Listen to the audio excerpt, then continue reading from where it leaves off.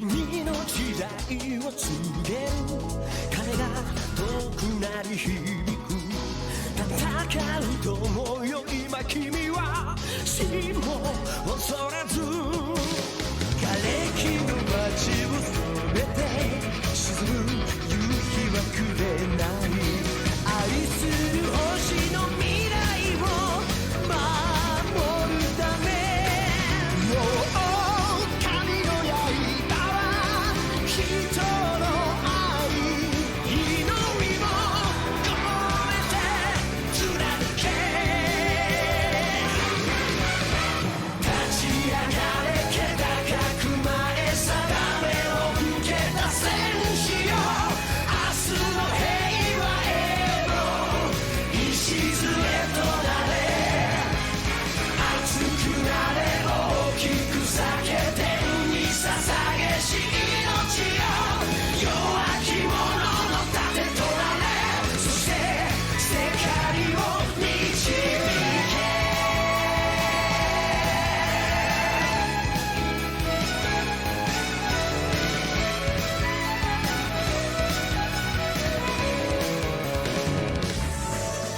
きらめく星の海に浮かぶお前の面影人と会えないあゆえになど愛しい背中合わせの世界重ね会えない現実涙と共に捨て去れ何もかもさあ振り返らずに風になれ痛みを越えて駆け出せ立ち上がれ気高く前定めを受けた戦士よたとえ傷ついて力尽きても赤く燃え見事に散って星になった命よ時を超えその名前を胸に刻もう Just forever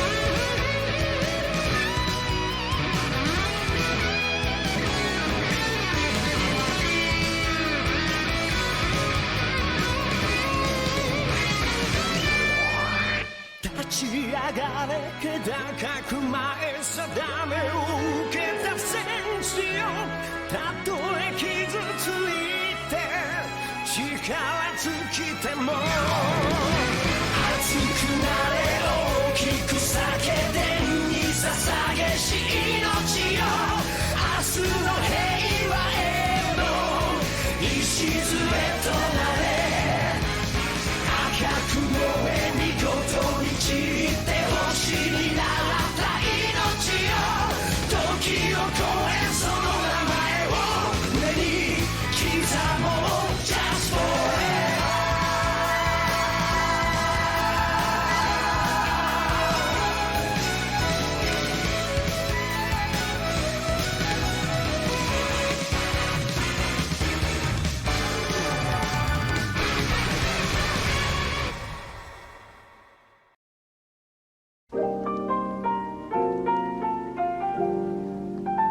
Hello everyone, my name is Notepad and I write games for fun. So what are we doing today? Well, today we're going to be working more on compiling Muv-Luv, the Muv-Luv TRPG, Muv-Luv Alternative TRPG Start Book. Welcome aboard. Hopefully everybody is doing good today. So, this is just going to be another compilation stream, but first things first, I want to talk about some things, because I feel like it, and I can do that. Okay, Ira, I need you to go real small real fast, because first things first, that I found was funny more than anything. Welcome to Polygon's article of the best tabletop RPGs we played in 2022 by Charlie Hall. Hello, Charlie Hall. How are you? I'm feeling very confident. Alright, let's do it, everybody. Let's see what we played. Board game releases. Fiasco by Fat Shark. Cool. That says a lot about it. Cool, alright. Dungeons and Drawings by whoever the fuck. Oh, she won the Diana Jones award. That's cool. Yeah, Fiasco is holy shit. Yeah. Alright. Do we have a, I wonder, do we have a link? Yeah, this is the person who won the aspiring table. This one like won the highest honors in tabletop role-playing games. Yeah, this was right here. We don't, no, this is just what people played. It's the best though. So yeah. Okay, 1000 Empty Light. Freelance writer, news writer at Dicebreaker, and Polygon contributor. Really liked playing whatever the fuck this zine was. Cool. The Quiet Year. Cool, by Avery Alder. Neat. But oh, wait a second. It was played by my favorite person ever, Jay Dragon. Oh boy. The walking fucking cognito, hazard. Yeah, so, yeah, it came out years ago. Kids on Brooms. People liked this one, apparently. This year, Dimension 20's Misfits and Magic led me on to Kids on Brooms. Quiet Year is fun, if not an RPG. Yeah, Dimension 20's Misfits and Magic. Kids on Broom is there. Brindlewood Bay. This one actually came out.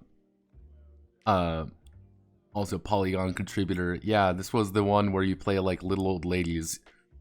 The One Ring starter set, senior editor, cool.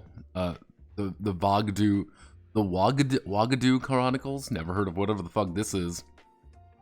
Alright, cool. The Wagadu Chronicles, it can't be that bad. Let's learn about the Wagadu Chronicles.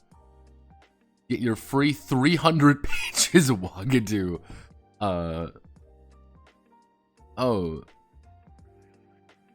Oh, it's not even out yet. That's the best part. It's not even out yet.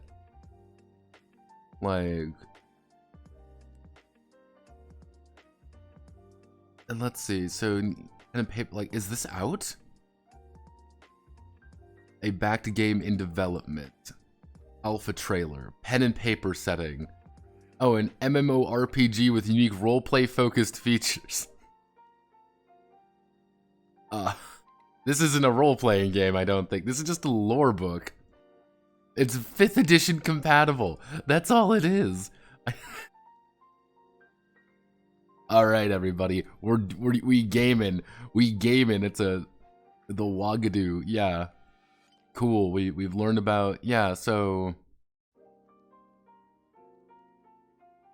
Okay. Setting compatible with 5th edition. Yeah, okay. No, it's Bathwater Heights on a particular Tuesday. Game designer and author of Apollo 47. These are what people liked the most. Dead Friend, a game of necromancy.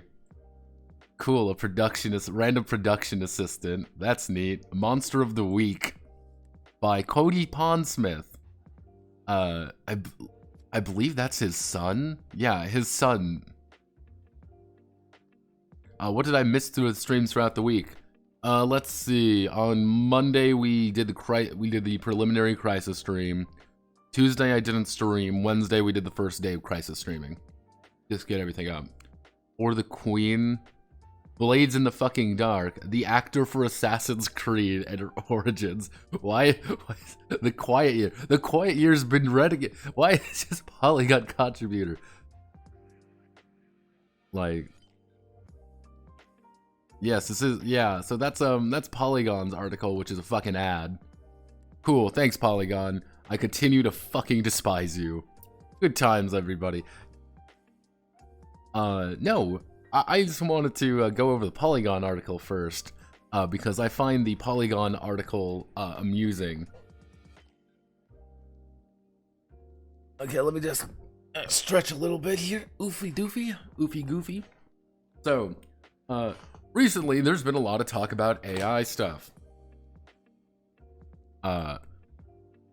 I find this fascinating. Like, do we do the AI art on ArtStation? Let me, this is a recent thing that's been kind of happening, and I find it fascinating. It's this, because a lot of the time people have been uploading this, like, oh, say no to AI-generated images on, you know, on ArtStation, because what's happening is a lot of these AI models are actually taking from ArtStation directly. Now, there's this very odd situation, and I kind of thought about it for a bit, because if we go to ArtStation, ArtStation itself, let's just, this is just what it is. You know, all channels get very, very simple. You know, let's say like ArtStation, like what's the Kotaku article? You know, place for artists. You know, using under the assumption its owners cared about the community. Assumption its owners, Epic Games. I want you all to remember this. Were removed by ArtStation moderators. Like, you can read here, Epic said in their statement, however, branches into territory that even more measly amount AI research, or to consider feelings of AI research and commercialization. Now, here's a problem that I don't think people have quite understood yet about AI, about a lot of these AI things, is very simply, it's not like just this super simple, like, oh, well, I've decided to steal AI, I've decided to steal artwork today. Oh ho ho. No, it's not really that simple, because the thing is, this data has to come from somewhere. Fucking these AI art guys do not just magically show up and be like, I'm gonna steal data from a website. That's not how that works, because that's really inefficient. That's completely inefficient. What these let me reemphasize, million dollar companies do is very simple. They buy it.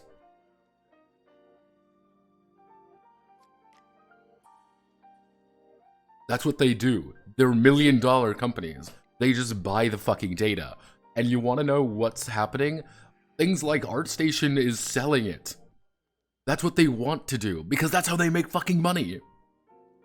DeviantArt does not make its money solely by just people like posting artwork. That's not how you make fucking money. No, you sell information. You sell data.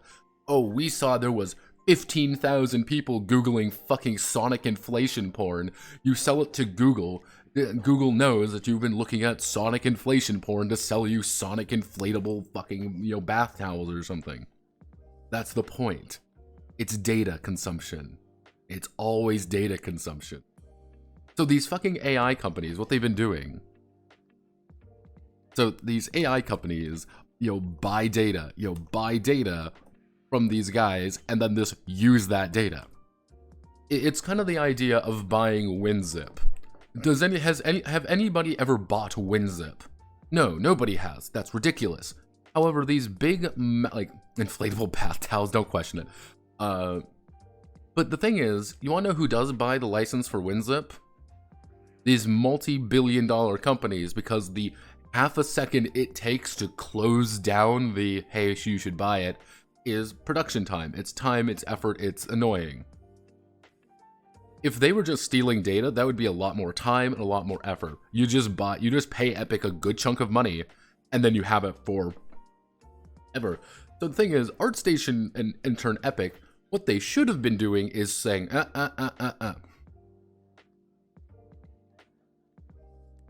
Yeah, and then, yeah, that's the thing. It studies them, it's understanding them, it's just data. It's just a raw piece of data. That's, I think, one of the biggest things I don't think people quite understand about the whole AI thing. And it's like, these companies are just doing what's efficient. And I was talking to somebody the other day on the fucking Blue server about this, where you have this issue. Like, let's go to Midjourney real fast.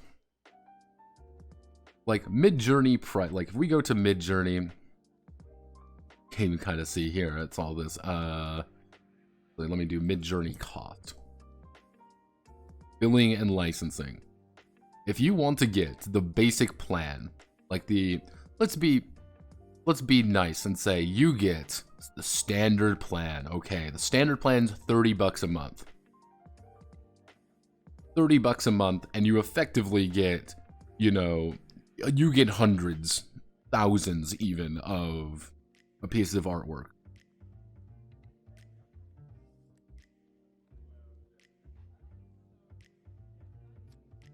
And so you have all these, like, it's $30 bucks a month. Like, and if you go to some of these artists, like, let's just do like let's do average commission cost for an artist. Let's just Google a standard artist. Like, most published creators, like, this is just a really basic one. Like, let's be conservative about things here. Let's be like real conservative. These are our very basic ones. Digital art. We'll do digital artwork. How about that? For one piece, black and white, you're looking at about 35 bucks. That's the one. This is like, again, this is average, mind you. Like, there are going to be people who are going to charge less, and there's going to be people who charge more. And this also isn't factoring in, like, the fucking, you know, this isn't factoring in, like, Indonesian artists who are going to pay, who will ask for, like, 10 fucking dollars, because $10 in Indonesian is a lot of fucking money. But generally speaking, you're looking at about 35.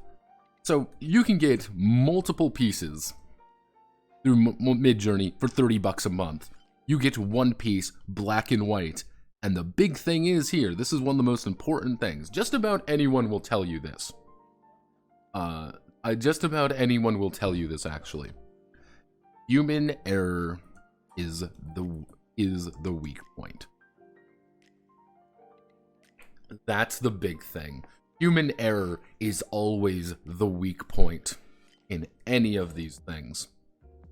Because, unfortunately, even like if you go to like unpublished and, you know, shit like this, like, they can even get higher. Like, you can get pretty fucking expensive on some of these ones.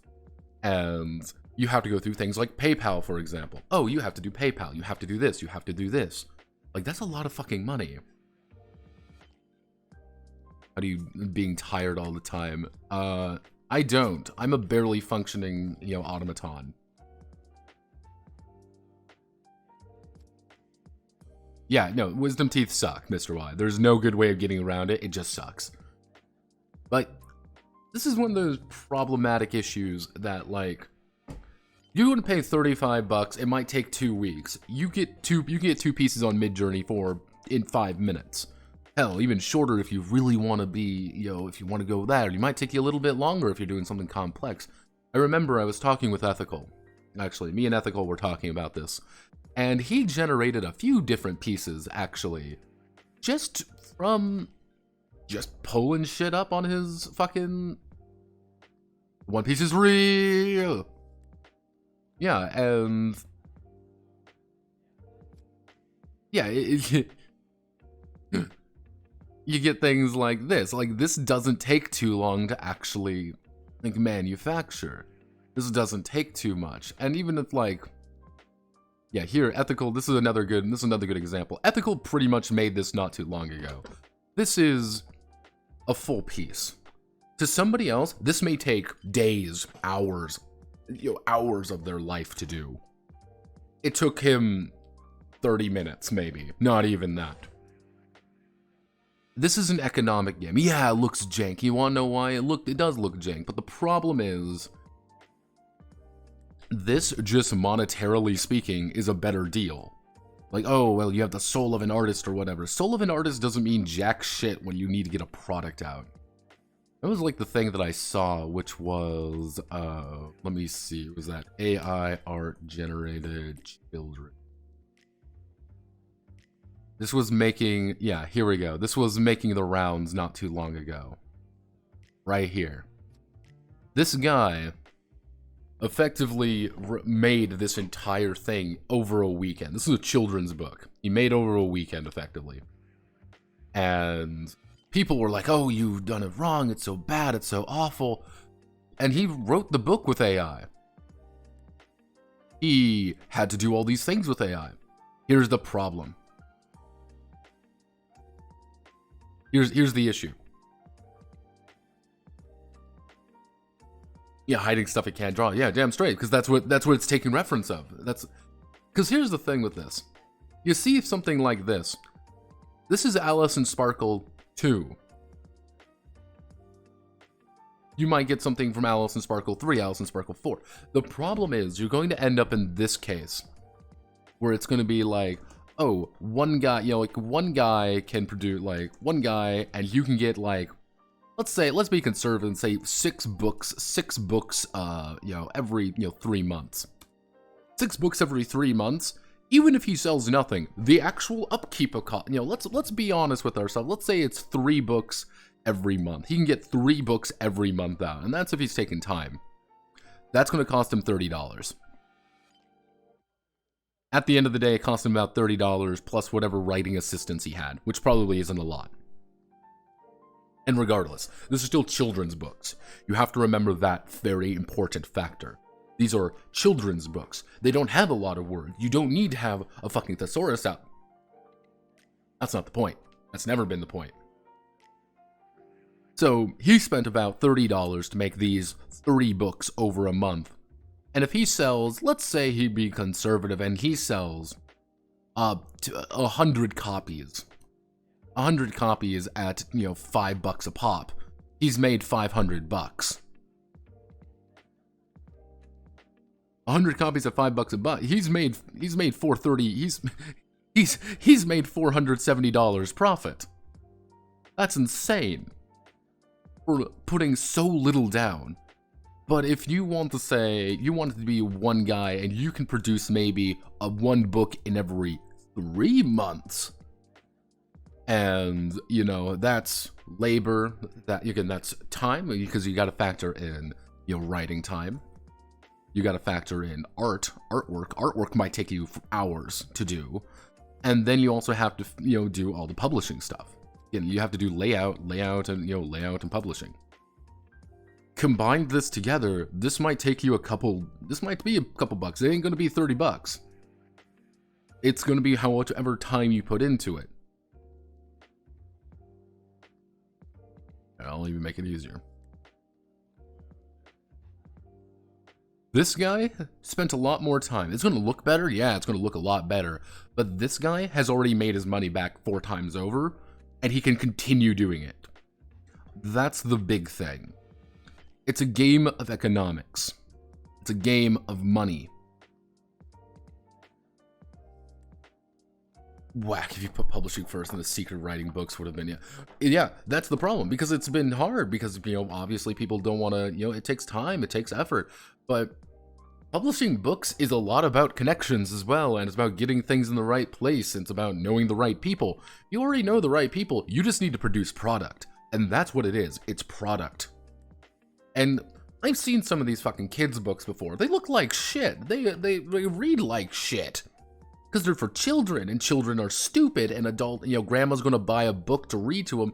It didn't really matter. You know, it didn't really matter what's going on, because kids are gonna fucking buy it, because it's not as valuable. You gotta remember, not as valuable. And so, again, you can just start producing shit like this faster and faster and faster, and it's just money. Honestly, it's just money, because you can get some of these publishing houses being elitist about books for kids who can barely read. There are people, yes, there are people who are very big on that. Mind you, I'm also a very big proponent of, you know, children's books should be good because kids are learning to read.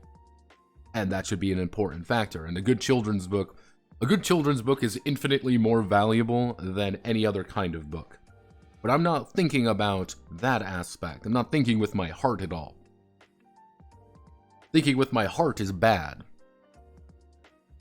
The thing is, I'm thinking with just my pocketbook. I'm thinking with my wallet. And what are you gonna buy? A $20, you know, are you gonna buy a $20 book, or are you gonna buy a $5 book, which is cheaper and bigger and has more stuff in it and looks arguably sometimes a bit nicer? Like, oh, and then you have like ethics of like stolen artwork. That kind of like boils back down to my original point, which is, you know, it's data banks. These guys have, not a single person wants to bring any of that. What does it say when machine learning can write a better children's book than a person? Yeah. And I think that's one of the issues, is that, like, we as people are flawed. We make mistakes. We write things that are incorrect. We fuck up because we're human. That's an incredibly human situation. Hell, you can even kind of see by, these pieces of, these art pieces, like there are some things that are fucked up. Things look a little bit wonky. There's no consistency between the three of them or whatever. Yeah, to err is human. But the thing is, these AI are smart enough to understand that they could string together things and make complete logical sense. And if you read it, it makes complete logical sense. And since monkey see, monkey do, yeah, AI suffers the same, yeah. And that's, I think, one of the most bizarre things about this AI art stuff, more than anything, is that people are... The genie is out of the bottle. That's an important thing.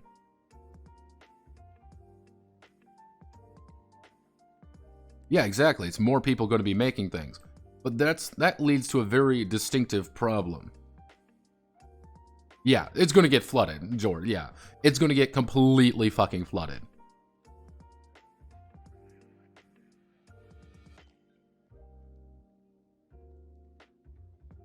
Yeah, it's you just need more.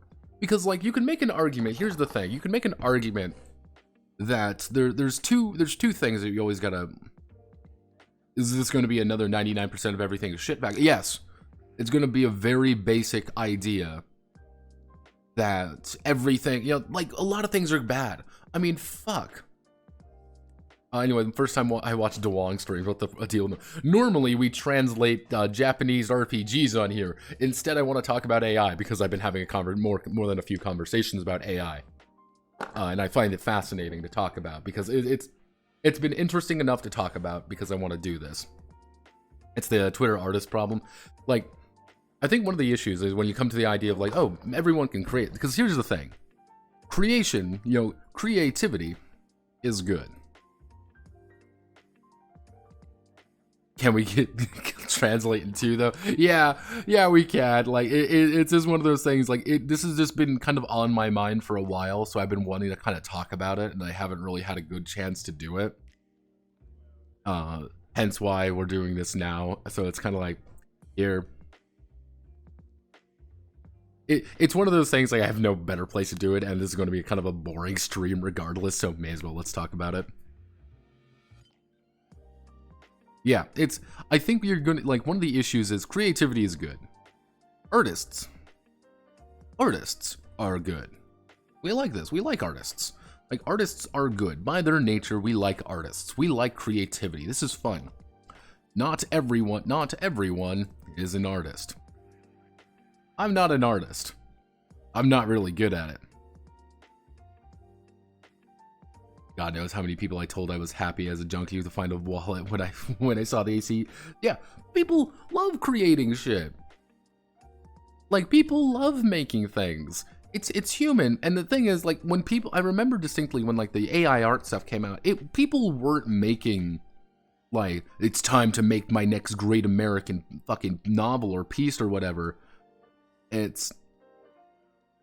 And people were making, like, fucking George W. Bush fighting a T-Rex on the Empire State Building. It was shit like that. It was nonsense shit. But that was the funny part. It wasn't really anything.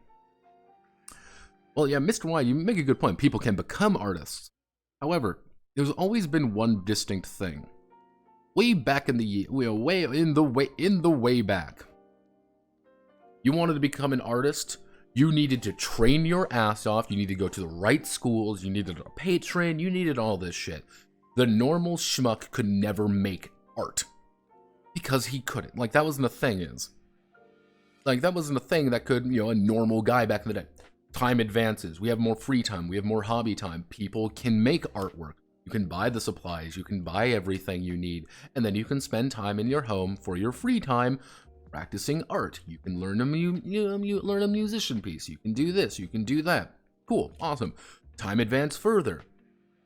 Yeah, that was the fun. Yeah, yeah. You can time advances further. You can buy a, you can buy a tablet now, and you can do stuff without having to buy a lot of this material. I don't need to buy paint to draw in paint.net. I don't need to do that, and that's an important factor. And then we have what's going on now. You don't even need to be able to draw a circle. What all you need to do is know what you want to do. Now, I also have this belief, I have this very nasty belief, is that not everybody who creates art is an artist. Little Timmy who shows up at home with a fucking crayon drawing of Sonic, being like, Mom, Dad, here's my drawing of Sonic the Hedgehog. That kid is going to be like, yep, that's Sonic the Hedgehog, alright. I love it. I really enjoy this. And you're going to put it on the fridge. Is little Timmy an artist? Maybe. Maybe. But is he on the same, is it the same caliber as somebody who is like, I've spent the last 30 years perfecting this awesome piece or whatever? That's where things get, yeah, like that's where things get amusing. That's where things get a little bit, worse off in time. We've hit the point where just about anyone can say, I'm an artist. It's very easy to do. There's this quote from the guy who made Cruelty Squad that's sick. AI stuff can be used for mainstream commercial products because a lot of it actually way too imaginative and interesting compared to Soldier Grunt number 25803, produced by some brain-dead concept artist with a neuroplasticity of an IBM 5150. Yeah, it's... You get things... How do I want to word about it? It's hard to really talk about this because AI art is going to create exactly what we've been creating all this time, and it's going to keep making things to be better and better and better. It wants to be pretty, it wants everything to be right. I don't think there is an intrinsic problem with AI art. If you don't want your artwork to be on AI, like trained on AI, that should be your prerogative. That should be an option that, people, you say, I want to opt out of this. That's fine. That's completely fine. That's completely justified. Yeah, creative skill does not equal technical skill. Yeah, as Jort kind of says. But, the way we're going, what's going to happen is we're going to see a lot of people. We're going to see a lot of creative. We're going to see a lot of creatives. This is the big thing right here. We're going to see a lot of creatives. And this is good. We like creative people. Creatives are good. We like people who are creative. And it's fun to be creative. I enjoy writing tabletop games. That's something I enjoy doing. I love writing them. I find it really fascinating. It triggers that little part of my brain that makes everything tick. Can I draw worth to save my life? No. And I don't really want to spend hours of my day.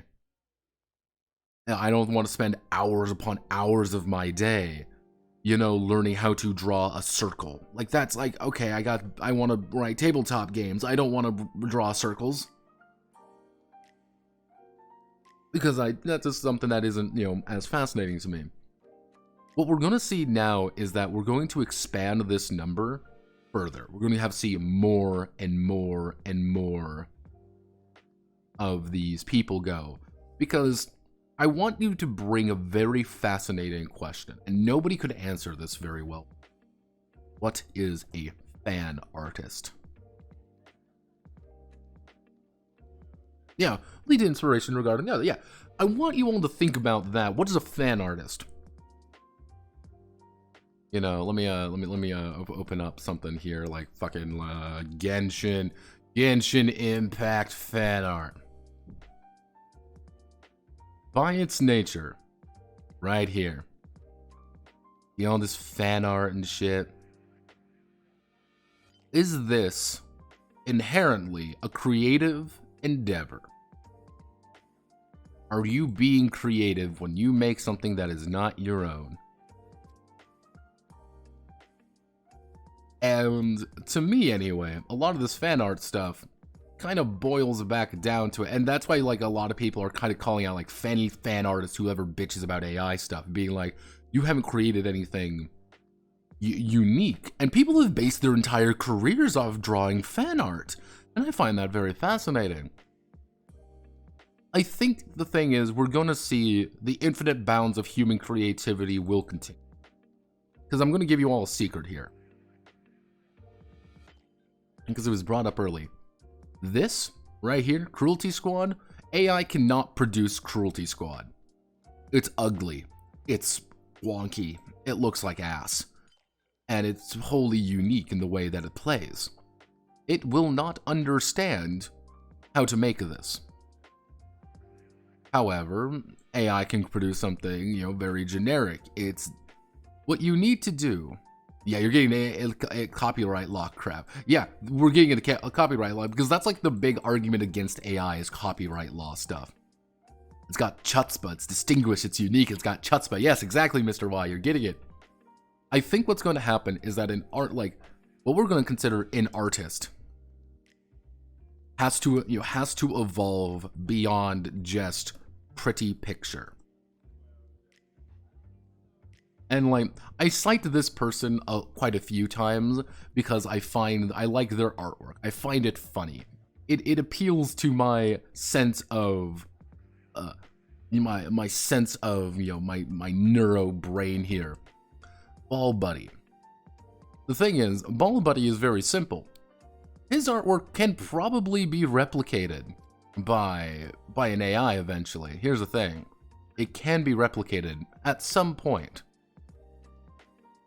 But here's the thing. The AI will never be able to recreate the dialogue perfectly, the beats, the tonal 1 to 2 to 3s, the jokes more than anything. That's not the point. It can't really understand that. A lot of these artists are going to eventually have to realize, oh, I was gonna, no, but fuck off.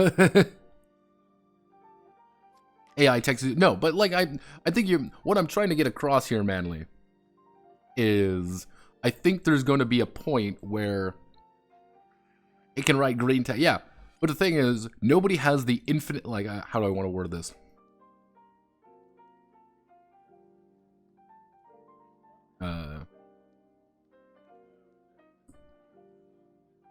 Yeah, an artist needs to have the infinite bounds of human creativity and fuck-ups. Like, that's one of the big things. It needs to have the infinite bounds of human creativity and complete and utter fuck-ups. No, what? AI will never quite understand the meta humor of a Sonic inflation joke. It won't understand that perfectly. It'll write the joke. It will never understand the delivery. It'll never understand the beats. It'll never understand that because it's a computer. It doesn't understand that because that's hard to replicate. You know, it'll never understand the appeal of posting Mafia Cat. It doesn't understand that. The thing is, if the AI can get to the point where it can create a piece of artwork and then write dialogue in it that not only flows, but can create a cohesive narrative. Sorry, artists, you're fucked. But at that point, it's kind of like, you get like, artists need to kind of put a little, I wouldn't say put a little bit more effort into things, but artists need to create the one beautiful thing that artists do. You need to create narrative. You need to create beauty. You need to create something wholly unique and you. A lot of episodes people drew for some more myths, legend, real places. We put Masters of Old. It's painted real life in one lines with fan art because they didn't make it. So we have to put Masters of Old who just painted real places with one line with fan artists who because they didn't make it unique. Yeah, it's... Well, that's kind of one of the issues. It doesn't need to be unique. That's the thing. It doesn't need to be unique. What it needs to be is creative. It needs to activate someone's neuron. It needs to understand that something is wholly unique and fascinating. Not unique as in the way of, hey, this is like, you know... Yeah, it's not necessarily... Yeah, the thing is... ends up with people either going retarded AI art or random paint on canvases are going full Hitler. Yeah, that's the problem. I think in the future, a lot of this AI art stuff is going to end up either heavily regulated, or it's going to end up as just another tool in an artist's arsenal. Because I'm going to give you a secret. An AI art will never understand what the fuck this is. Because there's too many mechs out there. There's too many soldiers in armor. It will not understand this. It's an image right in front of us. And I think it's fascinating. And I think we're going to see, hopefully, if people are smart, what's going to happen is people are going to realize you need to create story. You need to create interested. January for AI art will require a watermark. Yeah. Like, understandable. I mean, like, my thing is release all AI art under, like, I would say, like, a Creative Commons license. That would be my thing. Release it under a Creative Commons license. That is wholly unique to AI art. Being like, yeah, this is AI. I didn't, like, do that. That would be, like, that would solve legitimately everybody's issue with it, because that means no one could monetize it very easily. Able to write SRDs. Honestly, the thing is, AI would be able to write games like I like, because it would understand mechanics. It wouldn't understand things like PBTA at all. Anything more nuanced, and I wouldn't say nuanced, but anything more reliant on people.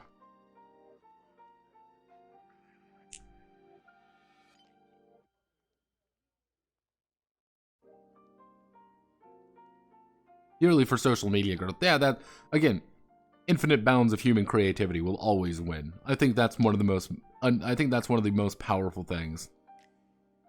It's, God raise the, yeah. Again, I think we're going to end up in a situation where they're going to be, the genie is out of the bottle, but right now, I'm going to look at it like this. AI art benefits me 250% more than anything else. You want to know why? Because I can get an AI art piece in 5 fucking seconds. And I can put it in a video, and I can laugh at it, and it's going to be funny. I can make AI art shit very easily. I can understand people getting a little bit, you know, like, oh no, you're stealing my artwork or whatever. I get people. Yeah, I understand, like, I get people who are like, I don't want my art being stolen or whatever. But it's like, my brother in Christ, I can already find half your shit on some random Pinterest board that you didn't. Like, it's... But yeah. It's, the infinite bounds of human creativity will triumph, however, it's just more economical to rely on the magic machine. That's the secret to everything, kids. The magic internet machine will save our lives. Note 8. I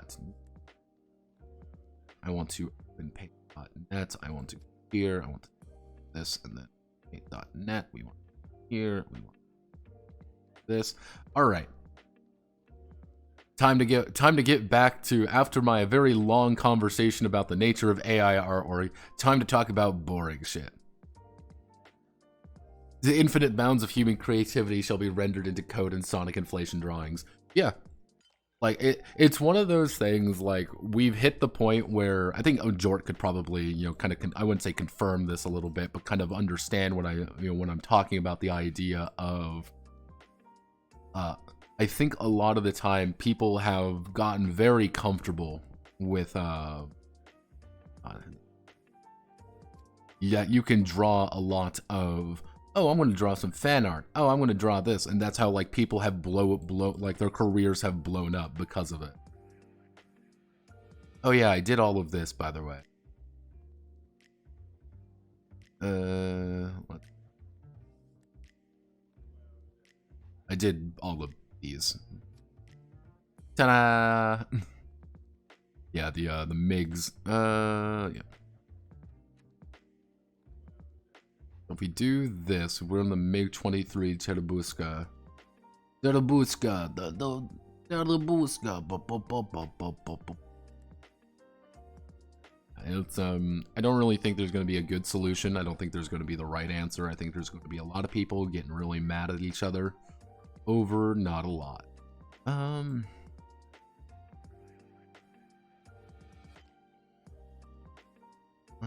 Example, let's fill out the data for the Genji kit. Oh boy, here we go. Ah shit, here we go. Fill in the data of character sheet, tactical for the tactical surface fighter. That the character will be flying. We want to capitalize character because I do that. Character will be flying among the TSF introduced so far. For example, fill in the data for the Genshiken, the Gekishin, the Gek. Where's the Gekishin? We want to select all of you. We want to go here. We want to go here. Because the big thing you got to remember, this is the F5. This is the F5. We're not piloting F5s. Yes, those are big gay. So we need to go here.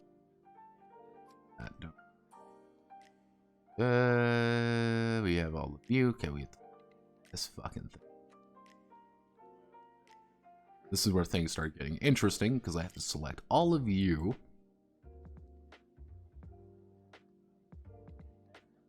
And next I have to remember every single position on it.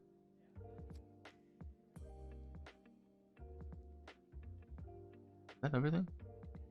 Yeah, they fucking cut off the end. And that out just... Okay, so how do I want to do this properly? How do I want to... I forgot I'm going to have to remake the fucking character sheet, and I forgot I was going to have to do that. Okay, you know what? I'm not going to do this right now.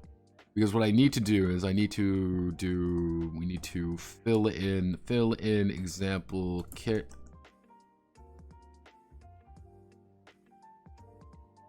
Because what we need to do is we need to actually fill in an example character sheet, which is a very major factor in this. But I'm going to have to change the character sheet because the way they do character sheets in this game is really fucking stupid. And I say that in the nicest way possible. It is just completely asinine. Filling in the ESF information, fill blanks, next step is fill the values according to the position. Okay. This is what I mean by things are really dumb and...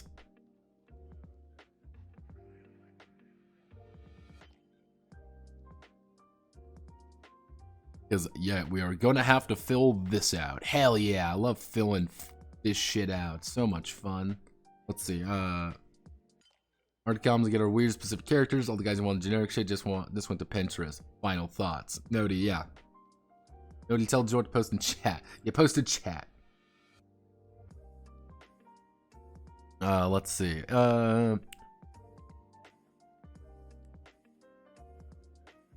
Gonna use GP, yeah, blood drive 2. How does this game work? Does it have A10 warthogs? There is technically A10s, but not in this particular game. I think AI might be under a license pad. I think so, maybe. What's wrong with F5s? The idea for this game, at its core, it's a 2d6 game. It's 2d6 plus whatever your stat is. That's the very basic of it. The thing is that in the 70s, a giant alien species came down to invade Earth, so the United States developed giant robots called tactical surface fighters. The F5 was effectively the first generation of tactical surface fighter. Everything after that has been a variation or a side version of the F5, effectively. The F5 is out of date, effectively. Oh, so Animu Independence Day.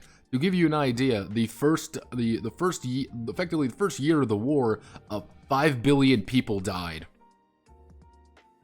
Like, most of humanity is dead. Like, we got fucked. We lost.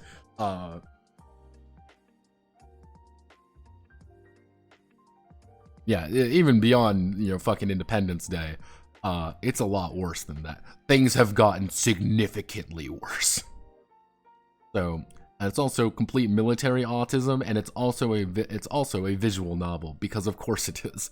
Yeah, it is a visual novel where you can have can have sexy times. Konnichiwa mina, I'm back! Oh, so the 7-hour war. Yeah, effectively the 7-hour war, except far, far worse for everybody involved. Because the thing is, the beta don't want to... Like, this is a very important factor, is that the beta don't want to, like, subjugate humanity. Like, that's an important factor you have to remember. Beta doesn't want to subjugate humanity. Beta just wants to eat humanity.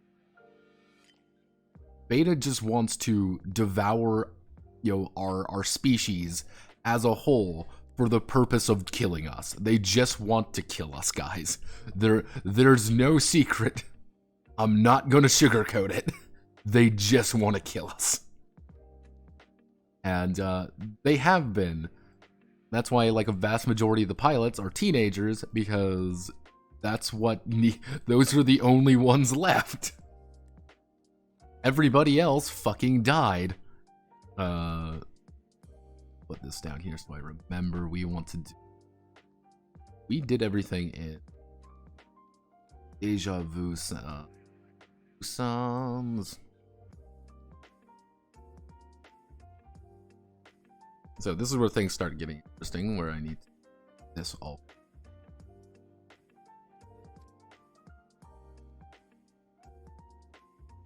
Welcome to the fucking Japanese. I'll give Japanese one credit, is that they can do everything vertically. I cannot, because English doesn't read vertically very well. God damn you, Japan. You get a lot of information out very quickly in Japan in very tight, focused way. So yeah, welcome to my life of having to make this a little bit better, because I need to get all of this information up here. I'm trying to, if I want to do this right, what I'm gonna do is I'm going to put you down here for right now. Actually, no, you're just gonna go on a separate sheet. You're gonna have to be separated out. I need to get... We're going to take out the sides here. If I'm not responding to something right away, I apologize. This is called focus mode. We're going to we're going to select everything here. What I'm effectively trying to do here, to give everybody an idea, is give myself more room to maneuver. Because I don't actually have that much to work with. So I'm going to do that and just make it easier. Two is...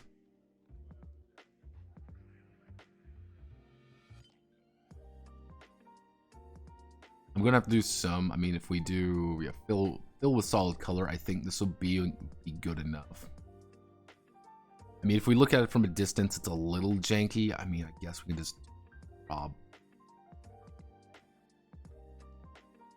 if we just do raw black, I think a little bit better. So let's give ourselves just, gotta go all the way down here, get as small as possible, get on the right fucking, god damn it, it's legitimately like 2 fucking pixels that I need to do, and it's the incorrect number of pixels. I love fucking design. I love this.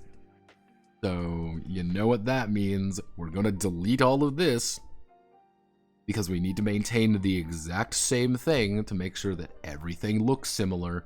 So what we're going to do, we're going to make a box. We're going to make a big rectangle around it like this. We're going to do something like this. And then with that, we have enough room to maneuver. So Deja Vu sounds, we're going to do 48. Technically, I fucked that up, so I need to begin. We're going to give myself just plenty of room to maneuver around. Like that. Are we going to use all of this room? No, I just need enough room.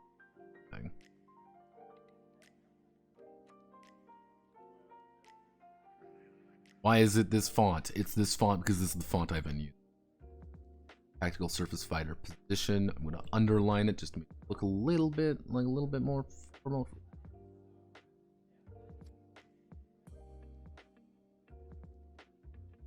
EDF, the same other Earthman, the alien threat. Why not just copy paste? As you see, I used a different font for all of these, so I want to maintain a decent look. I want to keep everything to be consistent. That's been my goal for this the entire time, is to keep everything as consistent as possible. So hence why I've been kind of like trying my best to like keep even down to the fact of like, yeah, I want to keep everything just perfectly in sync with one another, while keeping everything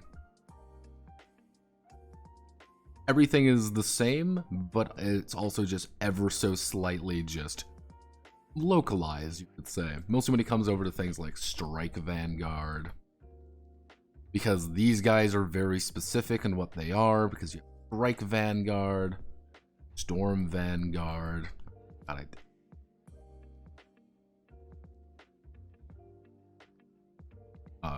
Gun Sweeper, Gun Interceptor,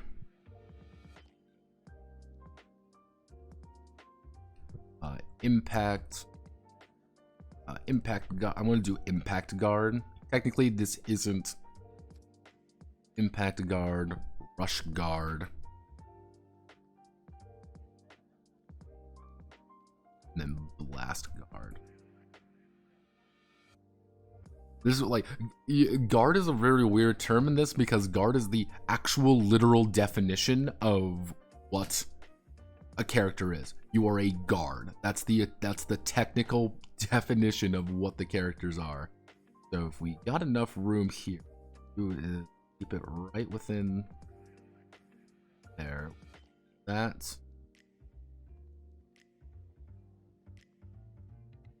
This.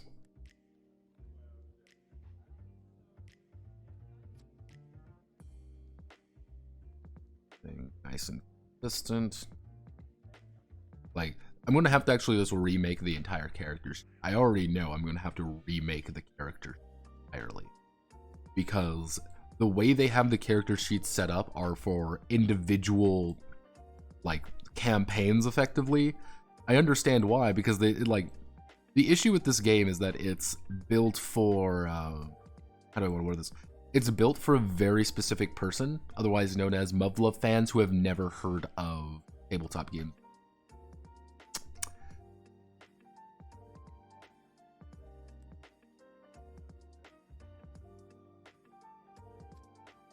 This is going to drive me insane, because the center is here, but the tech center would be here.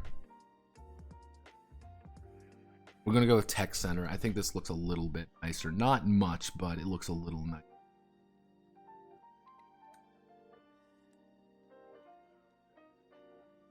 Odd Vanguard Bastion. For the lines, because the old version was a lot less higher quality, because that was a very fast translation. This one, on the other hand, what we get to do same thing with, but luckily everything here is super easy to do, because it's just filling out the same thing on repeat half the time. So let's click on the right button this time, because yeah, welcome to military gaming, everybody. This is my favorite. Yeah, this is a complete military autism game as well, because the main writers were all just horrifically autistic about war things. So they're like, oh well, we need to make this entire game just utter autism when it comes to that in particular. So it's like, cool, this is awesome, this is great. I love doing this. They never thought of me, though. They never thought of poor little old Notepad who had to translate the entire thing into Gaijin, and they never thought of me, and I feel very sad at that. So if we do that, and then we do image canvas size, we double the canvas size to like 17, just space.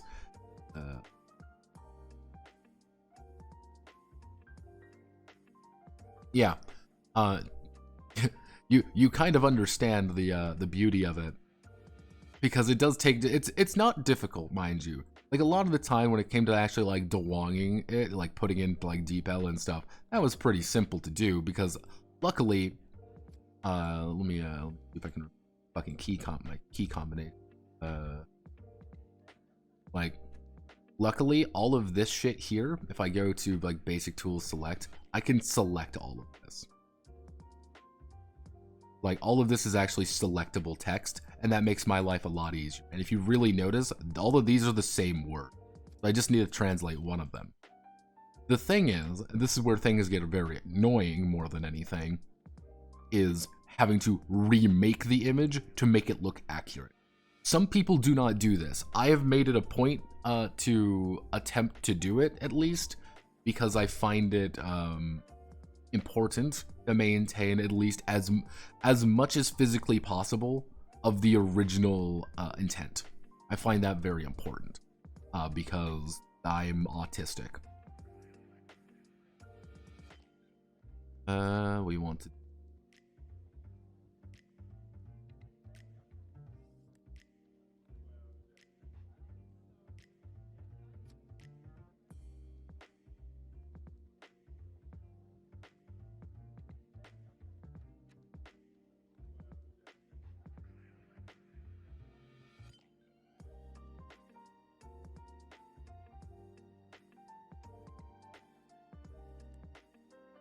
And then we tactical surface fighter units, tactical fighter units.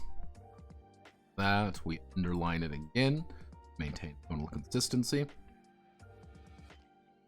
and then we start doing this battalions. This would want to keep things as tight as possible. I mean, I guess we could do, let's see, battalion. Luckily, Deja Vu Sans does make things a little bit easier in that regard. But who's going to select this?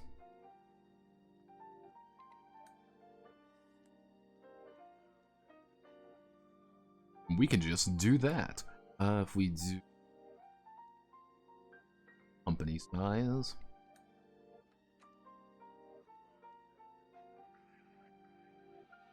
(16) in size, because the Japanese love their tiny ass fonts.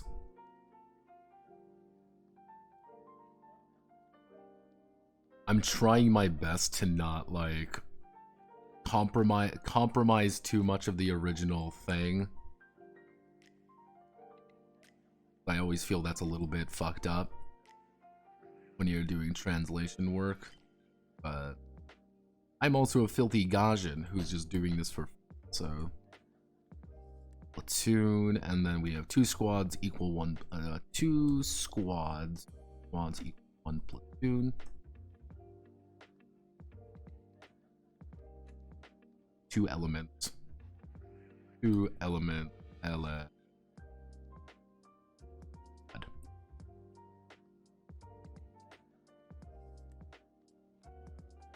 Then we go down here, and then we would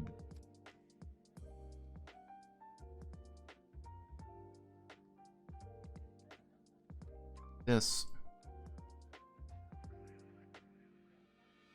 2 guards, 4 guards.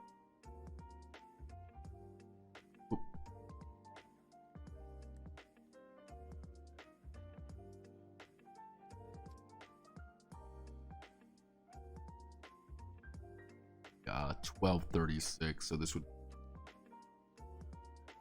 12 guards. Okay. We need to reduce that in size to 10. 2 guards, 4 guards, 12 guards, 36 guards. I believe that's 108 guards.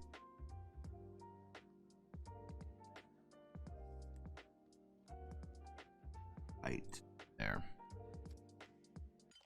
Then we need to go over here. Can we do 24? So this is a regiment, otherwise known as wing.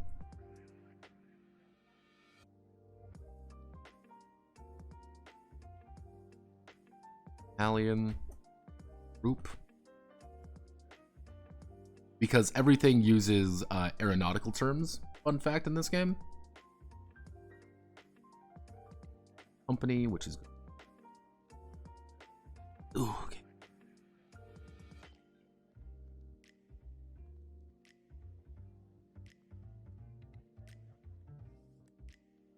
Tune.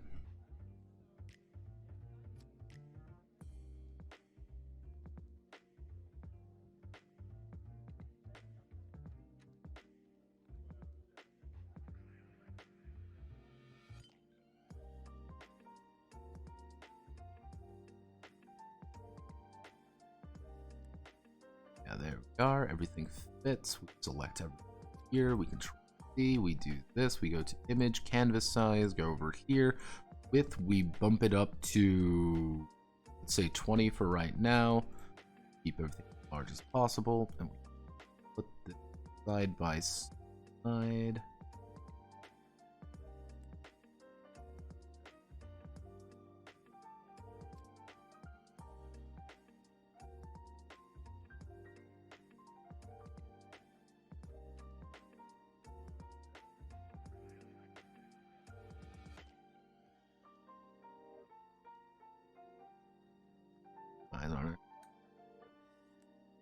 Yep, okay, cool. Canvas size. We're gonna make this, let's do 30, just to give us a lot of room to maneuver. That, we select everything we need to put right here. Then we get rid of all exterior notes. Do rectangle on our two corner.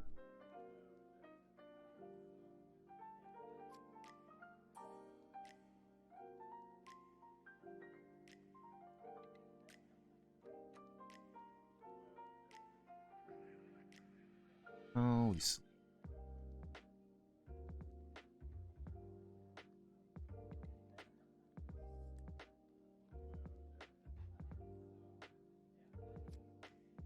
completely insignificant. This does not matter. However, I'm doing it because I'm completely autistic, and I can.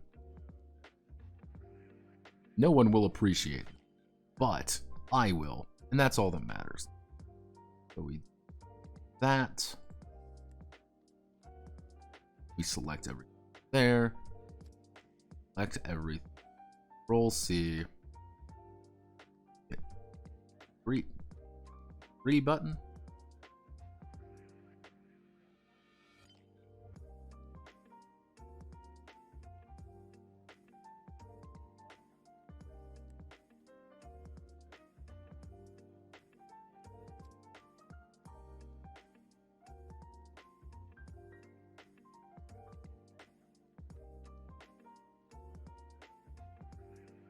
You're typing things in chat. I'm sorry, I'm not seeing. Making sure everything is correct. We're going to have a character bit there. We have to fill out information, position. That right there. Do we need to do this? Luckily, no. Okay, so we're going to do determine our position. Luckily, we can just yes here. Gotta remember to reset that to heading 4. Remove that, and the game continues.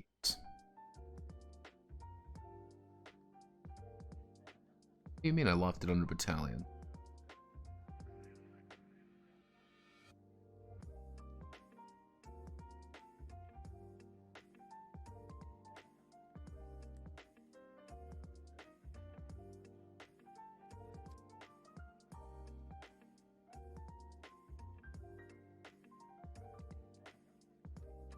Left the spot from the old kanji under battalion.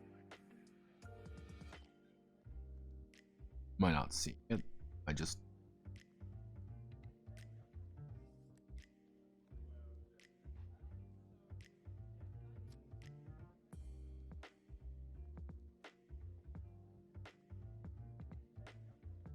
unless wait,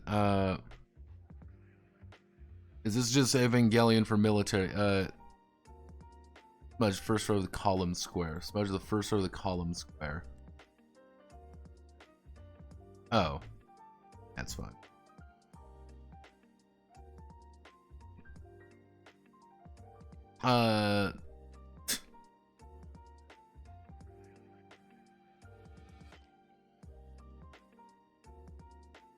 Spot under the... Oh, that spot? No, it's fine. It gives it character.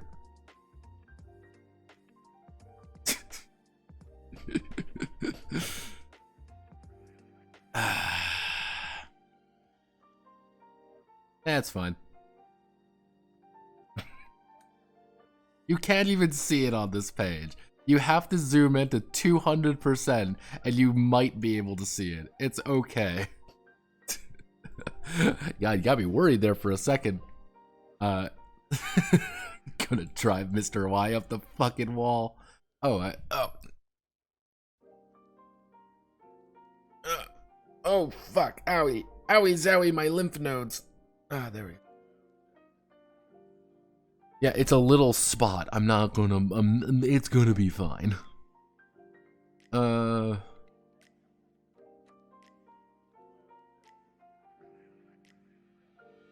Yeah, this is effectively, what was it? It's a typesetters, I believe is the correct term.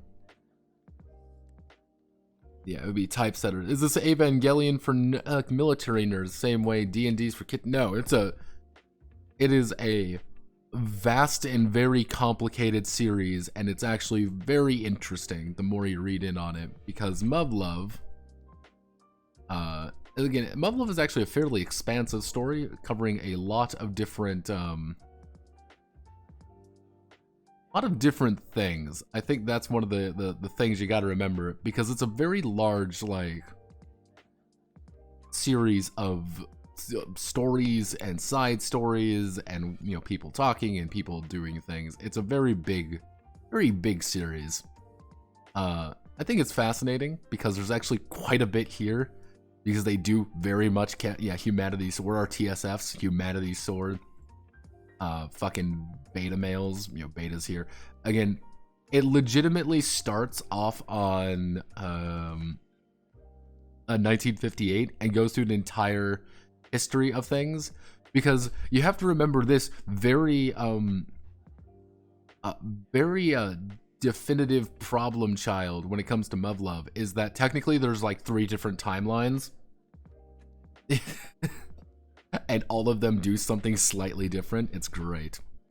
Choose one. Vanguard, Middle Guard.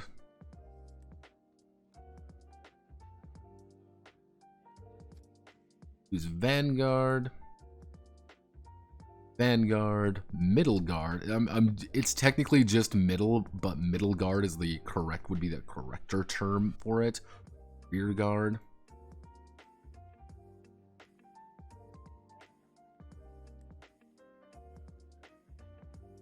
And check it off as your position as the pilot.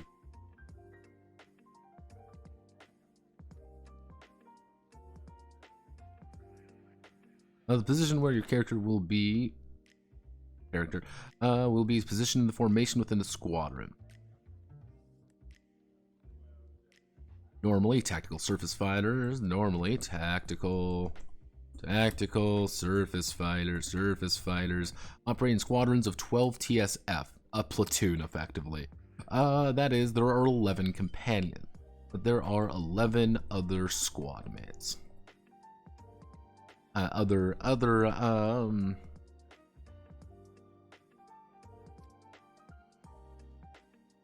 fuck it, we'll do companions. There's really no, like, fellow soldiers. These are divided into 3x4 units, somewhere between, what do you do? That. Somewhere between, usually this position designated by the commander, who finds the aptitude for the guards, capitalized guards, because that's the technical term. But in this work, this can be decided freely. See the bottom of all pages for illustration of each position and unit formation. This. Yeah, technically there should be this little position chart up here.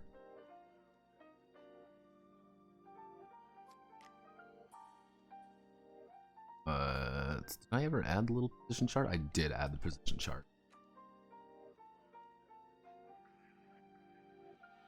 So let's see. We want to do position description.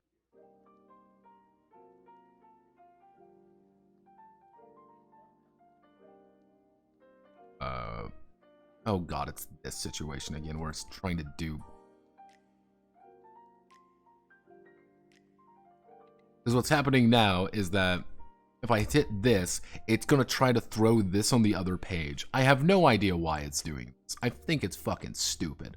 But welcome to my life and this fucking Google Docs. Google Docs will not let me have nice things. We do some determination of position, so we do everything on this position. We do description. Have to delete this, which I need to remake this image right here now. We need to zoom in very closely. And yes, they do legitimately just do what I do and just fucking remake it. So, guess what, kids? We gotta fucking remake this thing. So, if we do something like this and we hit the 3 key, we need to remake this. And more accurately, we need to remake it on. We're going to do this. We're going to stretch it out to be a good solid size, like about like this, for example. Again, I don't know how the character sheet's going to look, so I just need to put something in here for right now. But we're going to do this. We're going to circle. We're going to do brush length of like 5. Can we? 5. No, we can't get away with 5. Just shape everything the way it's supposed to. 15. 15's good. Get a line now. Draw the line. Okay, so now we have to do smaller circle in them. We're going to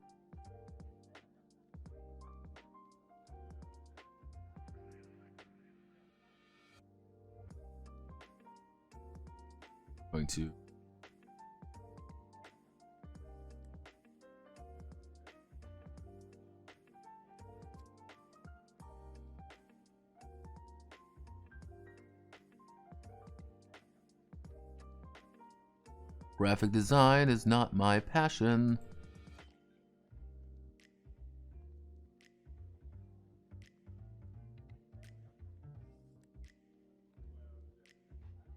We do that. Now we have to add another line through these, make these smaller.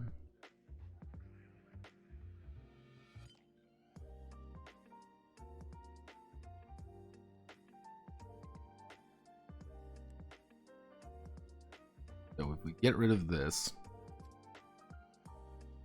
then we need to put you to put these together, then we need to put these together, then we need to take the lightest possible fucking gray we can find. It's in the middle.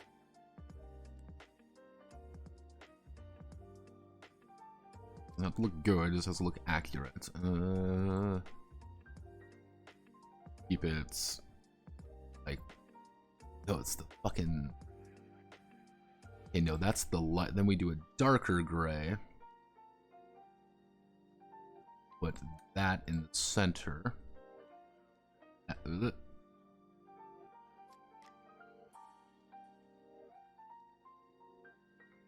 if I don't fix you, 1 pixel.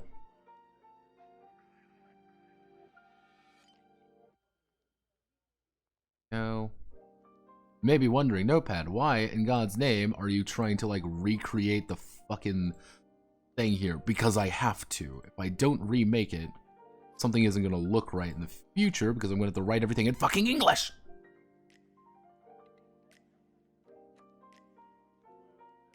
And that's correct. Yeah, okay. Okay, now this comes the painful part, is where I need to make a square. We need to that we need black on blue.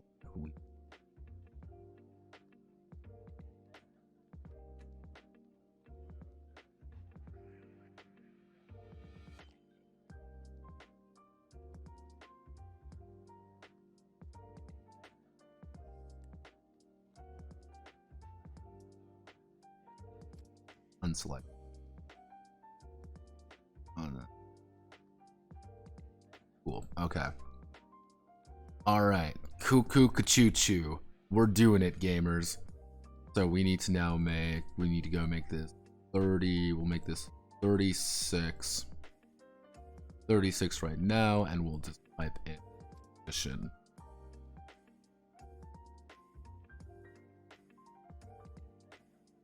Actually, we need to make 30. We need to make this a little bit bigger.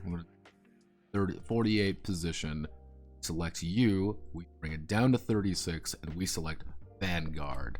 Wow, that looks fucking terrible. Let's do because it's not in Japa-fucking-nese, because the Japanese fucking hate me.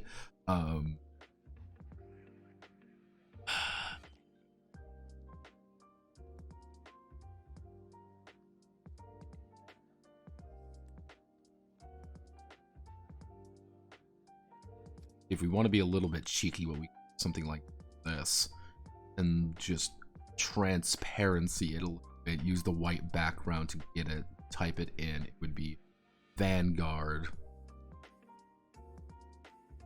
Bold it. No, just Vanguard. Middle guard.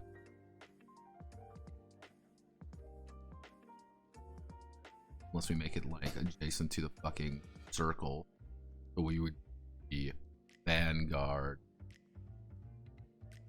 Middle guard. Guard.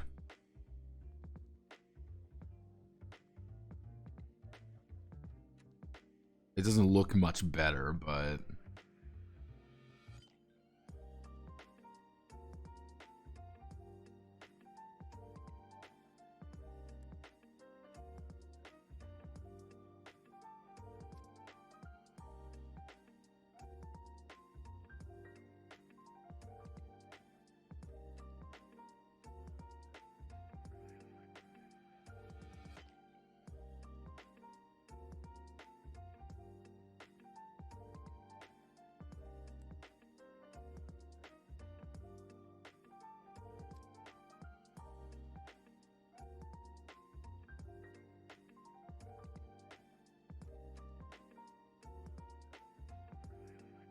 get the exact fucking color in. So what we're doing is we're gonna play a little game here.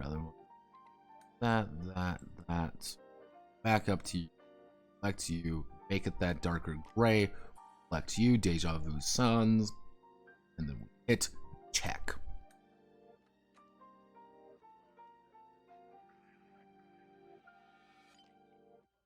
Select you. We want.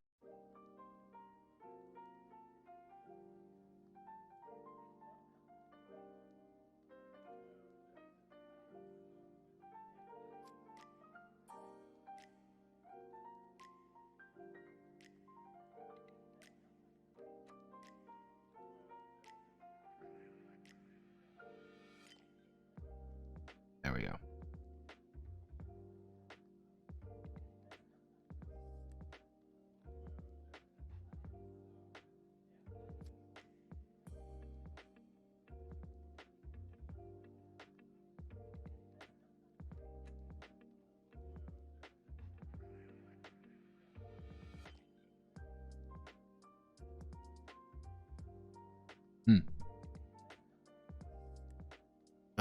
Plane mecha as in mecha inspired. Yeah, it's very real robot. They carry actual planes on the mechs. Like, why not center guard or rear guard, also known as butt flap? Yeah.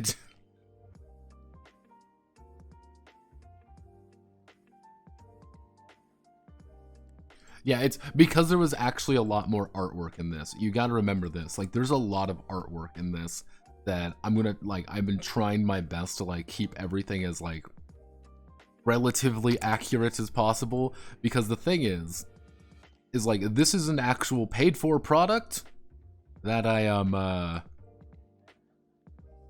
never paid for.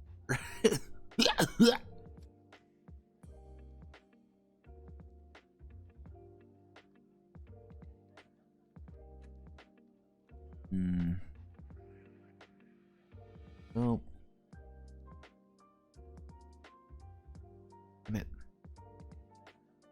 This is like how it actually is presented in the book, by the way, is like a little fucking side note, like right here. I have no idea why it's presented that way. It just is, because God is dead and we can't have nice. Actually, Ira, you can come. I'm not talking about AI. We're not talking about AI art anymore, and the delusions are, the voices, they're getting louder. So Strike Vanguard, Storm Vanguard, Gunsweeper, Gun Interceptor, Impact Guard, Rush Guard, and Blast Guard.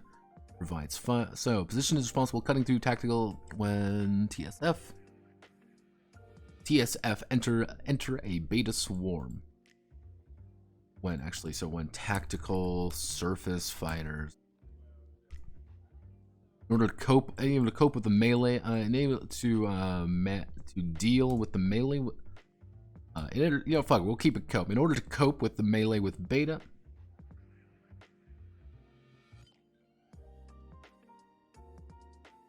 In melee with beta, guards with excellent close combat skills are deployed. Or to the capital Vanguard. Vanguard expands the breakthroughs made by the Vanguard. Accurately assess the situation, fight both close range and medium range battles. In position provides firepower to the Vanguard. Long range sniping with the support assault guns. It requires the ability to concentrate firepower appropriately according to ever-changing battlefield situation.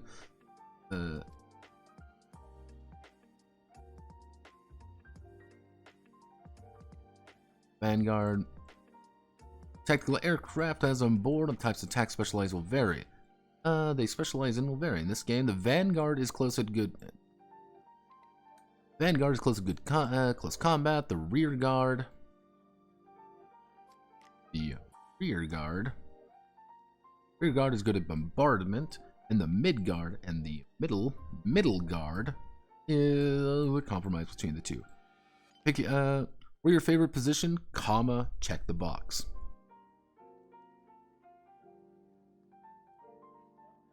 Yep.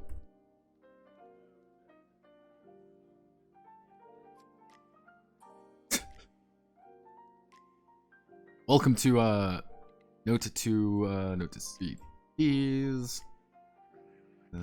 Notice. Actually, check. We want to keep this symbol. Note to CP regarding 12 company unit.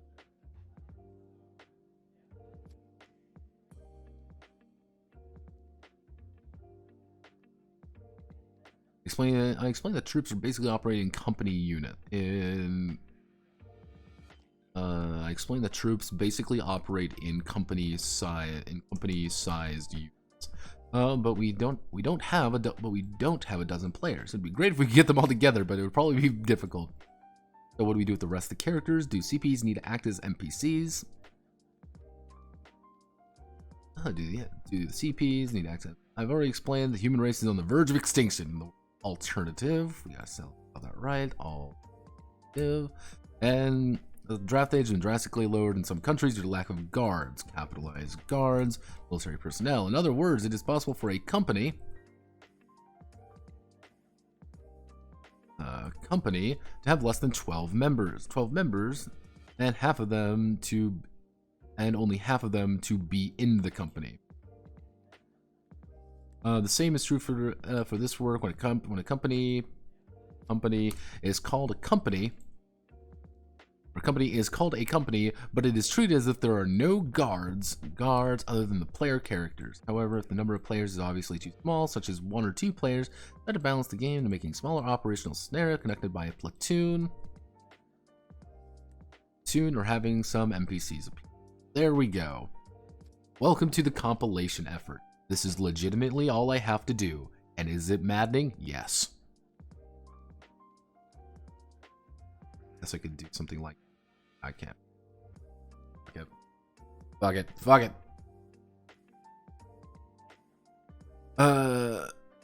You're gonna be explain... God, let me see.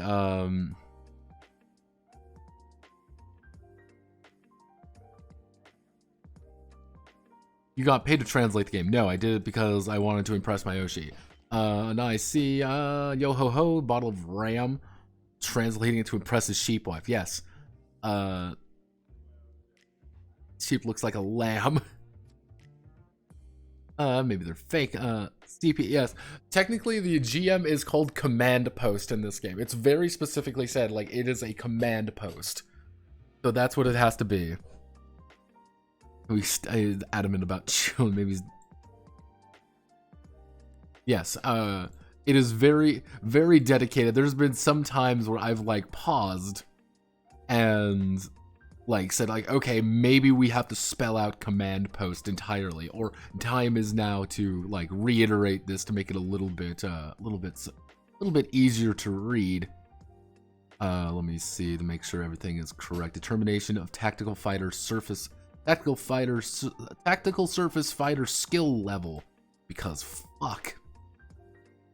We go heading 4. We get rid of you. Once a position has chosen, the fighter skill level is automatically determined. Write the value corresponding to the visual on your character sheet. Here we select this. We can actually bump up the size of all of these pretty easily. Now I need to remember, did I use bombardment or did I go with artillery?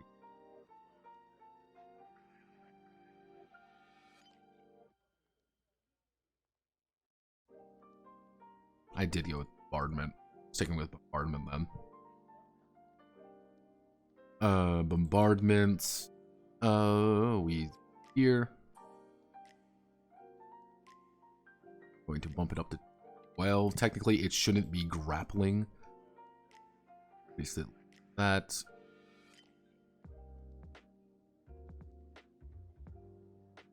Not to rear that.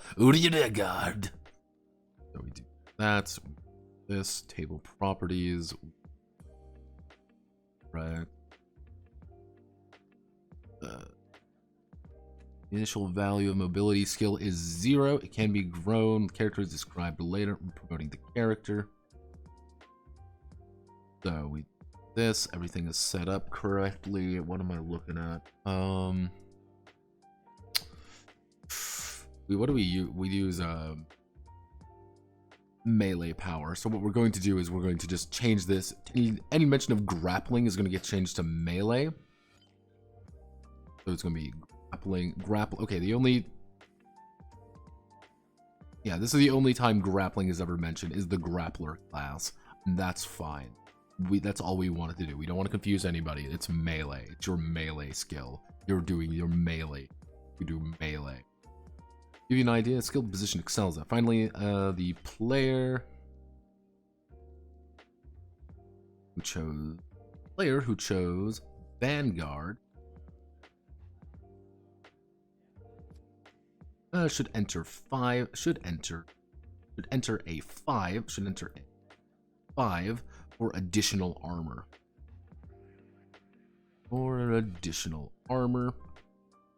Additional armor is what we call a shield. This is what we call a shield. If the player's TSF takes some damage, it can first be mitigated by the shield before subtracting from the body armor. Endurance rate.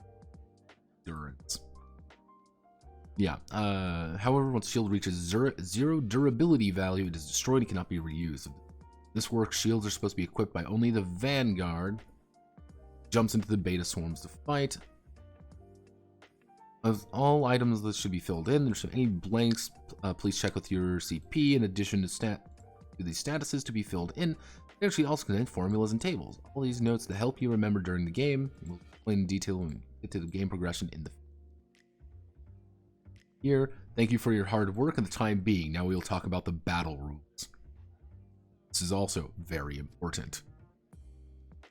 Can I fit all of this over? No. I mean, I guess we can, because then this is kind of like its own thing, and then we can put this. No. We'd have to put an image or something right there. We do. Thank you for your hard work. Now we continue the battle.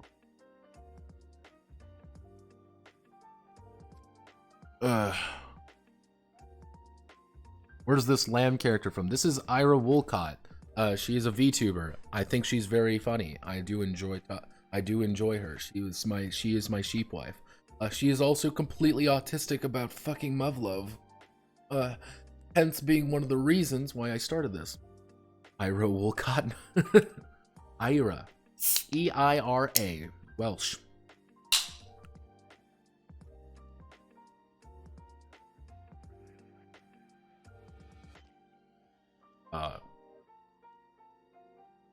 Era. Again, sheep wife. Yes, she does know. I've been posting infrequent progress updates in her server. Like, yeah, I've been like infrequent progress updates. She will be a sample character because I can do that.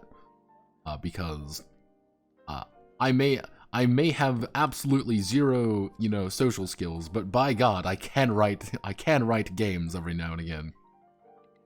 Did I really make this heading 1? Before you read the combat rules, remember this. Before you read the combat rules, remember this. Skill determination. Because if we reference this, yeah, to give you an idea, this is the sheet. This is the page in the book. I mean, this is the page in the book. And yes, it is tactically important to talk about this, as you can tell by the tactical importance of these suits. I'll probably have to put this particular image in as like wherever I can. Again, tactically important suits. Yeah, this Muv-Luv, baby. What do I get in exchange? Absolutely nothing. I just get the admiration of Sheepwife, and that shit is like getting a heroin shot to me. I am desperate for human contact. Fuck, this is a little bit weird because it's not a heading, but it is a heading. We've never seen this before. Can we get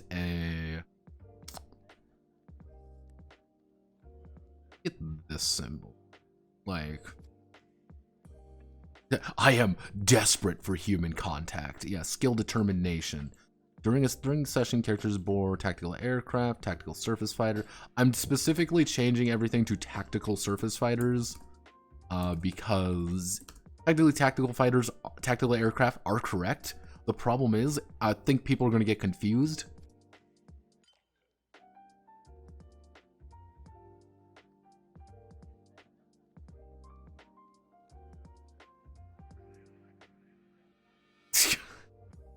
Yeah, no, it's again, she is technically already in the book as an example.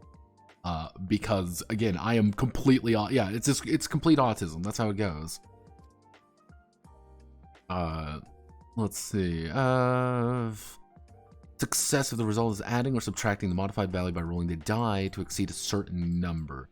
Result of the die modified achieves achieved value. We call the certain number the target value. Yeah, I'm also, before anyone's like, oh, well, that's kind of weirdly worded, I'm not fucking with you. That is how it's actually worded in the book. They genuinely do not trust you actually remember how to roll the dice properly. I love JTRPGs. I think they're amazing. If you hit beta, the target value is 8. If the achieved value is higher than 8, the attack hits. Compare the results. We call a certain number a target value. Actually, I'm gonna do this real fast. I'm gonna do during the session. There's fighter perform actions such as attacking with weapons or evading enemy attacks. The success of these actions is determined by rolling 2 dice. 2 dice, and we're gonna put comma d6. 2d6. This is called a skill judgment. Skill judgment.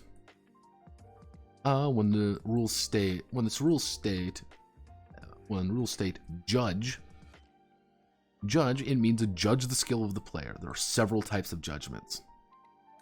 Yes, that is the name we all agreed on to keep with it, is judgment. It is a judgment. So let me just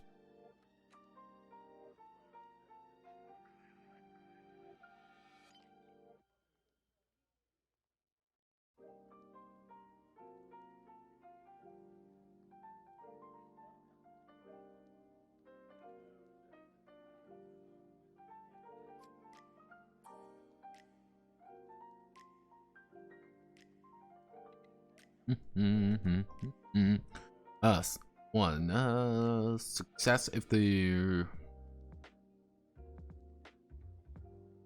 result or adding success if the quote result of adding or subtracting the modified value of the die roll exceeds a quote target exceeds a certain number. So yeah, I'm gonna say target number. Needs a target number. Do I use a certain number? Target value.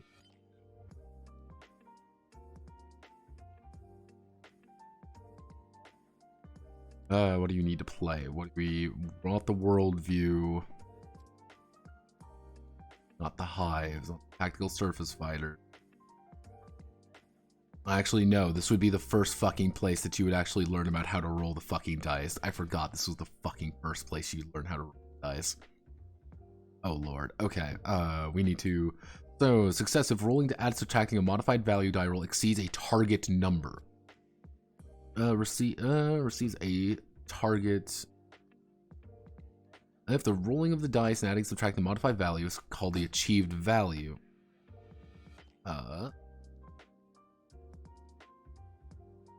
We're going to say...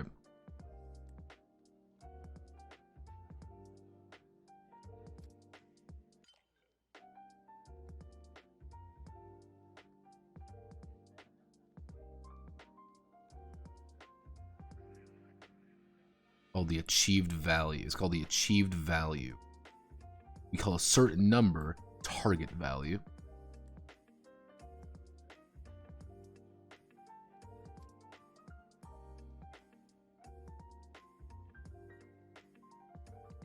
Call that certain number the target value of the die roll. Result of the roll is called the achieved value. Well, that certain number, the target value. Example, determine if the attack hits, the target value is 8. The achieved value is higher than 8. The attack hits. God, I love the fucking Japanese sometimes. Jesus. Welcome to fucking my nightmare. Yeah, this is... The Japanese do love to like give you like very detailed instructions for everything. Every single thing has a very certain result to things. Like, yeah, this is just how it is. The larger result, let's see. The larger result wins. The larger result wins when comparing the results of adding or subtracting the modified.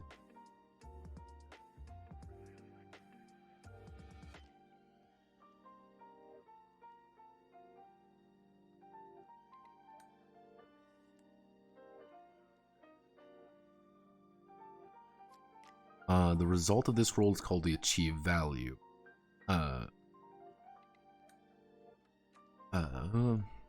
We call certain we call the opposing actually, how do we want to do this?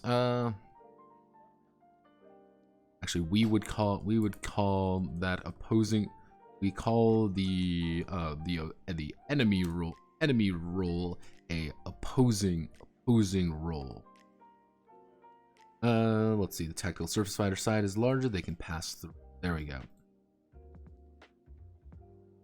There we go. Simple as can be. As simple, it's as shrimple as that, everybody. You just need to memorize all the autistic Japanese bullshit.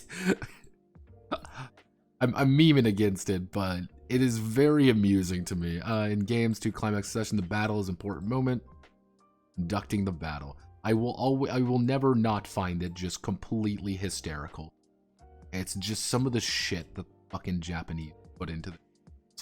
Where it's like, yes, this makes complete sense. However, this is also completely insane. Like, why would you ever, who in their right fucking mind's gonna put any of this? But then it's like, yeah, okay, it makes sense when you're putting it like that. It's like, God damn it. Simp, yes, Mr. Y, you didn't fucking notice. Jeez, you're like Manly when I had like Manly attack last night. I revealed my darkest secret is that I put a VTuber in every single one of my videos. I've done it for like the past like 3-4 months. Every single one of my videos has a VTuber in it, Mr. Y. Every single one of them. When I pointed it out to you last night.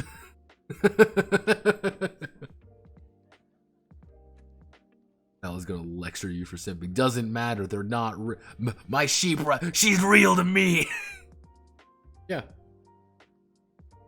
Yeah. No, that's the beautiful thing. Is that I put it in there as a little side note. See, the best part is what I get to do now is that I get to not put them in and then gaslight everybody. It's gonna be Kino.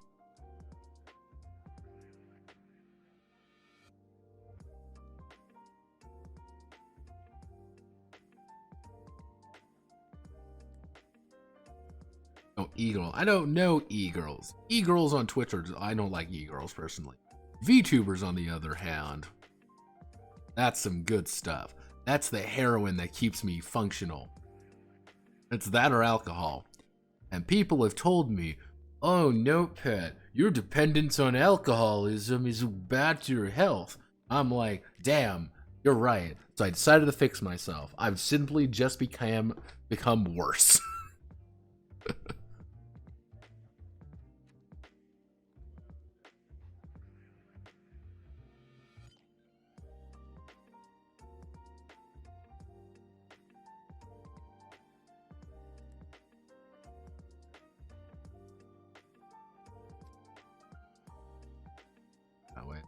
People are wondering.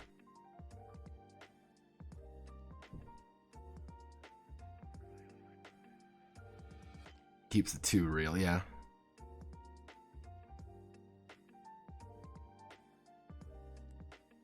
Gotta keep it real.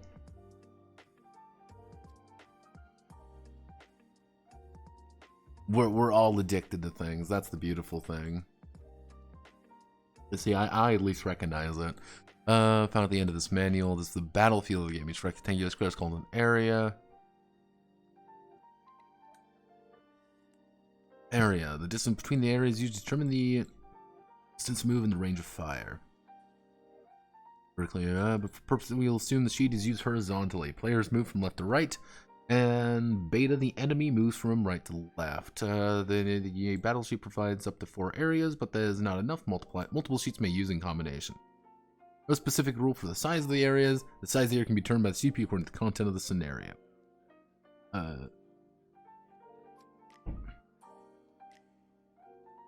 Put a table right here. This, we delete that row. We talk about movement.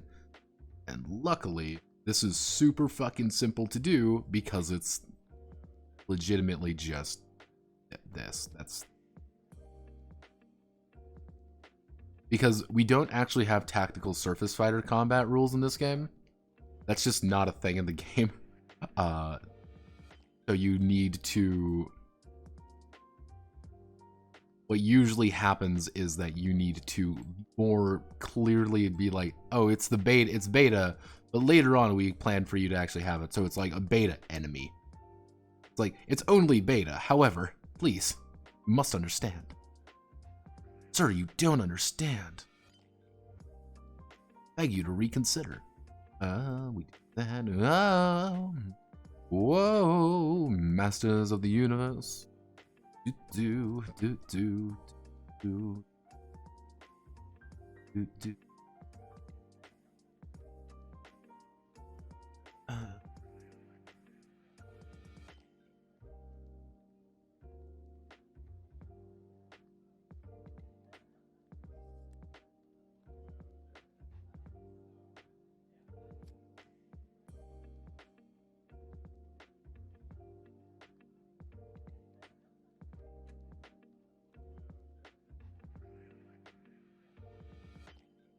down a little bit. We I said 2 to 3 button there.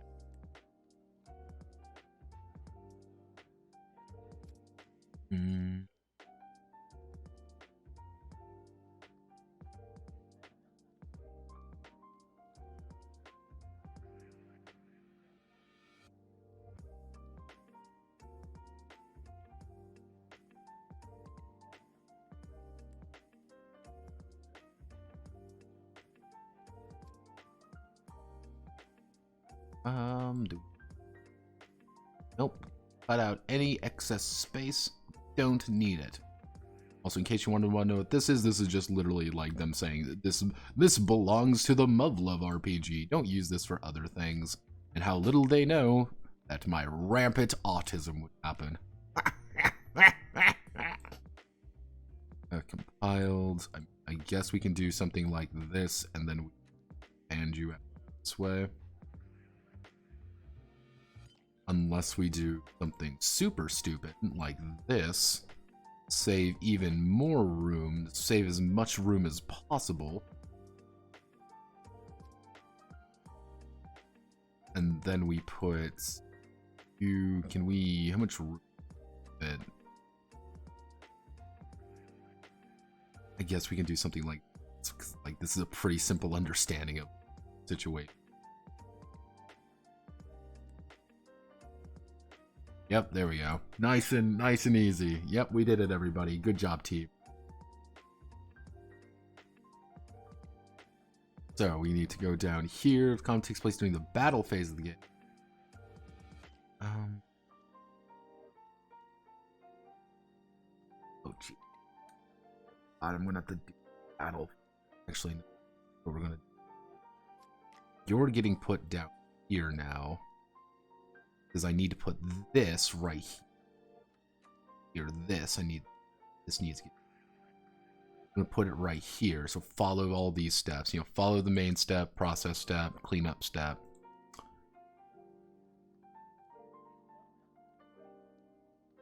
Oh wait. This is one of those things where it's organized really fucking badly, and no, we are going to flip that shit around. Okay, we're gonna flip that around. We're gonna put that here. It takes place in the battle phase of the game. Battle follows main setup, main process, cleanup. Together is called round, which together they're called. Is this Muv-Luv submissions? You often burn yourself in the kitchen, because I notice it happens too much. I don't really burn myself at all. I've burnt myself once in the kitchen. I burnt myself on complete accident because I didn't think a griddle was hot. I didn't think like a griddle was hot, and I put my finger on it, and I just like, ah, fuck. Is Muv-Luv in submissions? No, the Muv-Luv is not submissions yet.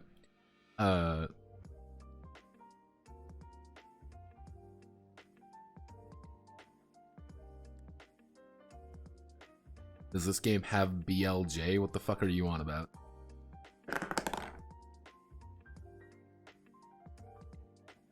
Hit the gritty. Backwards long jump. No, but you can do a forward long. Yes. Not really mechanically. Yeah, no, this is actually a very specific thing. This is part of the TSF movement system. Because there's movement in this game, because God is dead. Oh Jesus, I forgot the fucking battle flow chart. No, the battle flow chart's fine.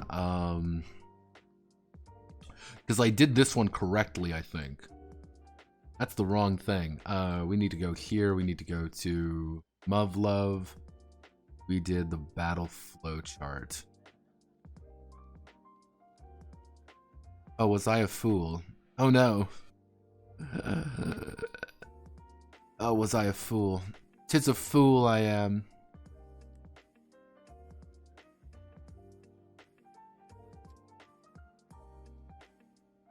Where's map? Don't need you anymore. We're going to need you. Call this position. Actually, what we're going to do. like a little.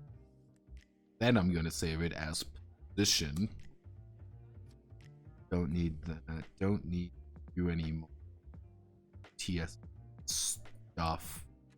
Stuff. We're going to there. We need to open you up. You up. What size are you? You are 25 by 16.8. Hell yeah, gamers. That's what I like to see. I like it when I think ahead finally. Battle phase flowchart. Yes, welcome to the flowchart. But please enjoy your stay.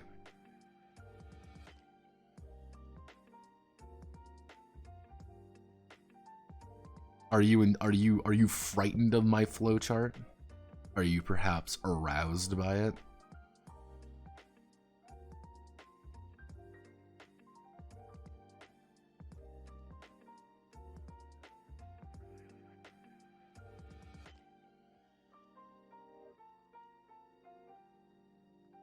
Okay.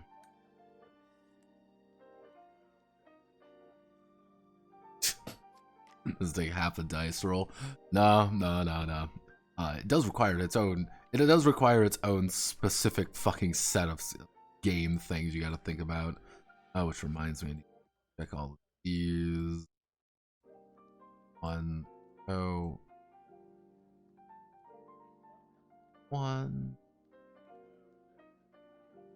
Determine the preemptive value is determined. We have anything about the preemptive value? No. We're just going to call it the initiative value. Okay? We're all going to be happy here. Determine TSF maneuvers, moves into this round. There are several ways of attack for a TSF to move. With its own characteristics. The type of characteristics are as follows. Hit that. Do I have the TSF movement chart? I do have the TSF movement chart already. I believe everything is correct font-wise. I'll check. Yes, everything should be. No, it's not correct, is it? Yeah, I don't think the font's correct, but I can fix that later. But yeah, so go here, select all of you. Mobility mode list.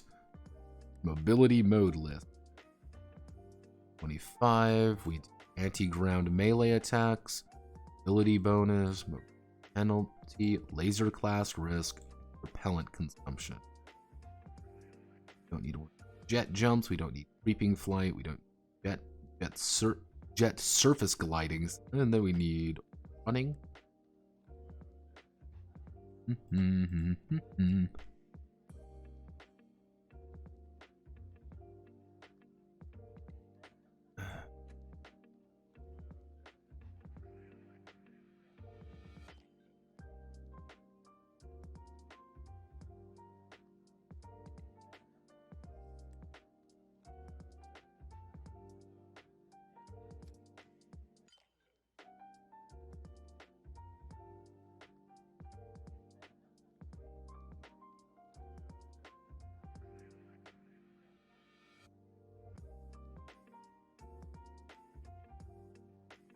Not ignoring anyone, I'm just being like just dead focused right now.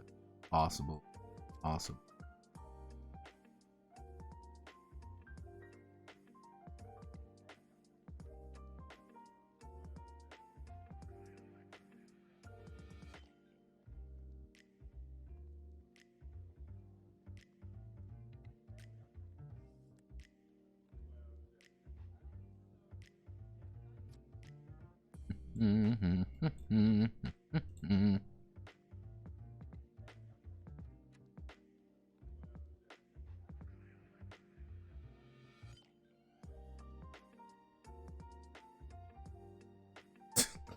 Yeah, Monty Cook's been around forever. Like, I think that's like one thing people tend to forget a lot is, yeah, Monty Cook is a guy who's been around for fucking ever in this industry, for better or for worse, and he will continue to be around forever because that man is not die apparently.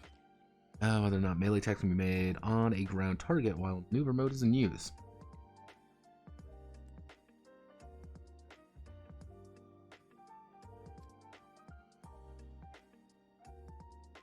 Yeah, here's the thing about anti-ground melee attacks. This is pretty much means, like, what are you avoiding? Like, what aren't... You can avoid effectively 2 enemies. You can avoid the little shitties, or you can avoid the... or you don't. Like, like, because almost every single fucking beta in this game is a large variety, except one. One is not. No, 2 are not. And you're already going to be wanting to kill the other, so... Monica judge it to modification value added to the judgment using... a judgment using a maneuvering skill. Using the maneuvering...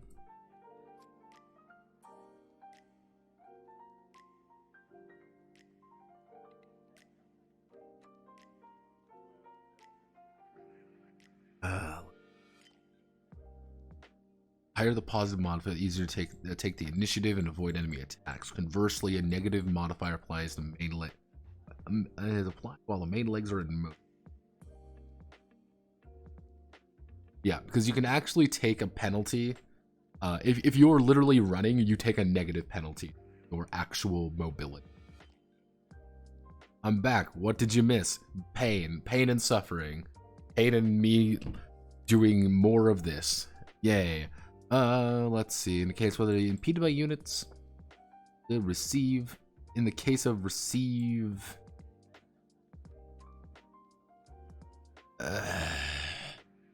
so indicates whether or not a unit is impeded by enemy units on the ground when moving across the battlefield. In the case of receive maneuver mode, when a unit tries to move area to another on battle beat, it cannot do so unless it succeeds in a judge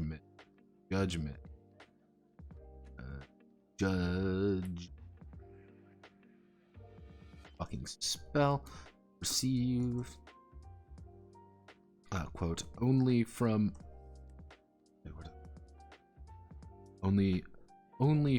large species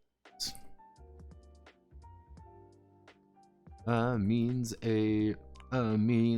that small species cannot impede the character. Let's see. Only from large speed means small species cannot impede the character. Because they jumped overhead. Actually, they are overhead, but are impeded by larger speed. So.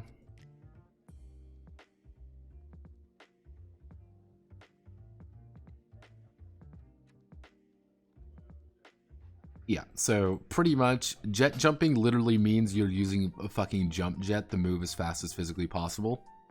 And by leaping through, like jumping through the air, you can avoid all enemies doing that. There's one very distinct issue that you always have to remember about that though. It's that you're jumping through the fucking air and you're going to probably get shot. Hence the laser class risk. The higher the number, the more likely the target is to be irradiated, is to be shot with a laser. The shot with a laser. This applies to betas in the battle sheet that have a laser class. Laser class, or heavy laser class. It is up to the CPU to decide whether or not to include a laser class. Beta sword. This applies to the betas in the battle sheet. If the distance between the TSF is within the laser class risk value, tactical air, then the TSF becomes a target for the laser class.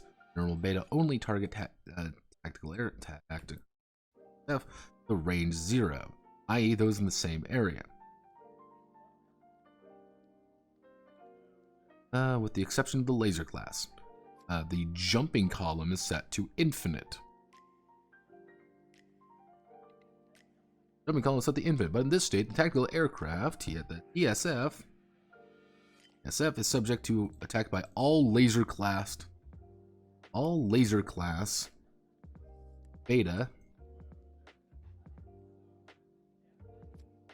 on the battlefield, and also subject of laser attacks from outside the battlefield. The attacks from outside the battlefield is described below. Yes, it is entirely possible to actually get shot from outside the fighting, the actual fighting battlefield.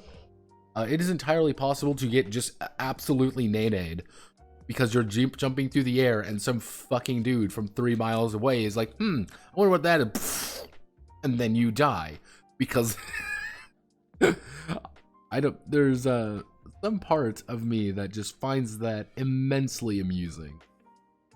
Just completely hilarious. Of just being able to get eradicated immediately by just someone outside the field. Like, don't get cocky, Muv-Luv bros.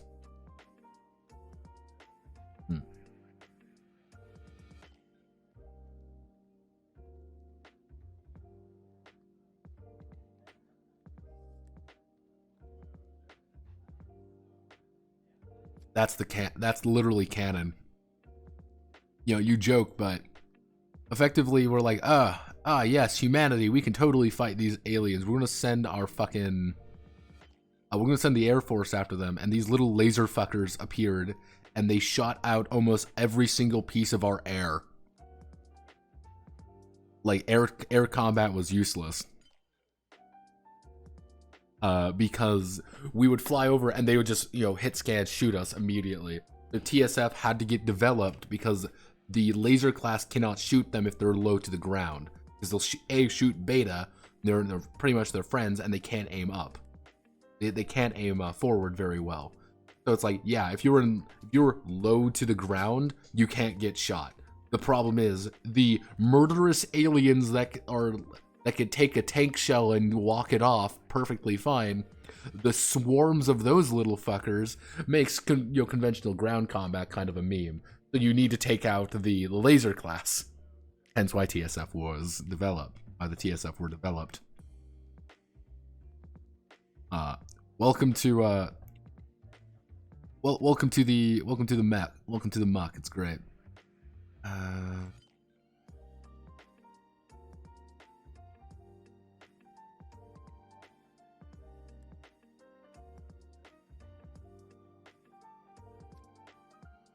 We'll slap into it there, I think. Player characters are judged by their mobility skills. No target value for this. There's no target value for judgment. The achieved values first priority is the judgment of initiative. Initiative. Achieved value is the first priority of the player character.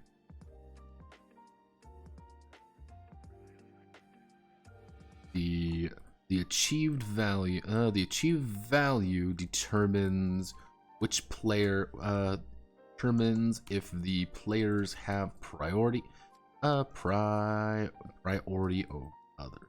Determines which players have priority.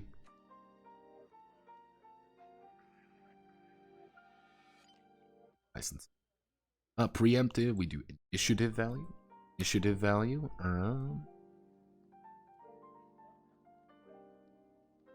To roll 2 dice. Yes, find the sum of the rolls as denoted. To roll dice. We want to roll 2 dice, in this case d6s. Find the sum of the rolls by 2d. Beta have a unique initiative value. The CP compares the preemptive, the initiative values of all the guards, capital B, and beta determine the order of action. In this case, the player characters declare to the CP order his action will be after the player character with initiative. The same priority. The player character will act first. Beta and NPC of same priority. The CP decides the order.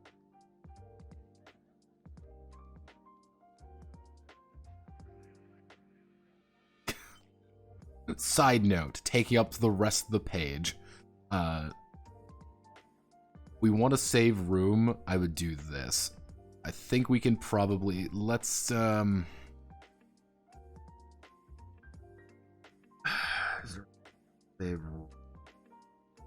unless I do, no, I don't think there's a way to save room. Fuck. What I'm going to do for right now is, this is going to get its own sheet. This is going to need, I'm going to reduce this in size though. I think that'll, no, I will do. Let's see. B, regarding the idea, regarding,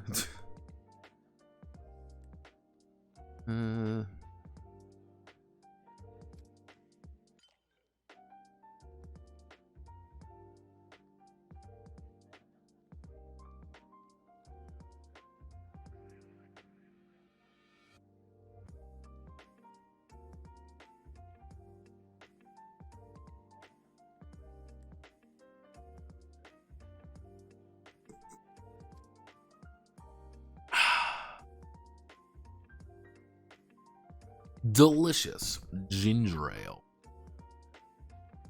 And my mom has decided to buy just a shit ton of ginger ales. I've just been a lot of that because I don't like this flavor anymore. Here's this entire case of the shit. It's like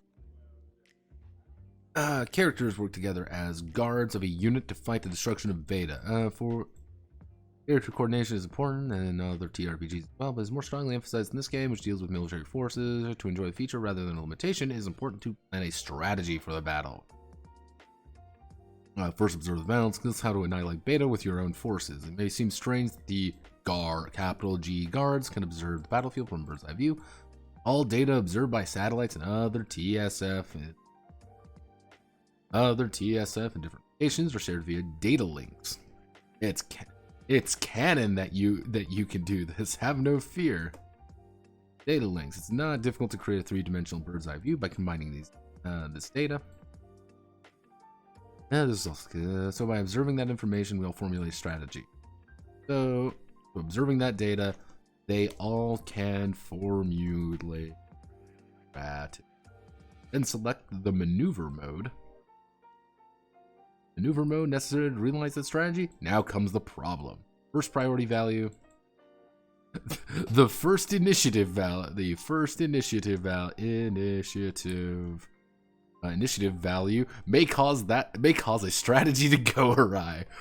First Vanguard was scheduled to cut into Beta first. Lower first strike value than you. Lower value than you. It may be aircraft trouble, or the timing of stepping may be off step. Maybe aircraft trouble, or the timing of stepping out may have been one step off.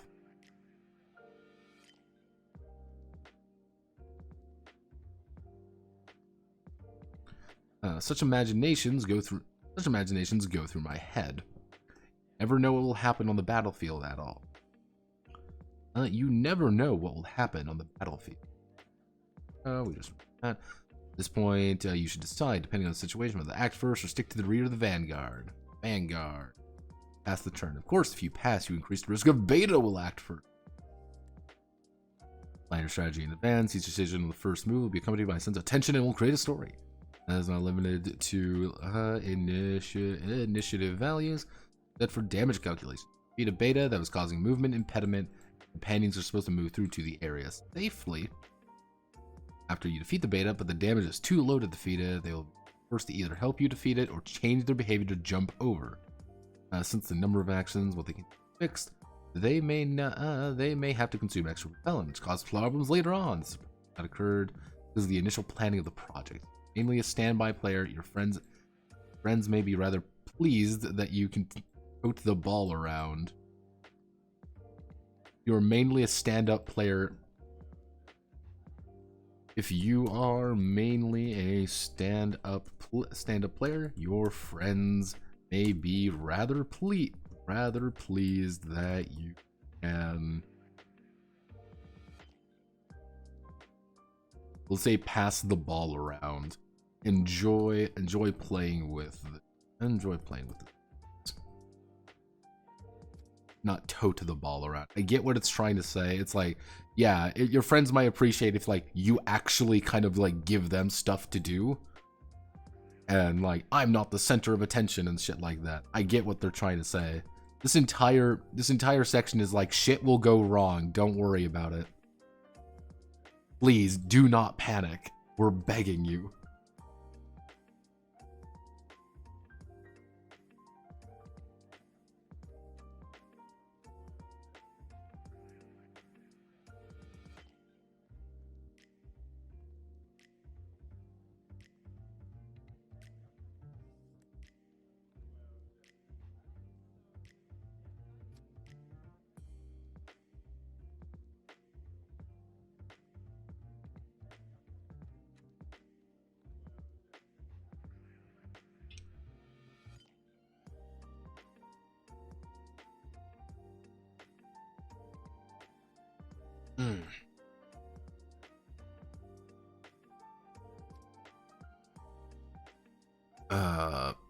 Let's see. Quick idea, spitball, turn a timeline. Because Call of Cthulhu is an alternate universe prohibition was halted, alcohol is asbestos affected, that can be mass produced. Pandemic in the meat industry, atrocity lasts a whole lot longer and a whole lot worse. Okay, cool, go for it. Just make sure to kind of like understand, like, yep, things are going bad. Okay, so I'm gonna do turn main prop to. Can I do this? Let's put. Excuse me. Sorry. Main process handle the order high first initiative. Initiative value. Actions are largely divided into minor actions.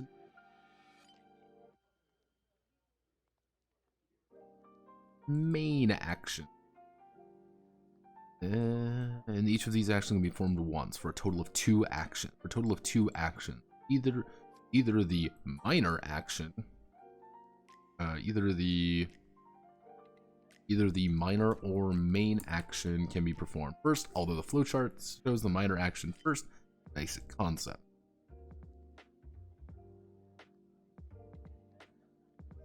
This is a basic concept. This is a example. Each action can only be done once or no action. At the end of the main process is declared is turn of the next player or beta. So minor action. Minor action, we're gonna do this. Movement. The movement in one area to one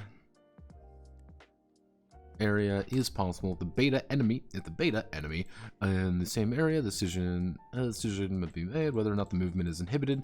Because of the avoidance of movement inhibition. Mobility. Mobility bonus is the mobility, because it's a stat. Mobility bonus is based on the immediately preceding declared mobility mode. Maneuver mode. Yeah, see below for details on movement inhibition, which brings to minor action rush. When moving into an area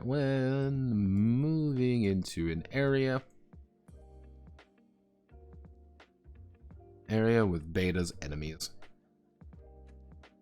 Beta enemies declare this entry. Declare this entry. This will modify the value of melee attacks performed in the main action.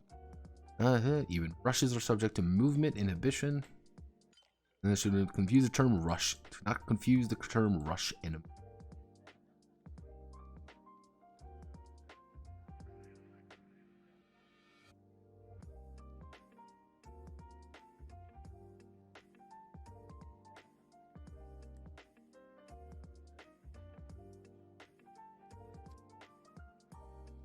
Go. Okay, so we do this minor action, precision shooting. These actions prepare precise bombardment by taking the time to aim carefully. The modifiers, detection of bombardment attacks.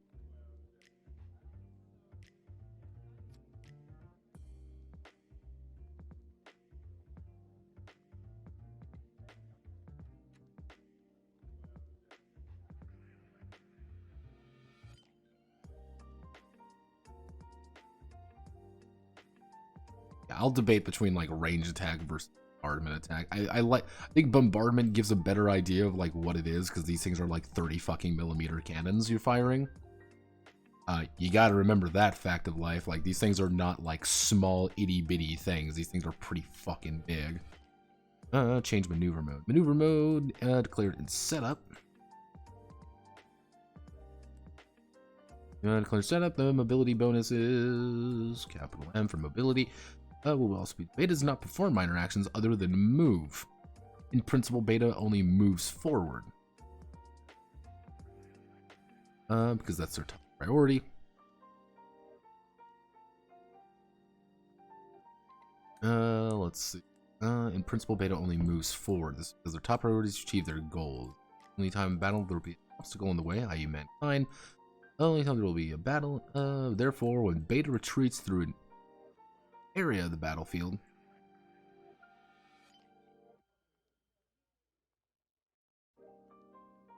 in the battle, it is to defeat nearby tactical surface fighters, not to retreat or chase after it. Yeah, so effectively, this is just stating, like, the enemy is not going there to hurt you. Like, it's going there to not, like, I'm going to destroy you because I feel like it. No, it's going there to destroy you because you're in its way. The beta is subject to a bombardment attack using an assault gun. The target attack will declare an area. Enemy in an area. Range.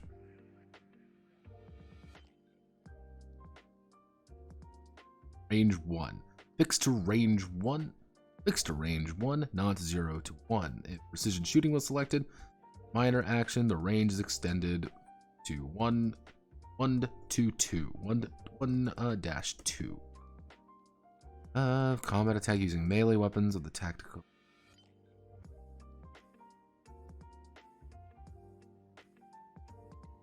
Only those in range 0 in the same area. Target of the. In addition to the attacking, choose whether to move or rush.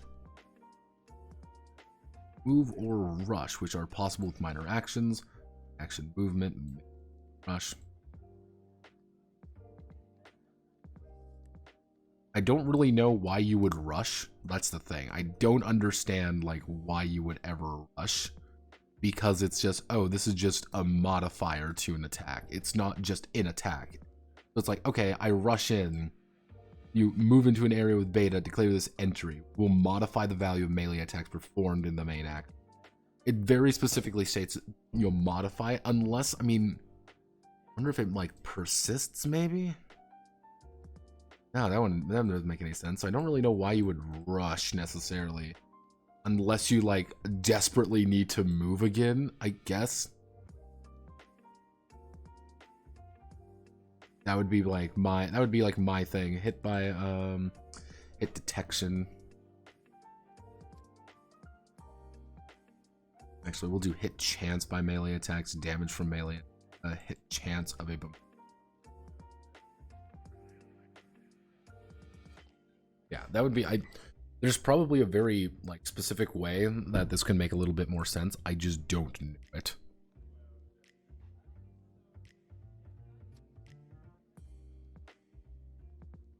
The beta only uses attack method set for. Okay, so next we have another document.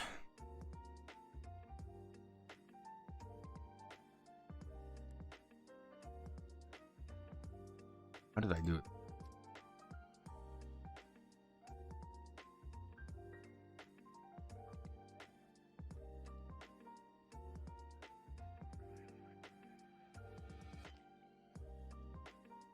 No, I put it as data.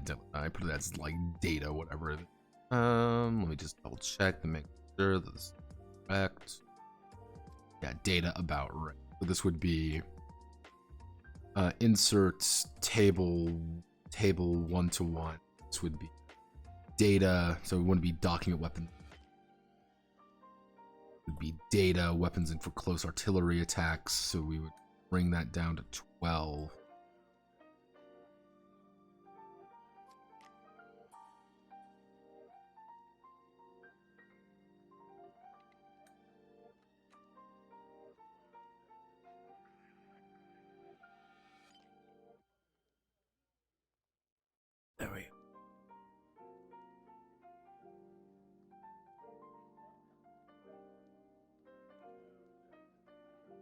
Mm.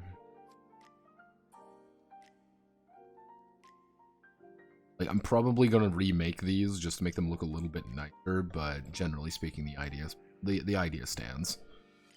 I might, again, because like close combat weapons obviously don't have as much. I might do it like vertically because there's not much to really put in that particular area. Outside just those two, and they're put side by side. All they do is just scale up the size of the image here. This is all they do. They scale this up a little bit to make it look bigger and about the same size. If I were to be a betting man, this is actually just a table, similar to what I would be doing. That they just put these two images down there. So this is pretty accurate to what it looks like. It just looks a little bit janky, but because it's just a table. Like, okay, method of attack, tactical surface fighters. All right, so we need to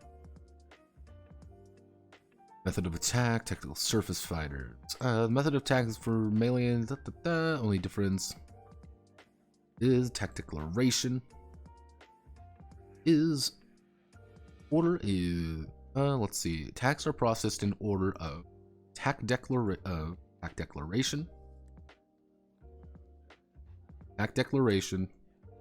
hit judgment,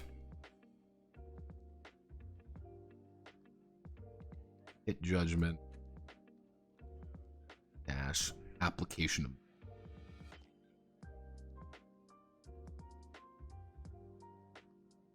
declaration of attack. The attacking character declares his or her main process, main action, whether he or she will attack using melee or bombardment.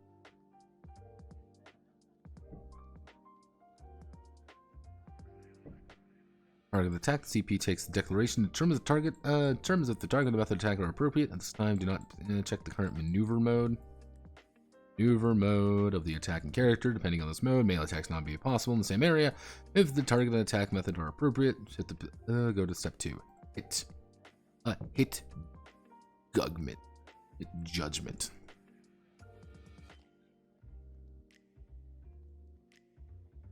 Hit detection. Hit detection, because I think hit detection sounds a little bit that you're making a judgment for your hit detection. It sounds a little bit weird, but yeah, that's effectively what you're to be doing. Hit detection. The attacking character is judged to be the attacking character.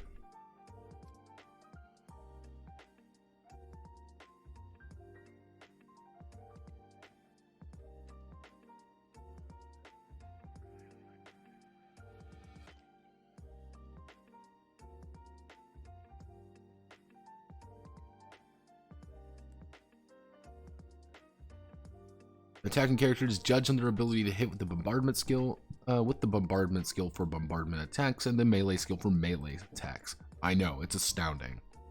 If the minor action preceding the attack was rush or shooting, precision shooting, in comma, the judgment will be modified. The target value of the judgment is the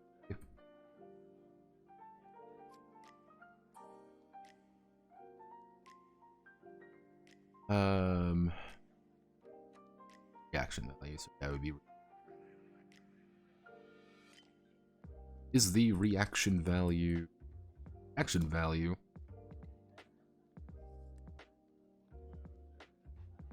value of the beta to be attacked. If the judgment is successful,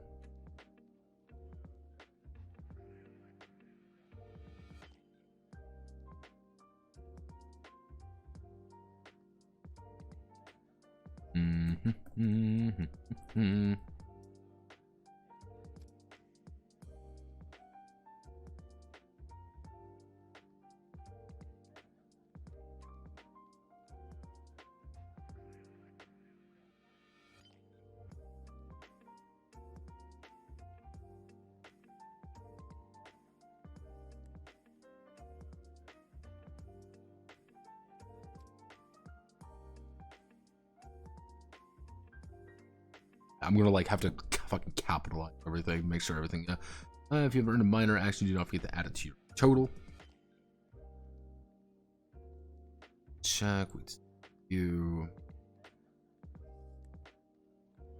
10. We do that. Reaction value is the reaction value. Value is the parameter only beta or the enemy has. Maybe public will remain private. If it's public, combat will be easier. At the same time, attention may be lessened due to being clear how many.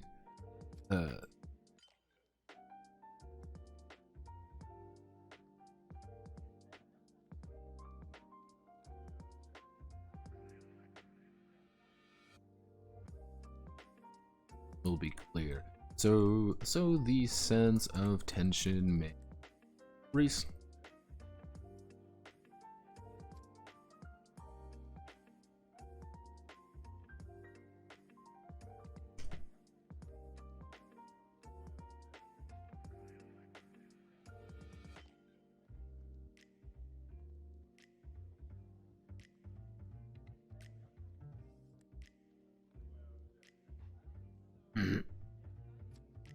Oh fuck, shoulder. Oh damn, that's not how it goes.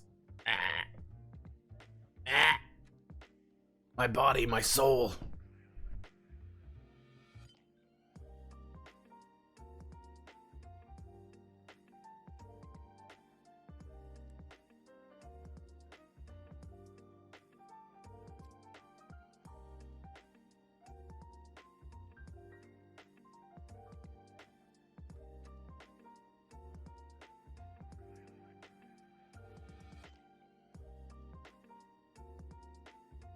So look there. So we do damage application.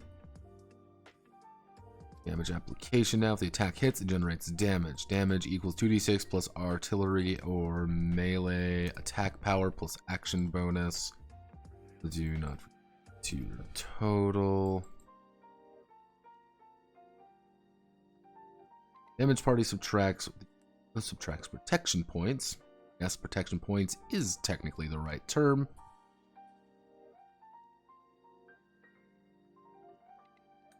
It's damage and subtracts remaining value from endurance. True even for tactical surface fighters take damage. It is true even if tactical surface fighters take damage from beta. Final damage, declared damage, minus protection points, minus additional armor. If the attack with the target with attack is equipped with additional armor at this time, the value can be further deducted.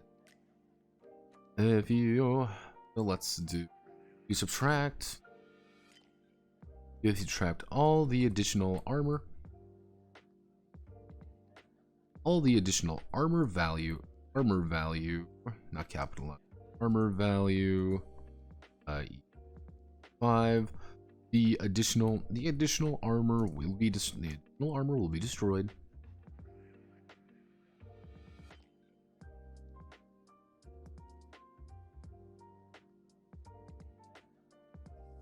Let's see. It will be destroyed and not available for the next judgment.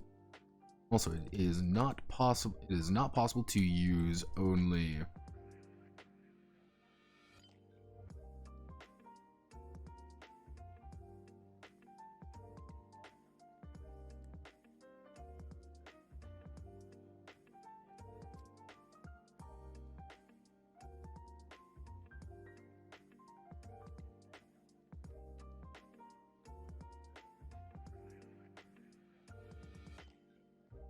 Not only 0 points of value, it's not possible to use only 0 points of the value, so always subtract the value at the time of the value remains.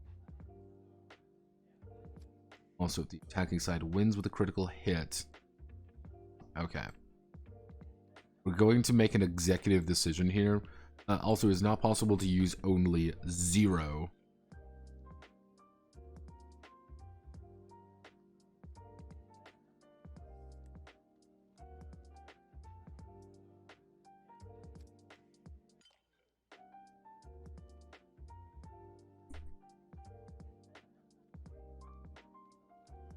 Always subtract value.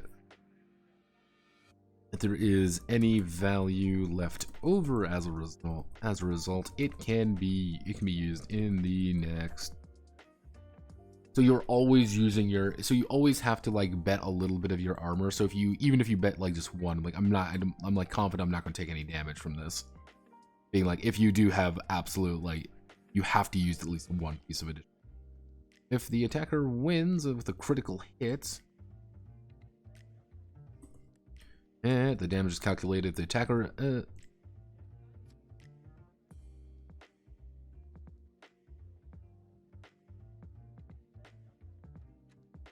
I'll probably end up changing protection points to armor points. I think that makes a bit more sense. Yeah, go to bed. Go to bed, rest up. I'm not going anywhere. I'm stuck here permanently. God help me.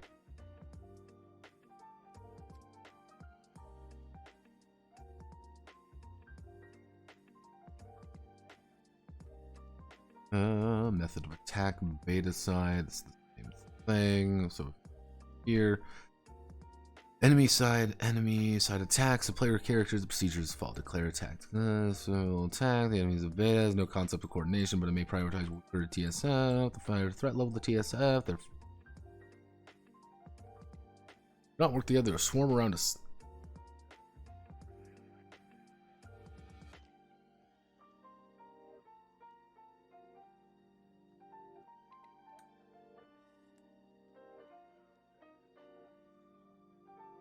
Well, the high side is always tactical surface fighter, though.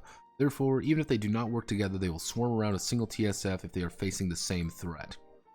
In principle, beta targets only in the same area. Bracket method, area.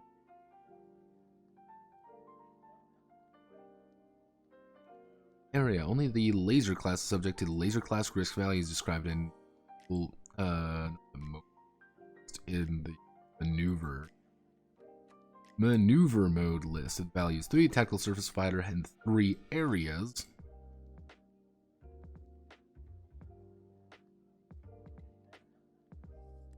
Laser class will be targeted. Furthermore, if jet leaping,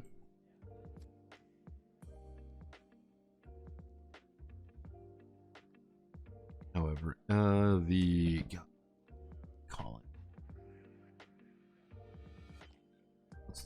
what's your fucking name?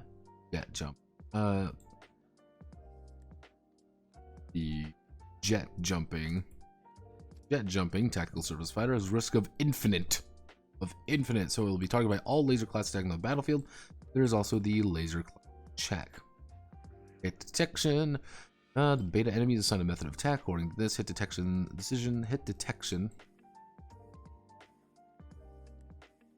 made for either bombardment or melee. No minor actions, and as a rule, there is no situational bonuses.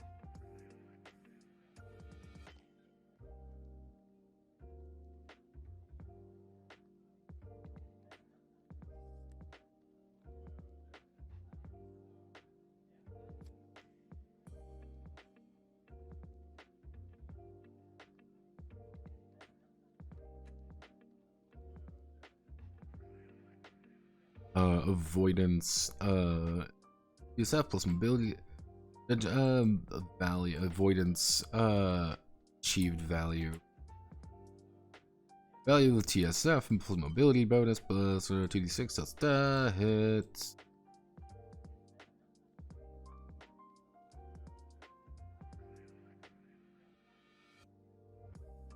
If the two values compare, the beta is superior, they attack with the values of the same tactical aircraft, the ESF will successfully evade. What we're going to do here, though, we're going to make that for each individual, as a general rule, it is preferable to keep attack power private. So CPs, keep in mind, damage equals attack power plus artillery combat power. Damage to the party subtracts protection points.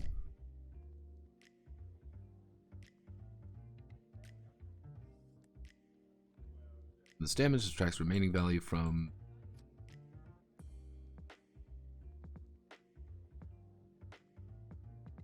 in the method it's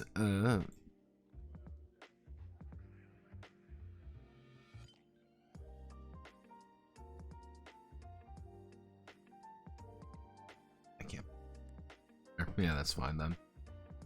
Actually, I know what I can do. Critical and fumble. The dice roll double sixes. The action is a crit. Is a critical. And the reverse automatically. And the reversal is automatically considered a success. When comparing values, the other party, if you ever score a critical, it does not mean an absolute success. This is because there's a possibility the other person will score a critical next. If both of you score a critical with a higher value win, this is just as in a normal judgment. On the other hand, you roll fumble value.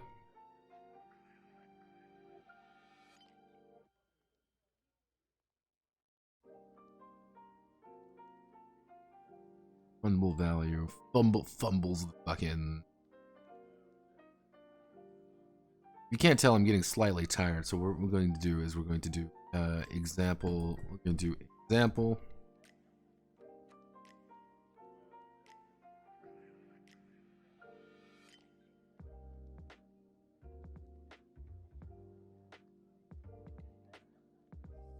Sample. What was the sample characters I used? Up top.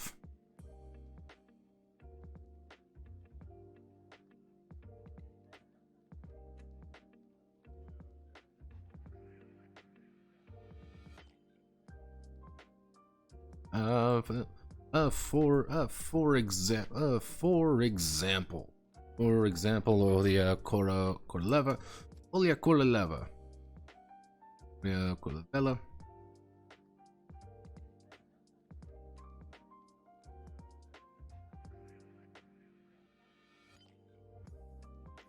Let's see, can we find a good beta? Let's do a sample beta.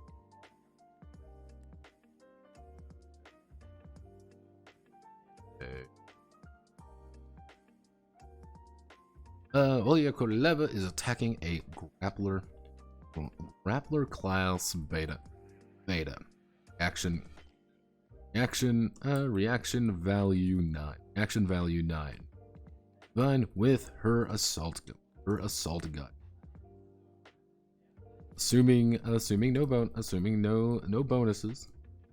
She rolls 2d6 bombardment. She rolls 2d6 plus what the fucking MIGs are. What the MIGs are like. The MIGs are, let's say she's piloting. Yeah, so she rolls 2d6 plus 1 bombardment.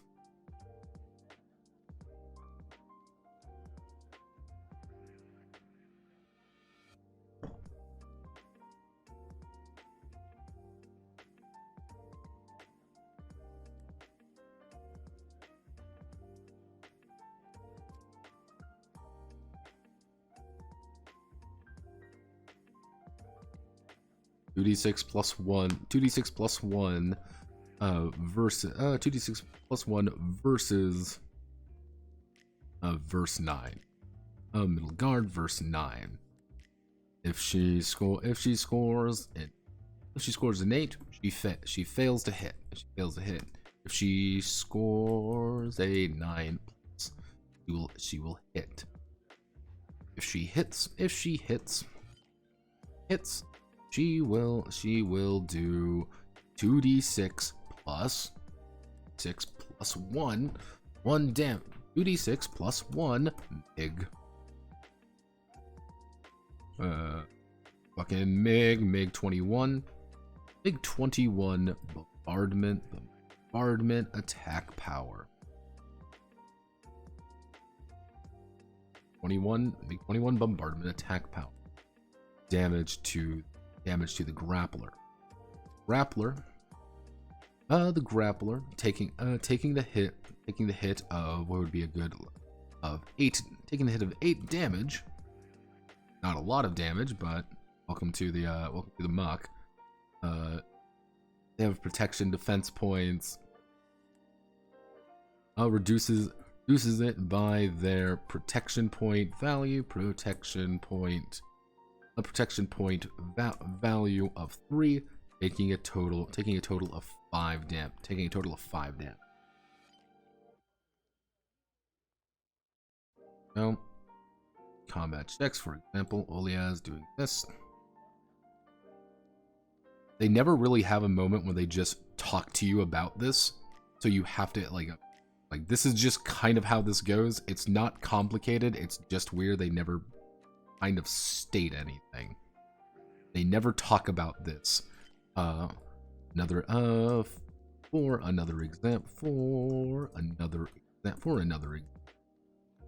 example. Well, what is under attack? Is under attack by a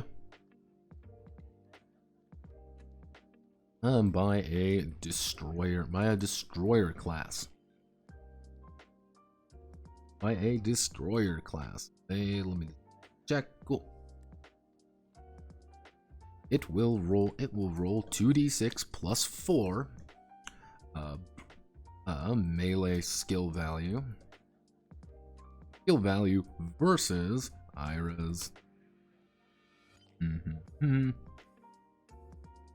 2d6 plus 2 2d6 plus, we'll say, plus 1 mobility maneuver mode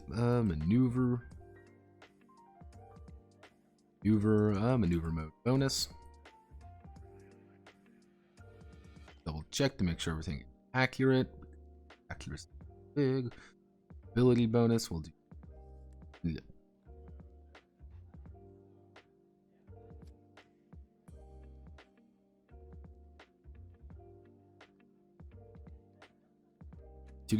Actually, it's 2d6. 2d6. No bonuses. No bonuses. No bonuses here. No bonuses. If the destroyer rolls a 10, the destroyer rolls a 10. And the destroyer rolls a 10, and Ira rolls a 9. She is hit. If Ira rolls a 10 up, she will dodge out of the way. If Ira is hit, we go to Warrior class. Let's just check real fast. Sure.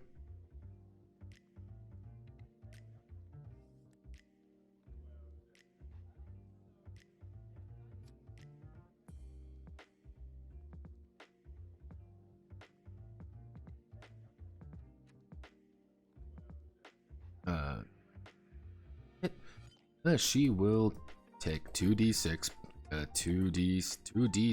plus 3 endurance damage. Taking let's say 6 plus 3, taking 10 damage. Reduces it by the F5 she's piloting. She is piloting to F5. By the F5, we just go back up to the F5 real fast just to double check. Once you actually get into the groove of things, this isn't a very complicated game. It's very excessively easy, in fact.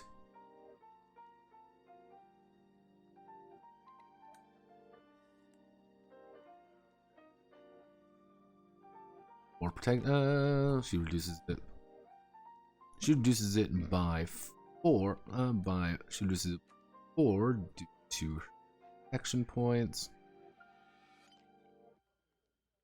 To only 6 damage. To give you a hint, though, that would still be a fifth of almost a sixth of her health.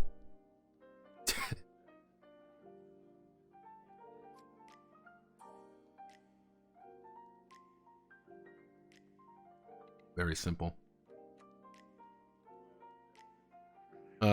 No, not really. I got the combat, 2 little combat example sections in here just to make things a little bit easier to understand, because they don't really They don't actually have a combat, like strict combat example section in the game.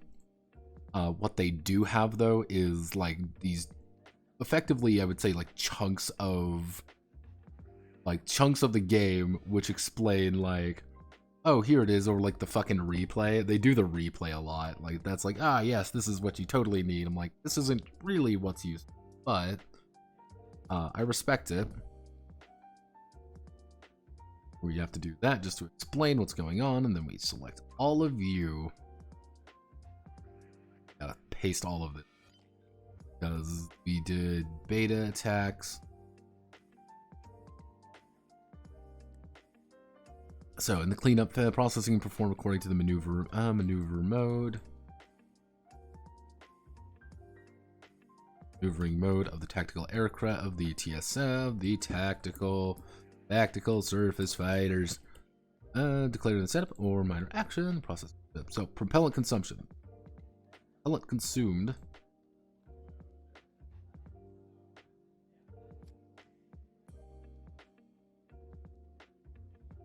According to the maneuver mode. Using the propellant capacity of the TSF. 2 modes of maneuver are used. 2 modes of maneuver used during the same round. The costume will be applied. Laser class test. Tactical surface fighters using the maneuver mode jet leaping. Jet leaping. During that round will be exposed to laser blast from outside the battlefield. Altitude at which the aircraft jumps. The TSF jumps in a jet leap. Jet leap is such that they can be shot down by a laser attack from a distance. X is the value on the value should be set as follow. Places where there are no heavy laser classes or few laser classes in the battle area. Places where the heavy laser class is present, the threat of laser beams is high.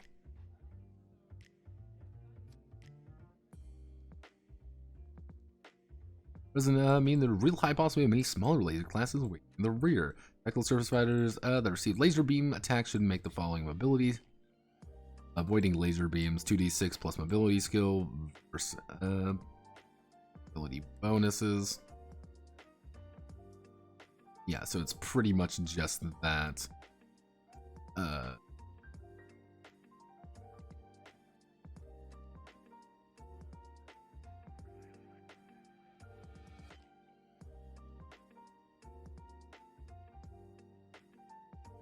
For your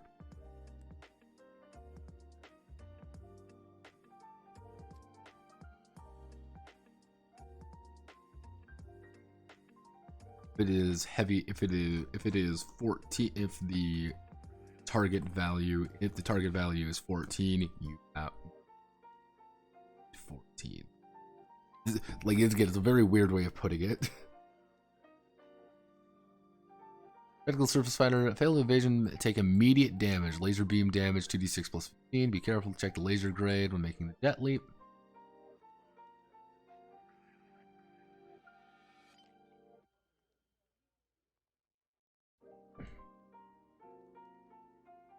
The action will be taken during one round. These actions are repeated into operational goal. Note that achievement operational goals can be a condition present by the CP.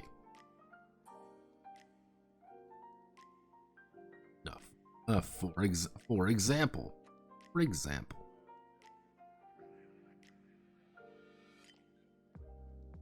we want stupid fucking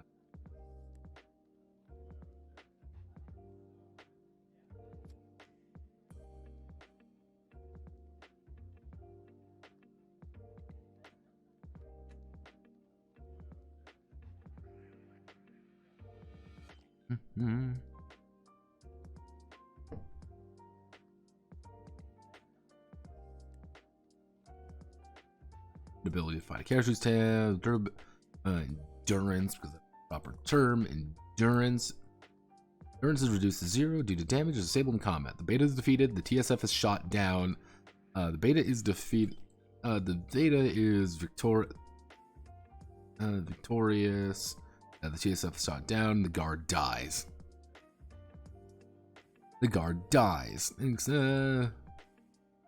The concept of escape is not presently available. What we're going to do, I'm going to remove this line in particular because they legitimately on the next page declare what it was going to be. On the next page, be like, here's the other options you can choose to do if you like. That's shut the fuck up. Death through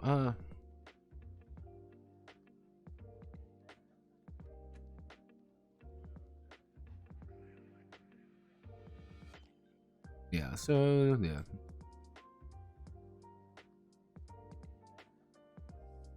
Yeah, like legitimately, like the absolute next page details, oh, what you can do after you die. They're like, wow, cool, you can avoid death using these things. Special attacks you during jet leaping.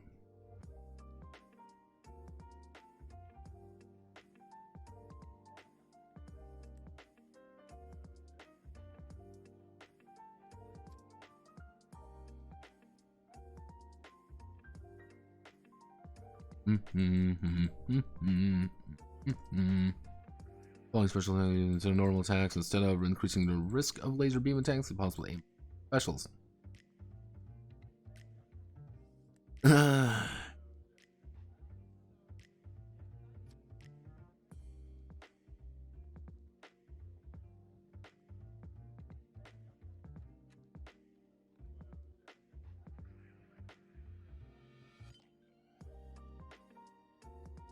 Now let's back to this, just right.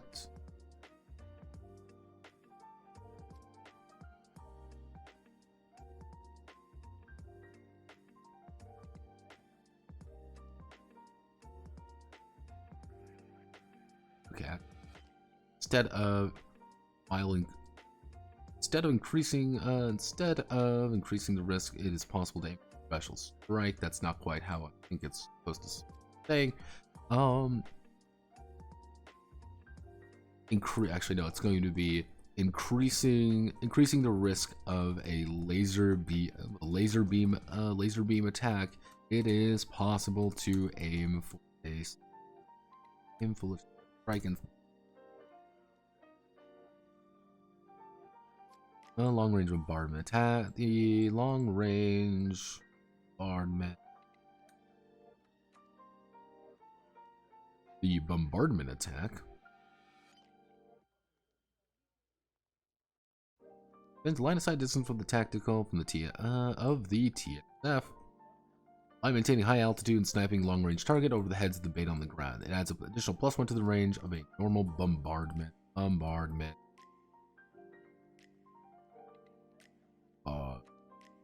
attack.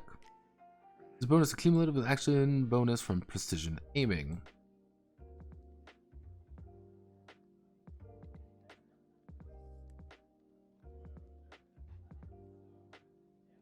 Attack targets at a maximum.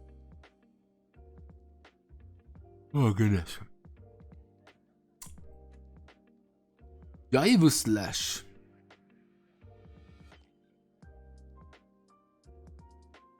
Maintaining high altitude, performs a slight inverted thrust and concentrates connect points in a single point on a longsword in melee combat. That gains +6 point damage bonus. +6 bonus damage. Bonus to the damage of normal melee attack. Then accumulated the actions from Rush.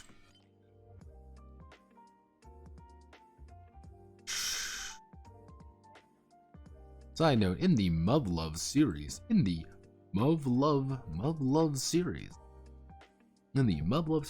guard of the UN tactical aircraft unit.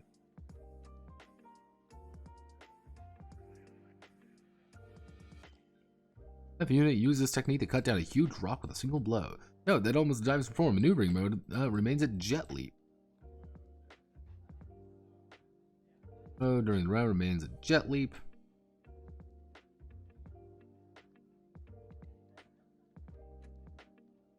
So yeah, you can do that if you want. You can do a dive slash and absolutely fuck your day up.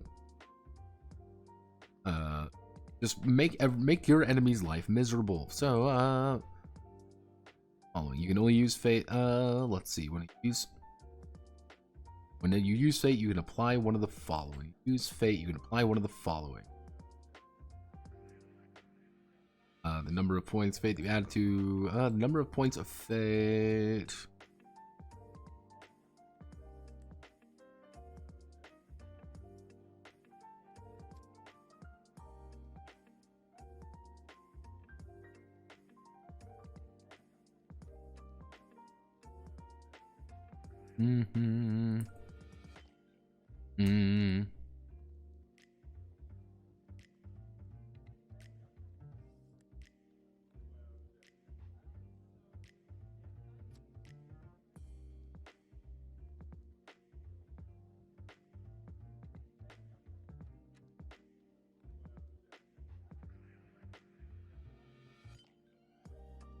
Yeah.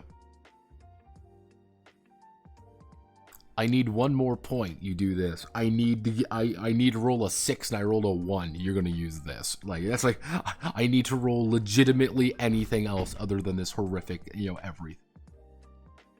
Let's see. When you use fate, you can apply any of the following.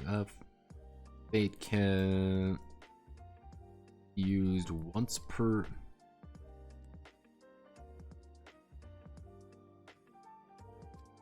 Transfer of fate.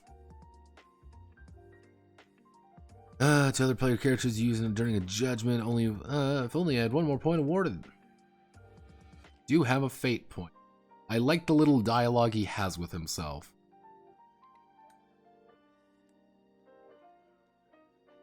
Only one more point had been awarded. The attack may the attack would have hit the target. I can't afford to miss a judgment here. But I don't have a fate point. Yeah, there's a certain level of cheese you have to read this particular line in. If only I had one more point awarded, the attack would have hit the target. I can't afford to miss a judgment here, but I don't have a fate point. Again, you see like the little fucking PowerPoint presentation show up? Yeah, it's...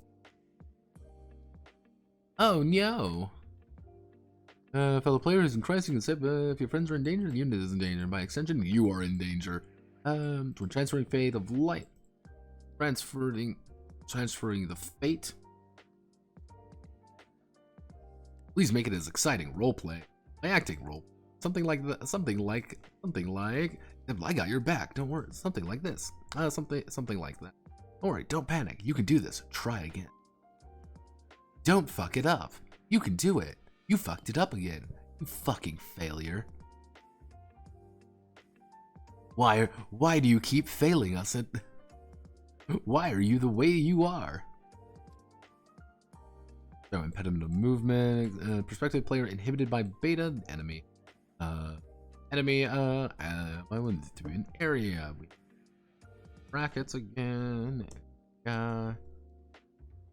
Area, but conversely, the beta enemy can be used to inhibit.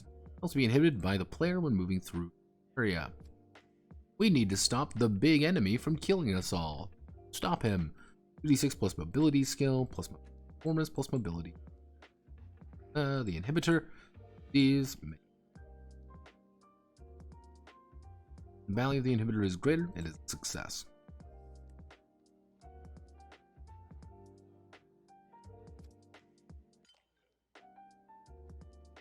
The same area.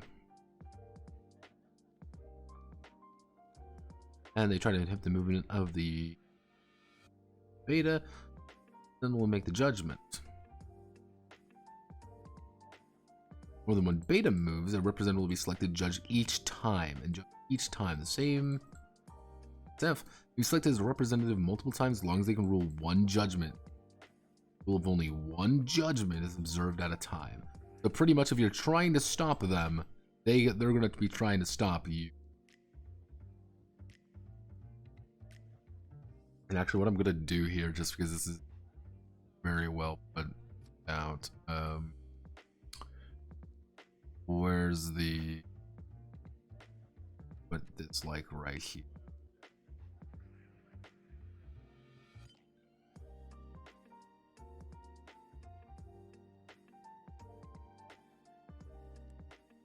It's quite literally the exact same rule for whether or not you're avoiding or trying to do it. It's the same thing.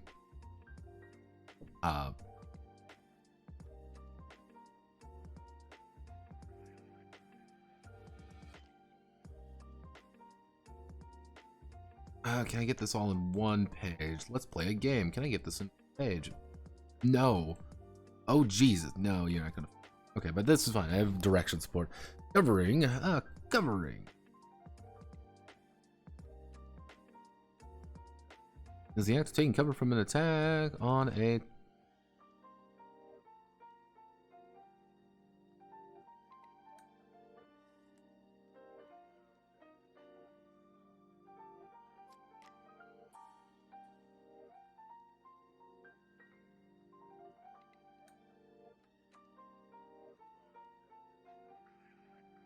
The covering TSF.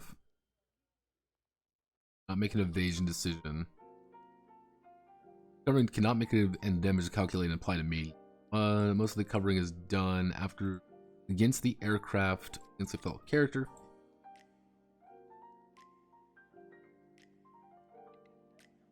Yeah, pretty much the idea here. It's a little bit awkwardly worded, but pretty much like you can say, "Oh, I'm going to cover you if we're in the same area," and that means I'm taking damage instead of you. That'll probably get an example. We'll just direction support. Pulling up.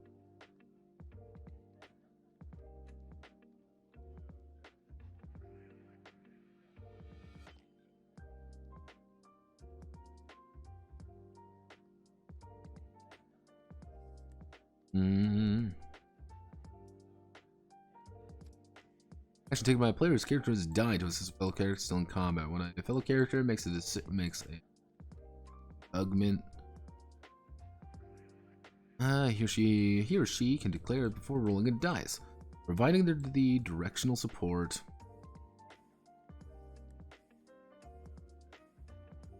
Provide a statement of direction, roleplay, to ensure the success of the character making the decision. Making the augment. Supporting character then gains +1 modifier to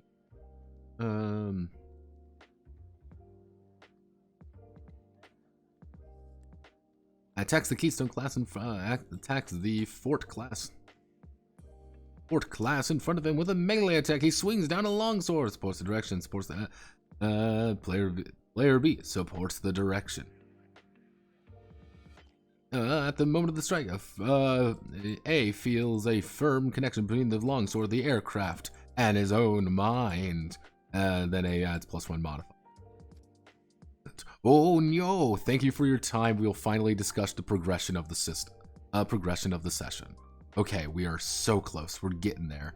We're doing it, everybody. Session progression. It rhymes. Like poet. Okay, I'm gonna take like a 5-second break.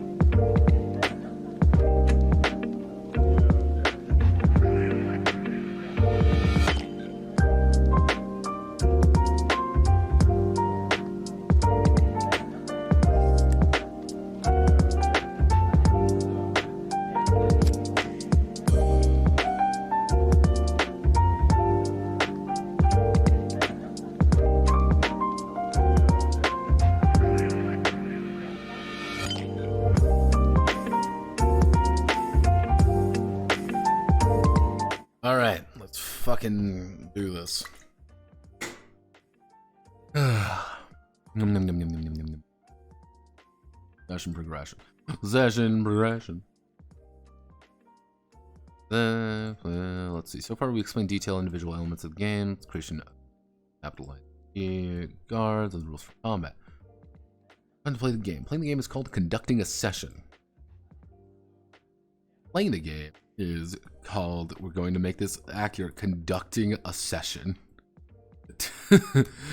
Yep. In this game, a session proceeds shown the diagram below. Thank you very much, game. Tell me more about the diagram. I need to know more about the diagrams.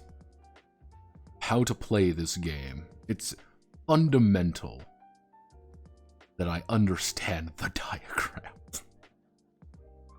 I'm gonna have to probably remake this one as well, but I'm kind of okay with having this to do some like minor things on. This one's gonna be pretty easy to remake because it's just this.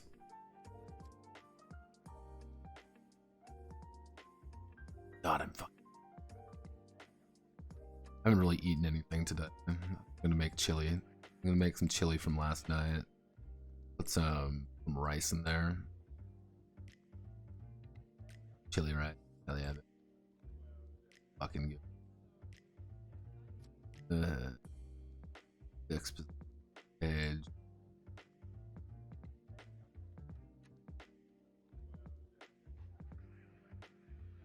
Something like this now.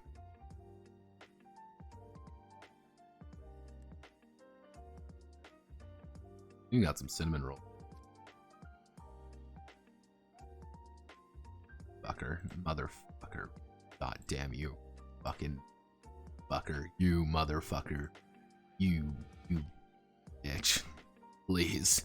Please. Okay, so we've got the session progression rhymes because it's pottery. You can't tell I'm getting slightly tired.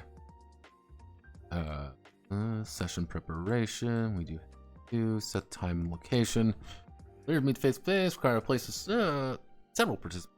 Yeah, conversational game tends to be noisy during the session. Talk without disturbing others. In addition, for online session conducted via PC and the internet, the session tools can be used if necessary. Headset may be required, but voice, keyboard, and mouse operation will be required.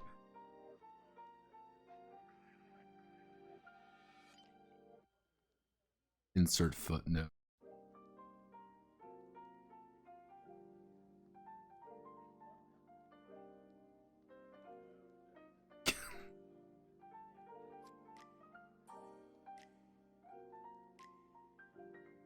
Just I love the autism. So, read the rules, facilitator, scenario preparation of tools.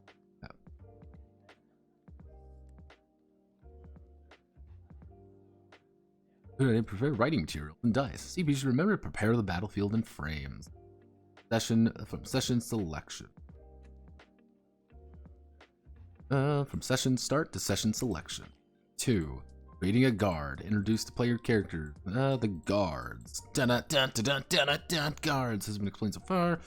Characters is clean. Introduce characters to each other. Story may have begun here or maybe preliminary stages. Blah blah blah. Session select. Okay, fuck. Okay, we gotta do this one by. Cool. Okay, so a session usually consists of four phases.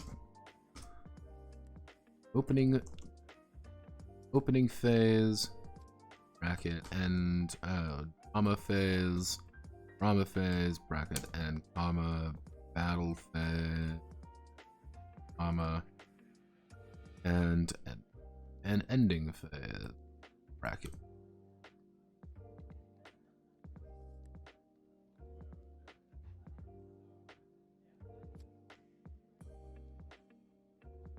Roleplay characters in the drama phase. Drama phase and bracket. Engage in combat using tactical surface fighters in the battle phase. Hey, You want to enter the battle phase with me, everybody? Hell yeah, the battle phase. The drama phase. I do enjoy this. Can be omitted depending on the playing time. CPs are requested to explain in advance which phase of the session will, which phases the session will be. I do enjoy the fact that you can willingly just not include the role-playing section of this game. It will always be amusing. Because the Japanese, we can't have nice things because the Japanese are all autists. Just raging autism. And I love it to death. Opening phase, CP pros, roll the commanders, barriers to the player character, objectives, viewed by capital guards.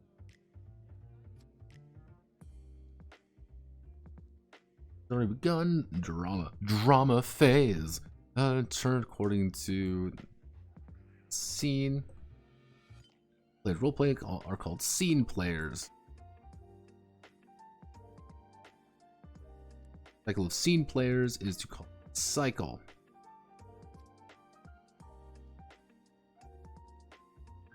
The intersection is 2 cycles.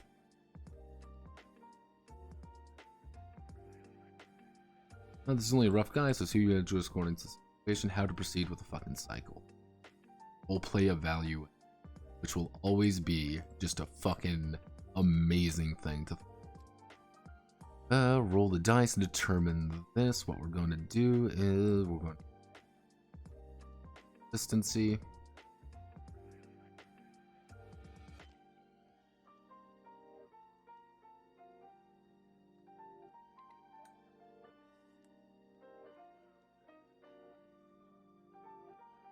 Go.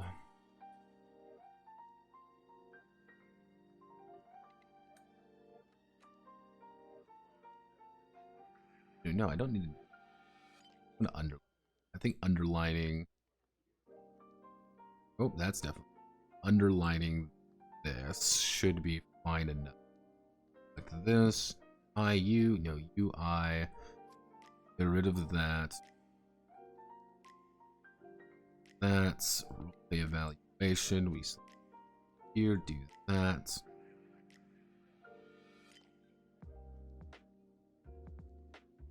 That is as follows. The dice. Roll the die to determine the theme. Theme from the scene table. Scene table. If you have a clear scene, you want to roleplay. Roleplay. Roleplay. Please consult with your CP. CP should be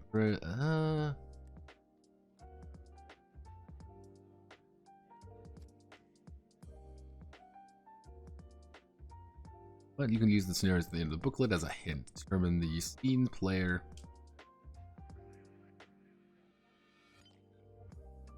Please choose one of the player characters. Choose one of the players whom you would like to co-star.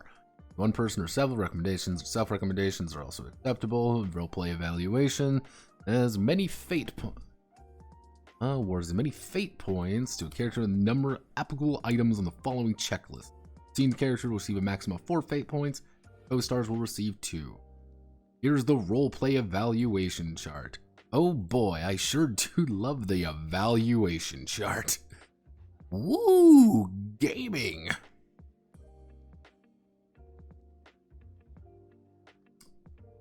I will forever kick myself in the ass for deciding to like split it up like this. Like, oh, it's the Japanese and English. I'm a fucking genius. I was a fucking moron. I was a stupid fucker. I decided to do this. Why did I do this to myself? Why did none of you stop me?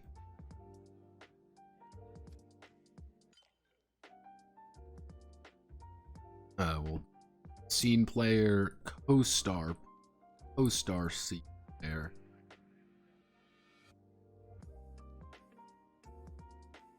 We're going to do that.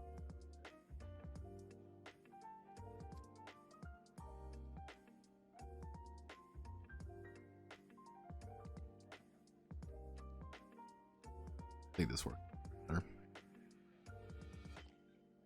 Then I have a justification to center this now. Okay, this I like this.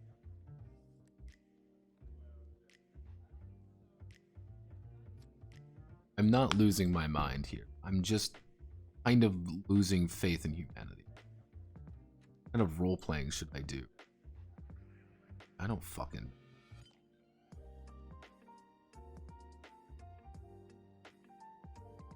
Basic rules, do it freely. If you are in trouble, player you're performing with, what shall we do? If you are in trouble, ask player you're playing, what should I do?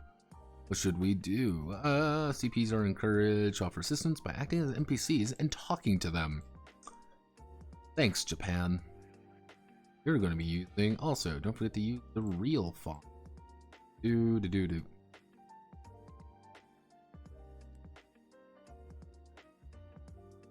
We're all using... Okay, this is all the correct font. Like, nothing just got put in the fucking Verdana or some unholy thing like... I'm 10. Then we do text. Then we do battle phase, end phase. Battle phase. Hell yeah. Get aboard a tactical surface fighter. Action goes into action on the operation ordered by the opening phase. Battle phase ends with a playing in the battle rules. Not even gonna even bother that. Note in a short session.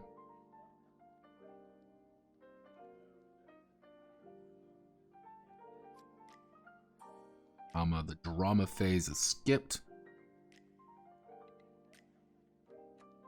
Skipped and the battle phase begins immediately. Each character starts with a uniform with a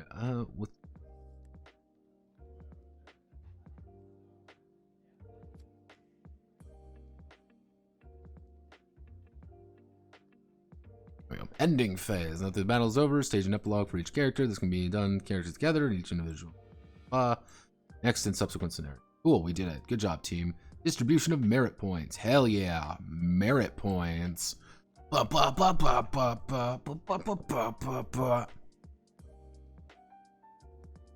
yeah, operational goals achieved. This operational goals achieved. Do that 15. We want to set all of this up to be 15. To be 14 space. Be 14 space. Okay. Phase achieved 100 achievement points.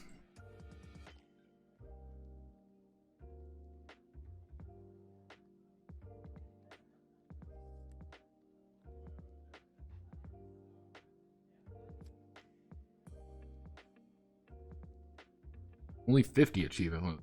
Enemy destroyed. The achievement points set.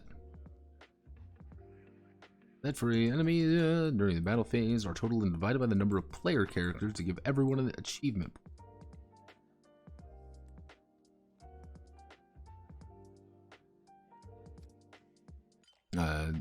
Give everyone achievement points. Since the operation conducted by unit basis, it does not mean that only character who defeated the enemy will be awarded.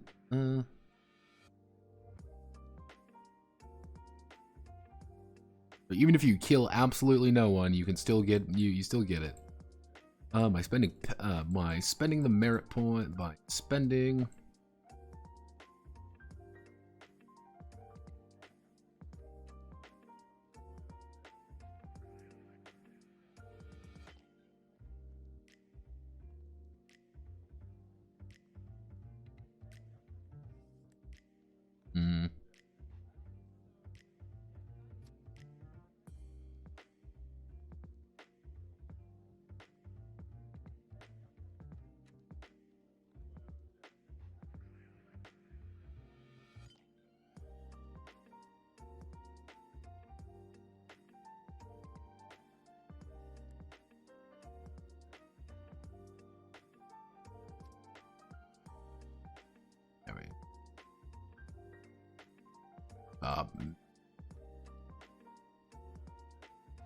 Cleaning up after session. Yes, we got to clean up after session.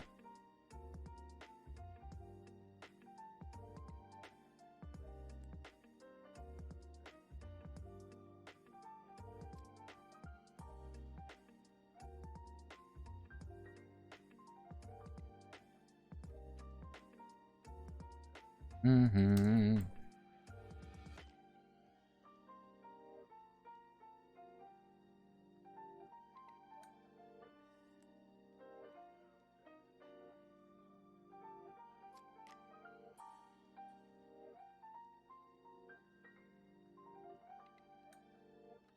Option rule. Okay, we're at the ass end. Let's fucking do this. Woo!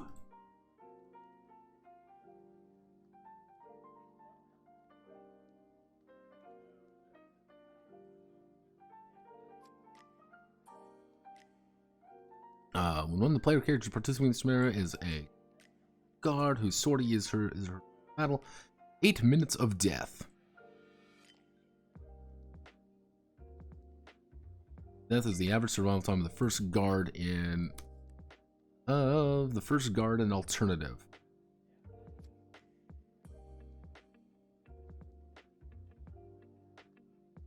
Is the average survival time of first time guards and alternative. Use describe threat of beta battle.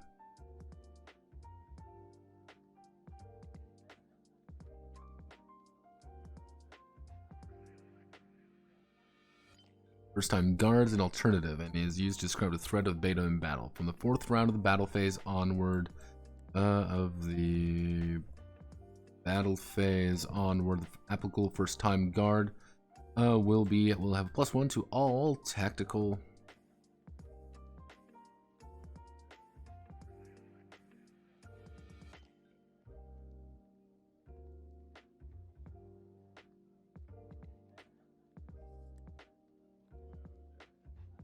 levels until the end of the battle. This represents a state of being beyond competence due to the mental elevation caused by crossing the 8 minutes of death.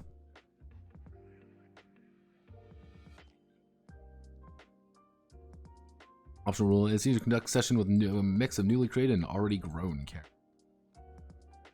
So, yeah, you don't get it back, but you are not going to go quietly into that good night. And I do, it's like, yeah, here's the, like, yeah, there's a good chance you're just gonna die. You're just fucked. Never die a dog's death. What we do? Battle phase, hell yeah. Tactical surface fighters. When a character with a tactical surface fighter endurance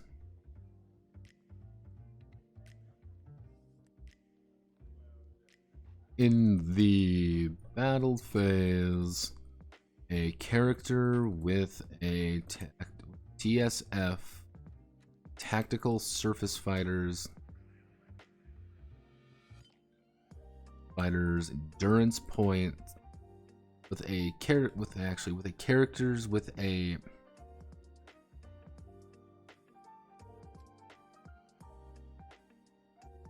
in the battle phase, when a character's tactical surface fighter's endurance, when a character's TSF's endurance is reduced to 0, it will deliver a final blow in the moment of his or her death. The I'm not going to die, the fuck you and the horse you rode in. It uses ST, a high performance bomb mounted to the dealing 2d6 plus 30 points of damage to all characters in the area it's present. Comparable to the power of a tactical nuke. Note, however, it does also damage fellow tactical surface fight.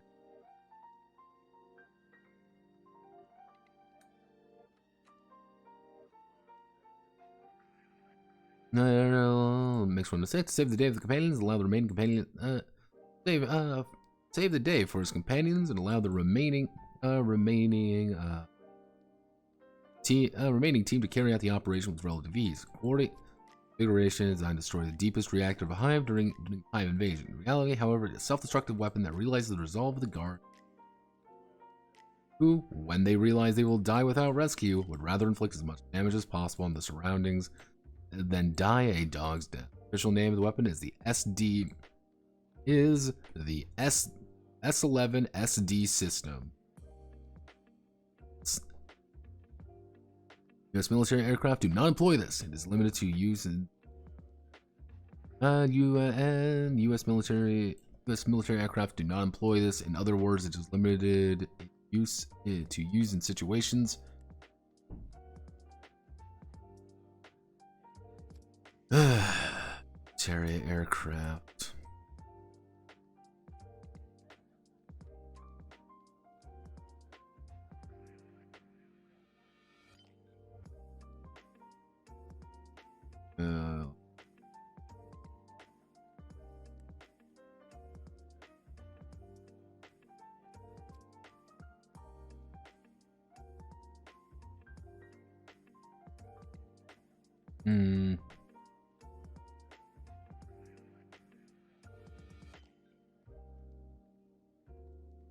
Okay, so U.S. military TSF do not employ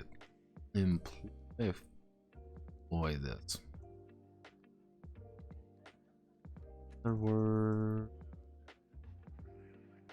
It is.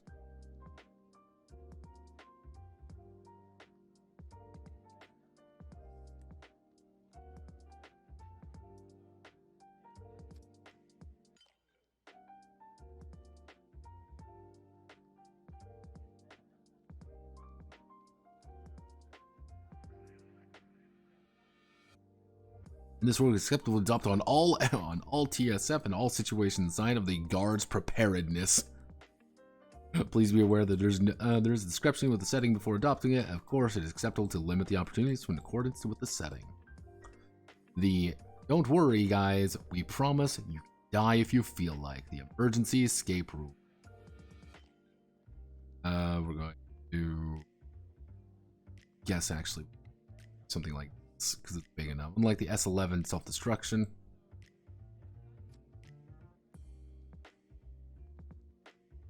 S11 self-destruction. The rules require the player to survive by escaping the TSF, even if the endurance points of the TS of the tactical surface fighter 0. The cockpit block of the TSF. Transform that can be used to reinforce life-size powered suit. Much of the human body is exposed. And leaving the battlefield is nothing short of a miracle, but if you're willing to take the risk of being eaten by beta to survive, you may try your luck in making an emergency escape. When the endurance points of a tactical aircraft of TSF reaches 0, the emergency is declared. The player declared sends the battlefield cloud and protects the skeleton. Therefore, each time all characters present on the battlefield perform a main process, the character in the emergency escape, the character making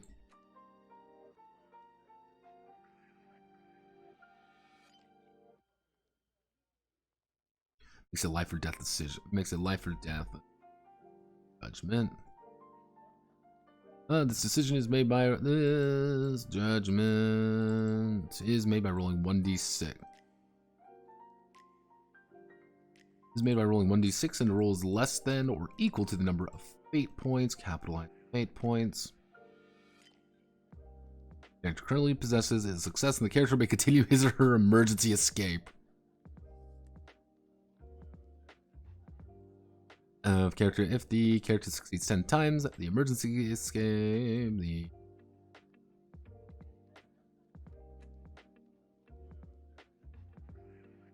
escape the battlefield. However, if the character fails even once, he or she will be declared dead.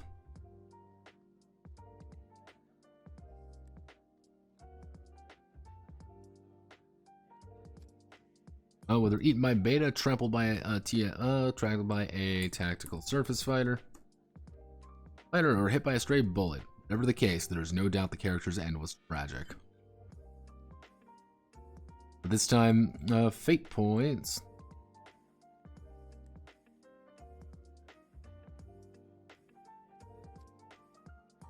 Game's normal rules. In other words, you can share a character's fate points.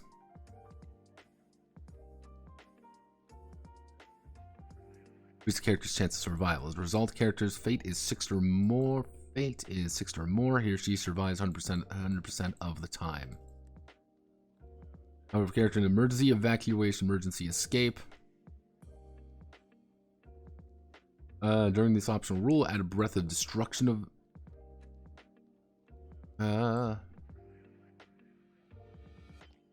This we do. This we do. This we do.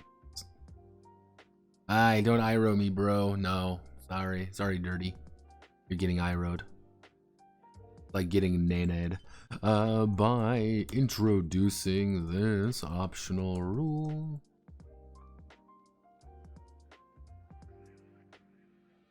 New options on top of the destruction of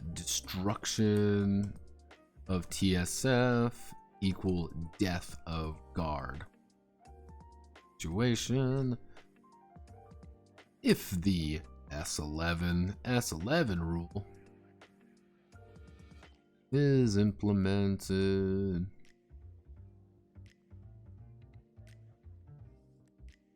three choices. Die as is. Use the S11. Has 3 options. Die. Use S11. Use S11 and super die. Or make emergency attempt in emergency escape. When their tactical surface fighter is 0 turrets.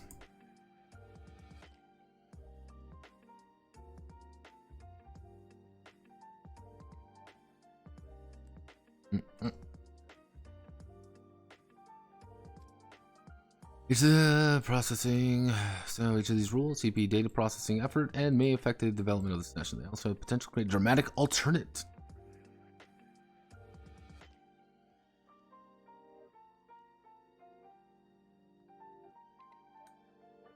Alternative moments in battle. CP has the main adoption of no rules given scenario, taking into account the impact of adopting them. The appendix. We've finally done it, everybody. We've reached the appendix. This is it. Do not go quietly. So we need to learn about beta data, or our beta mail, buddy. Where's Iro when we need him? Here's the date of the bed. Enemies the player character. In.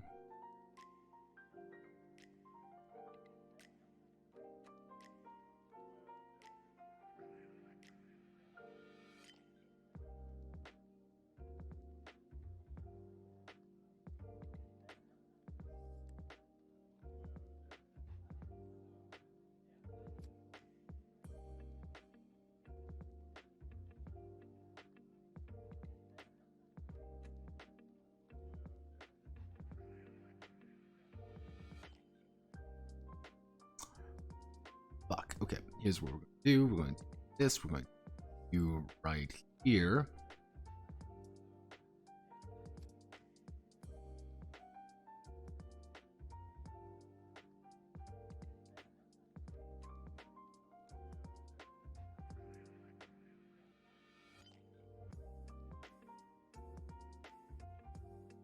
Eat all of you.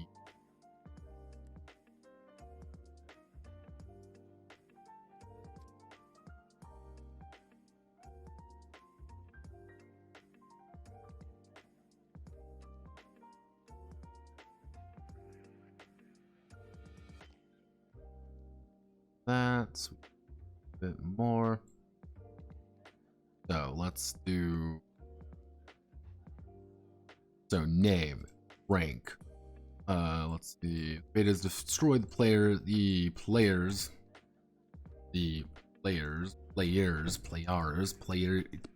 I can't feel my hands anymore, by the way.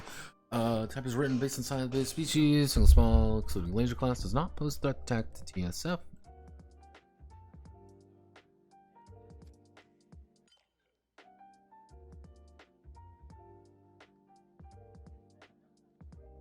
This guy's a group of multiple betas. A stamina. The durability of the stamina. I could probably refer this to endurance. I think that worked. Yeah. Just to make sure everything keeps things a little bit more consistent. Did I get another sketch somewhere along here? No, I did not.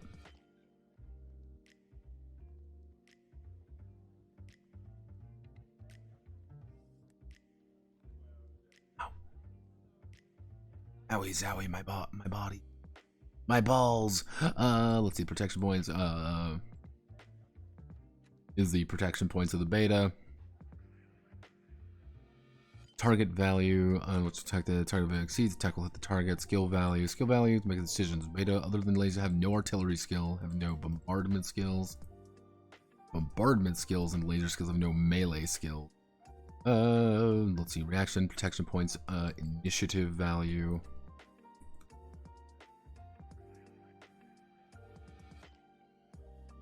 Does not make a decision during the setup and uses the initiative value instead. Initiative value instead.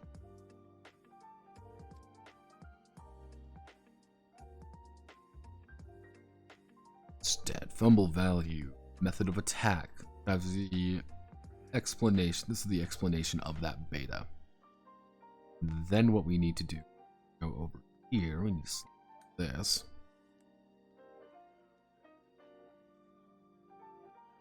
There's like an entire fucking replay in between all this, by the way, that I'm just tactically avoiding.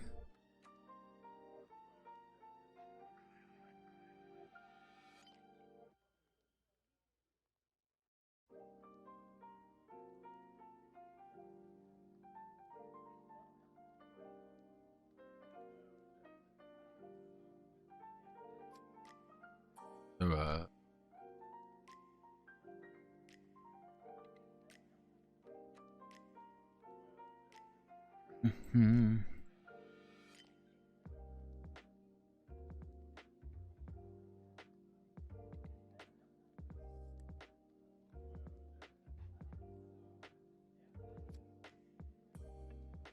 Beta data.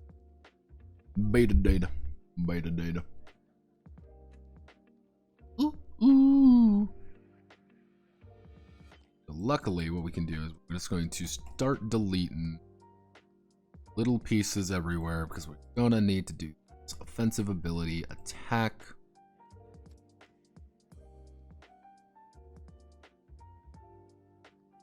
We're going to we're going to range, we're going to fumble value, we don't this. We don't believe in Japanese here, we're a God-fearing country.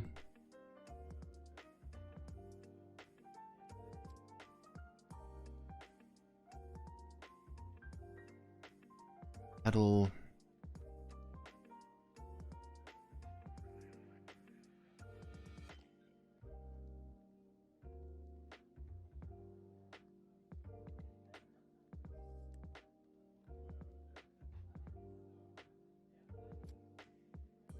There we go. Just to me.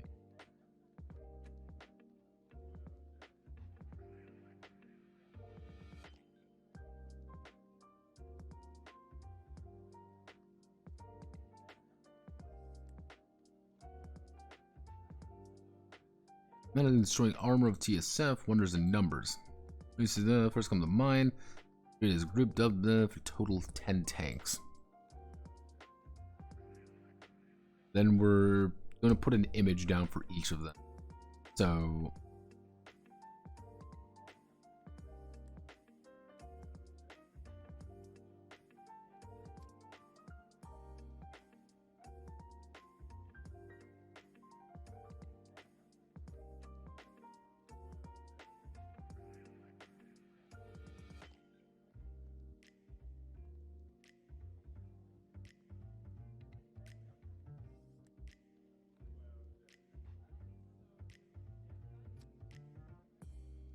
Okay,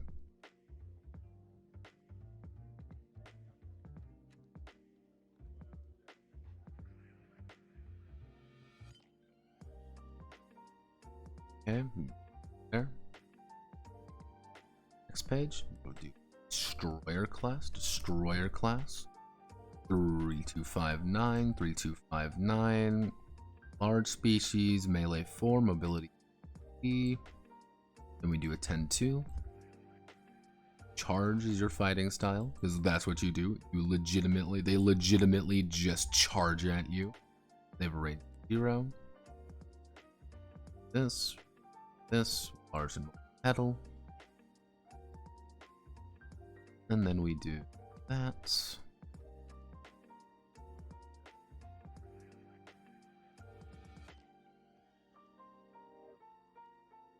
Mm-hmm.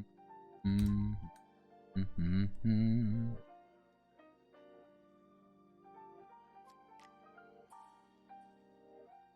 Mm-hmm. Mm-hmm.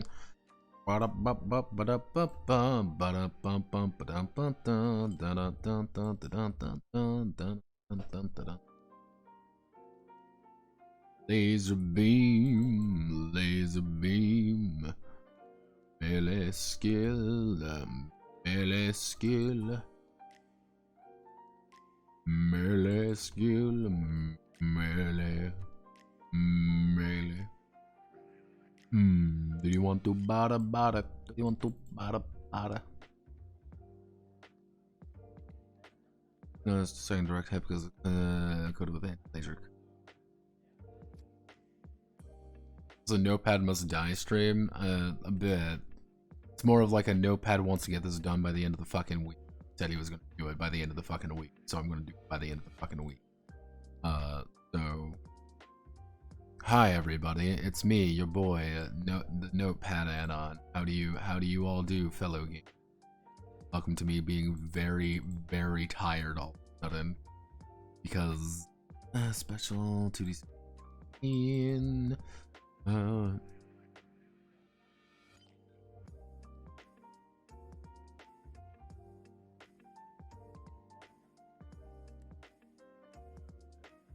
Jesus,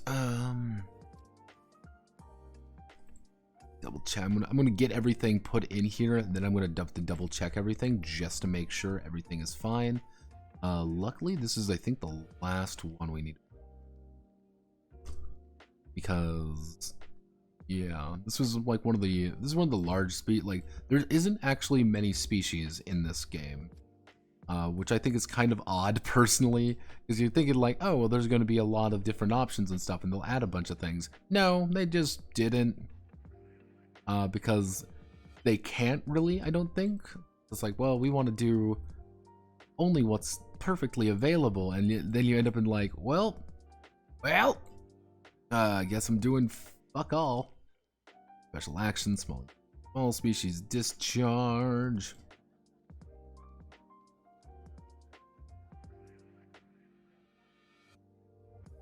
And then we're into the betas here.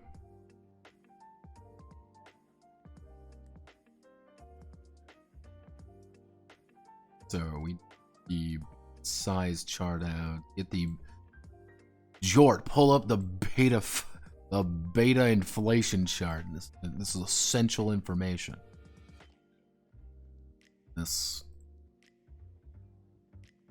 there we go.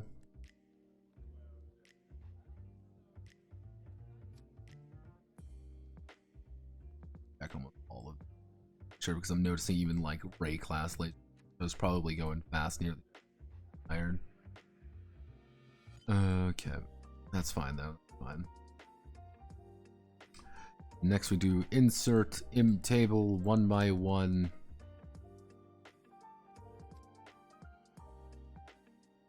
And then we do not distribution of data, distribution of beta species. I'm gonna bring down 10.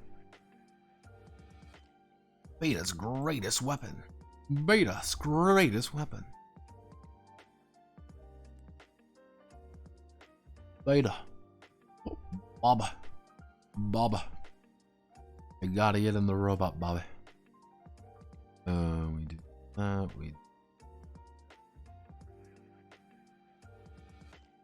this, we that. Select everything here. In fact, we down to like 8 just to make sure it's nice and tiny. The scale of beta. Save our mother from any alien threat. The Air Force sends their jets. The Navy sends their ships. The Air Force sends their jets. Then we can fix bayonets. The EDF deploy. Boom. There.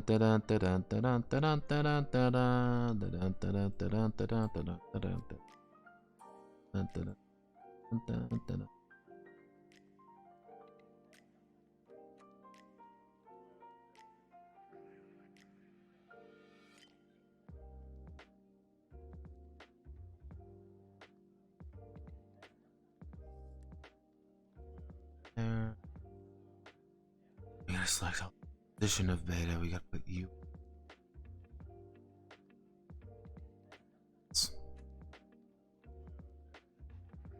Insert column. Select everything. Cells in there. Take this table. Take you. Composition of beta. You don't need Grappler class, don't need Laser class, don't need Warrior class, don't need Fortress, other beta. Eve.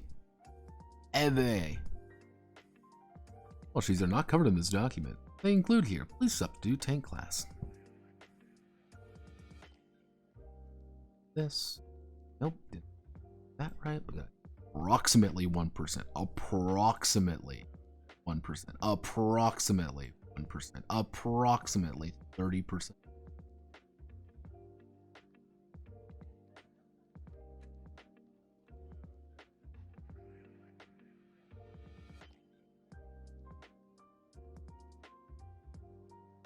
There.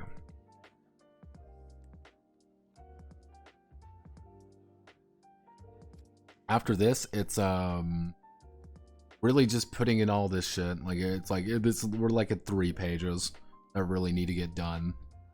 Then I have to remake the character sheet, but I'm not going to remake the character sheet on stream because it's just going to be me staring at it and being sad. I just want to get all this shit done because this is the hard part, really. Like it really does boil down to like this is the hard bit that needs to get done today.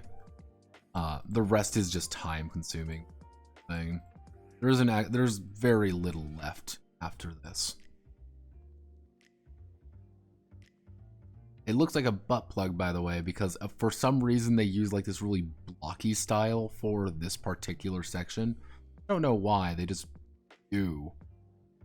Very strange.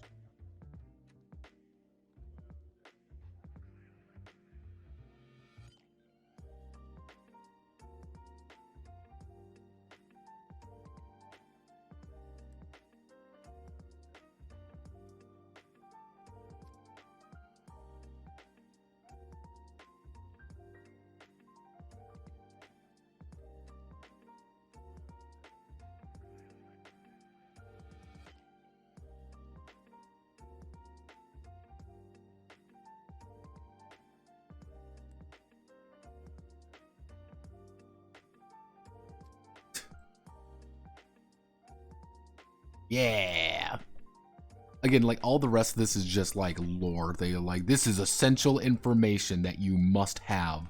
If you don't have this, you're fundamentally not going to understand what's going on and being like, this is just you wanting to wank. Like this is just all this is. There's nothing else here. You just want to wank. So we do all of this as the final page. Special thanks to everybody. Cooperation, game design, the RPG circles. Okay. Next, what we're going to need to do, we're going to double check in here. TSF wonders and numbers is group. So grappler class. Bailey's high hardness and provide protection against artillery shells. In 39 meters, meaning it steadily circles astonishing. Making it the strongest close combatant known to date, Destroyer class. Extremely sharp armor steel, can run for long periods of time. Means attacks rush forward, taking advantage of its maneuverability. Its frontal attack is almost neutralized by any frontal attack. Any frontal attack is almost neutralized by its armored shell covering its entire surface. On the other hand, it is vulnerable to attacks from the side. Laser class. Eyeball with a... It looked like an eyeball. It is a powerful laser emitting organ. If a TSF is hit by a direct laser, it can only last for 5 seconds, notwithstanding a second direct hit, because it is coated with an anti-laser coating. Betas update their capabilities and create new species in response to the environment the planets they reach. Laser species is a new species created under irritable bombardment of the humanity. Heavy laser. Giant laser, even though a single eyeball, laser emitting organ. Incomparatively higher power than the Ray class to shoot down low altitude flying object at an altitude of 500 meters within 100 kilometers of the target. Within 100 kilometers of it. Also an eyelid-like coating protecting its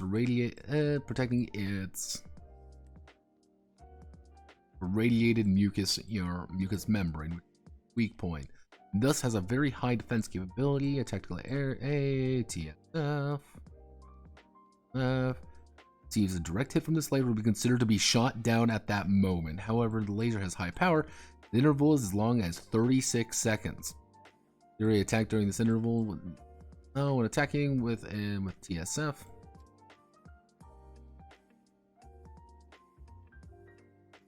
It is recommended to use 120mm gun, but close combat is may be unavoidable in the Yusan class Some.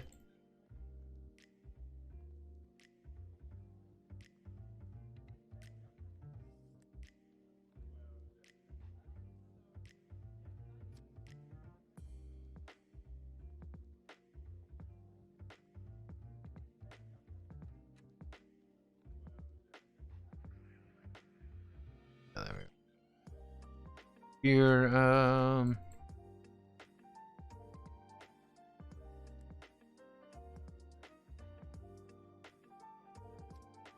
in addition, tips of the horns create powerful dissolving the kill with a single blow. Although 60 meters high is power slow movement, equals to approach and extremely difficult to shoot down. In addition, the Fortress class may contain a single.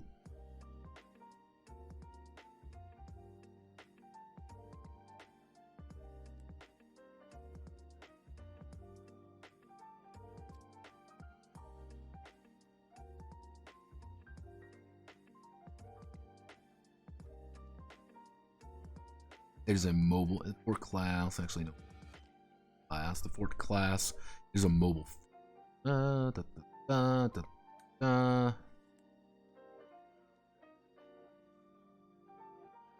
equipment when boarding.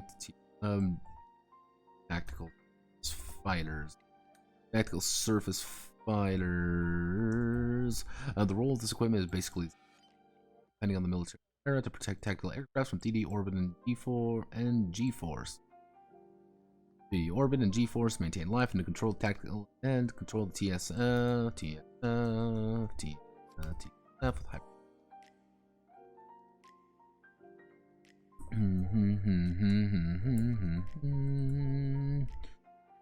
Action. Since all necessary information projected on the retina, the inside dark box without a mono. Of course, communication done also via the headset. Left and right rescue patches torn off with bare hands. Special protective film. Inner layer consisting of special protective coating and outer layer special with inner layer. Placed on top of the inner part covers the entire body. The thin membrane has various functions such as measuring muscle voltage of the guard and managing various vital data and preventing unbalanced blood supply due to voltage contraction. The membrane of a regular soldier is colored, while that of a trainee is translucent. This is to blunt the sense of shame caused by the mix of men and women in the front line and sharing of facilities, to increase the visibility of injuries which are common among trainees. Go. Soldier insignia with military protect guards.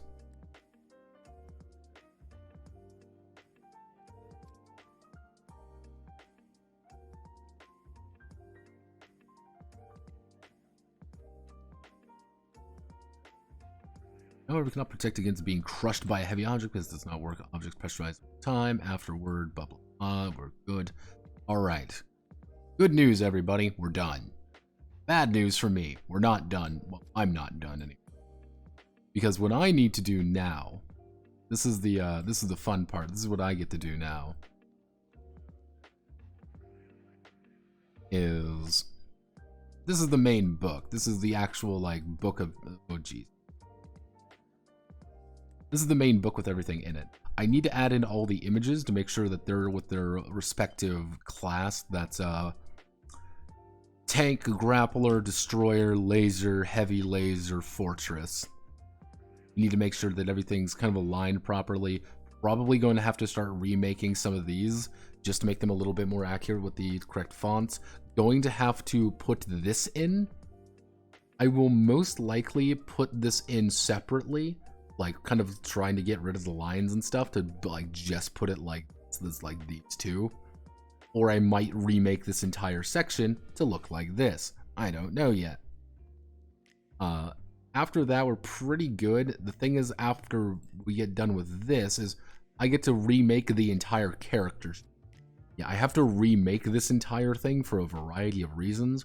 Mostly because of, you kind of see up here in the corner, it says 2001. This is the A character sheet. This is the B character sheet. This is the C character sheet. Because they are all different because of these. And because they're all different because of these, yeah, it's a fucking mess. So it's not going to be difficult to do this. It's just going to be time consuming. Obviously we have this and all the various little tokens. I'm not really going to like go out of my way to like translate the fucking token. But yeah, like generally speaking, I'm going to have to probably remake some of like these things to maybe maintain a little bit more consistent tone, font choices at least. But I might not even bother with that simply because it looks accurate enough, and Carlito is kind of a font that does everything. So yeah, that's the basics. That's the gist. What still needs to be kind of done. I'll do a double check through everything, but that's not gonna be. That's gonna be me hitting like, yeah, Control F and hoping. Wait a minute. Do recruits just basically walk around naked? No. Let me see if I can find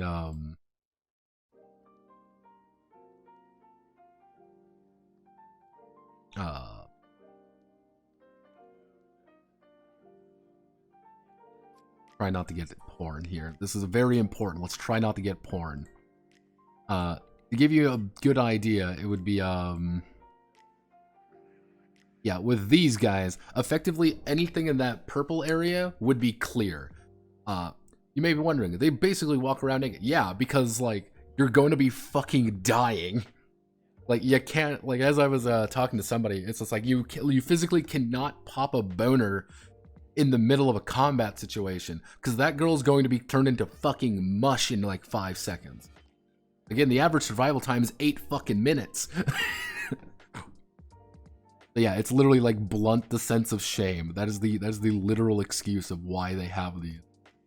Now you may be wondering, Notepad, why don't they just have, kind of see it here a little bit better.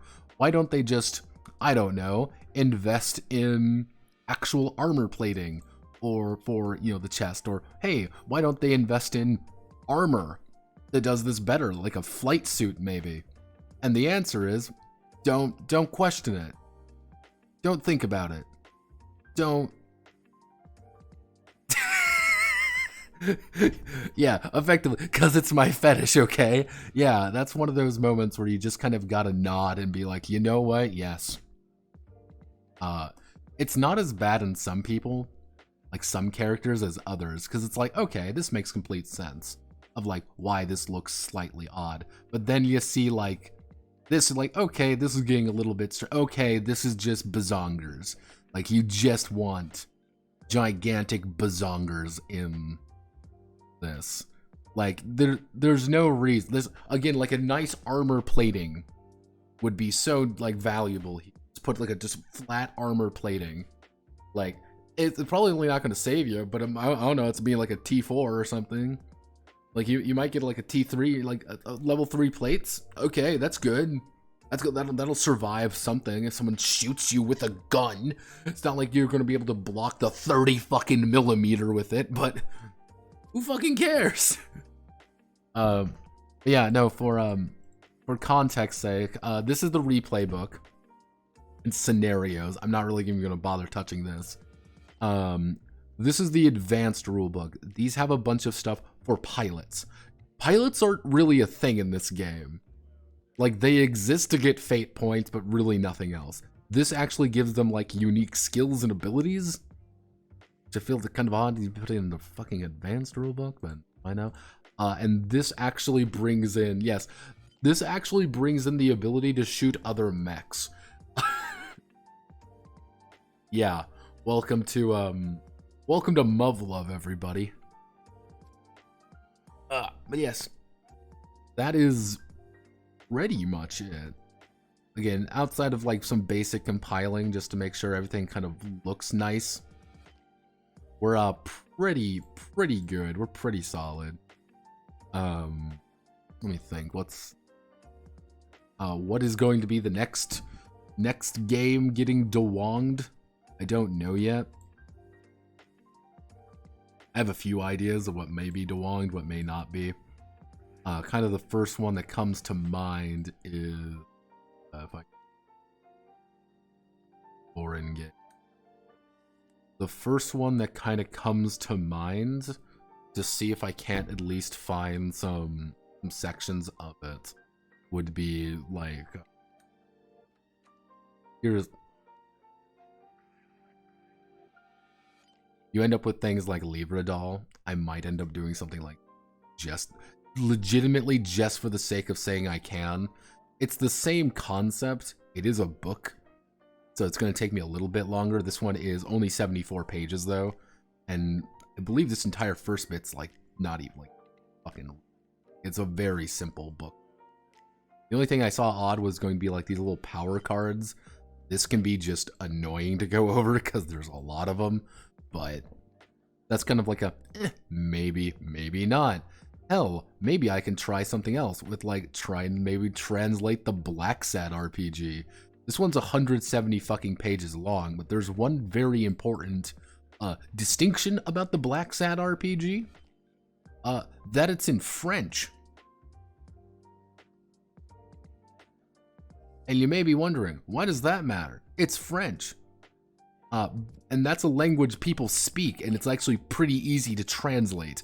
So maybe doing something like that could be kind of interesting. I think cool. That's me. If I want to go real gamer, and I do mean real gamer mode, I could try to do like the fucking like Metabot TRPG. Because yeah, there's this like full, I don't know if this is official or like somebody just did something, but yeah, there's a full Metabots TRPG here. Like, I haven't watched Metabots in legitimately years, but I can sure as hell try like to do it. My only fear is with this one in particular is the font here, because it may not actually register this is real font. I mean, like, I guess it would, since it's just font, I mean, I guess it couldn't hurt to try. It's open.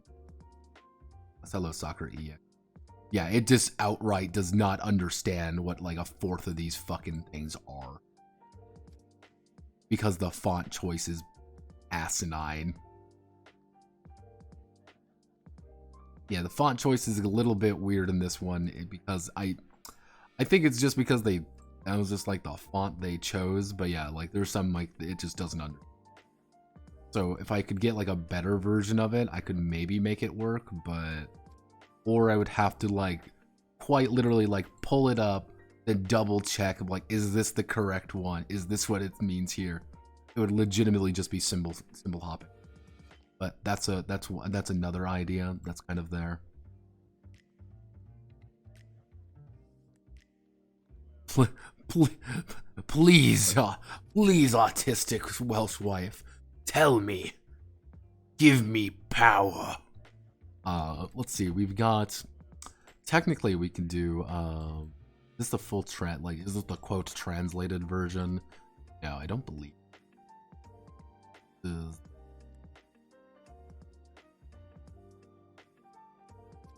This is the trend. This is the unfortunately translated version.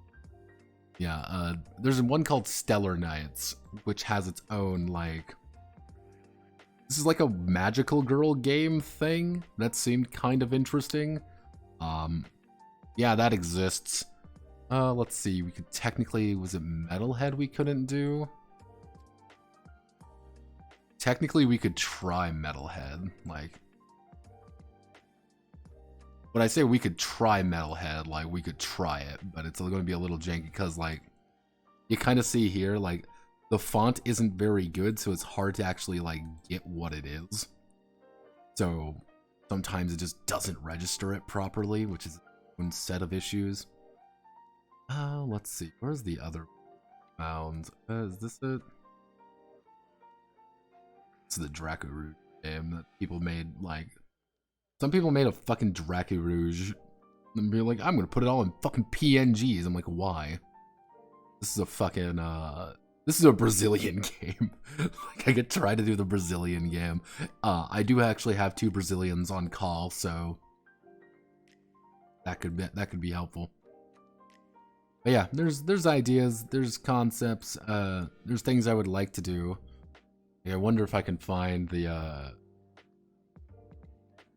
if I look hard enough, I could probably find like some bunch of RAWs just kind of floating around, but RAWs are their thing.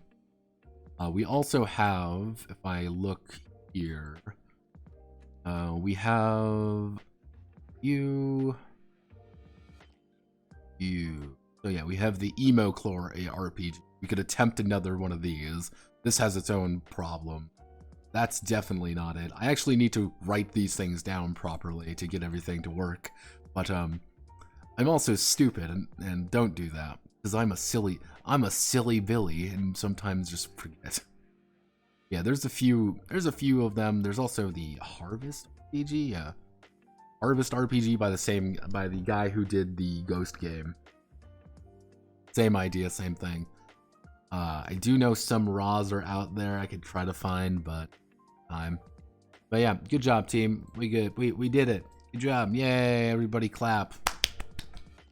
I can't feel my fingers. I'm fucking old. Yeah. I gotta read Evangelion games now. Fuck.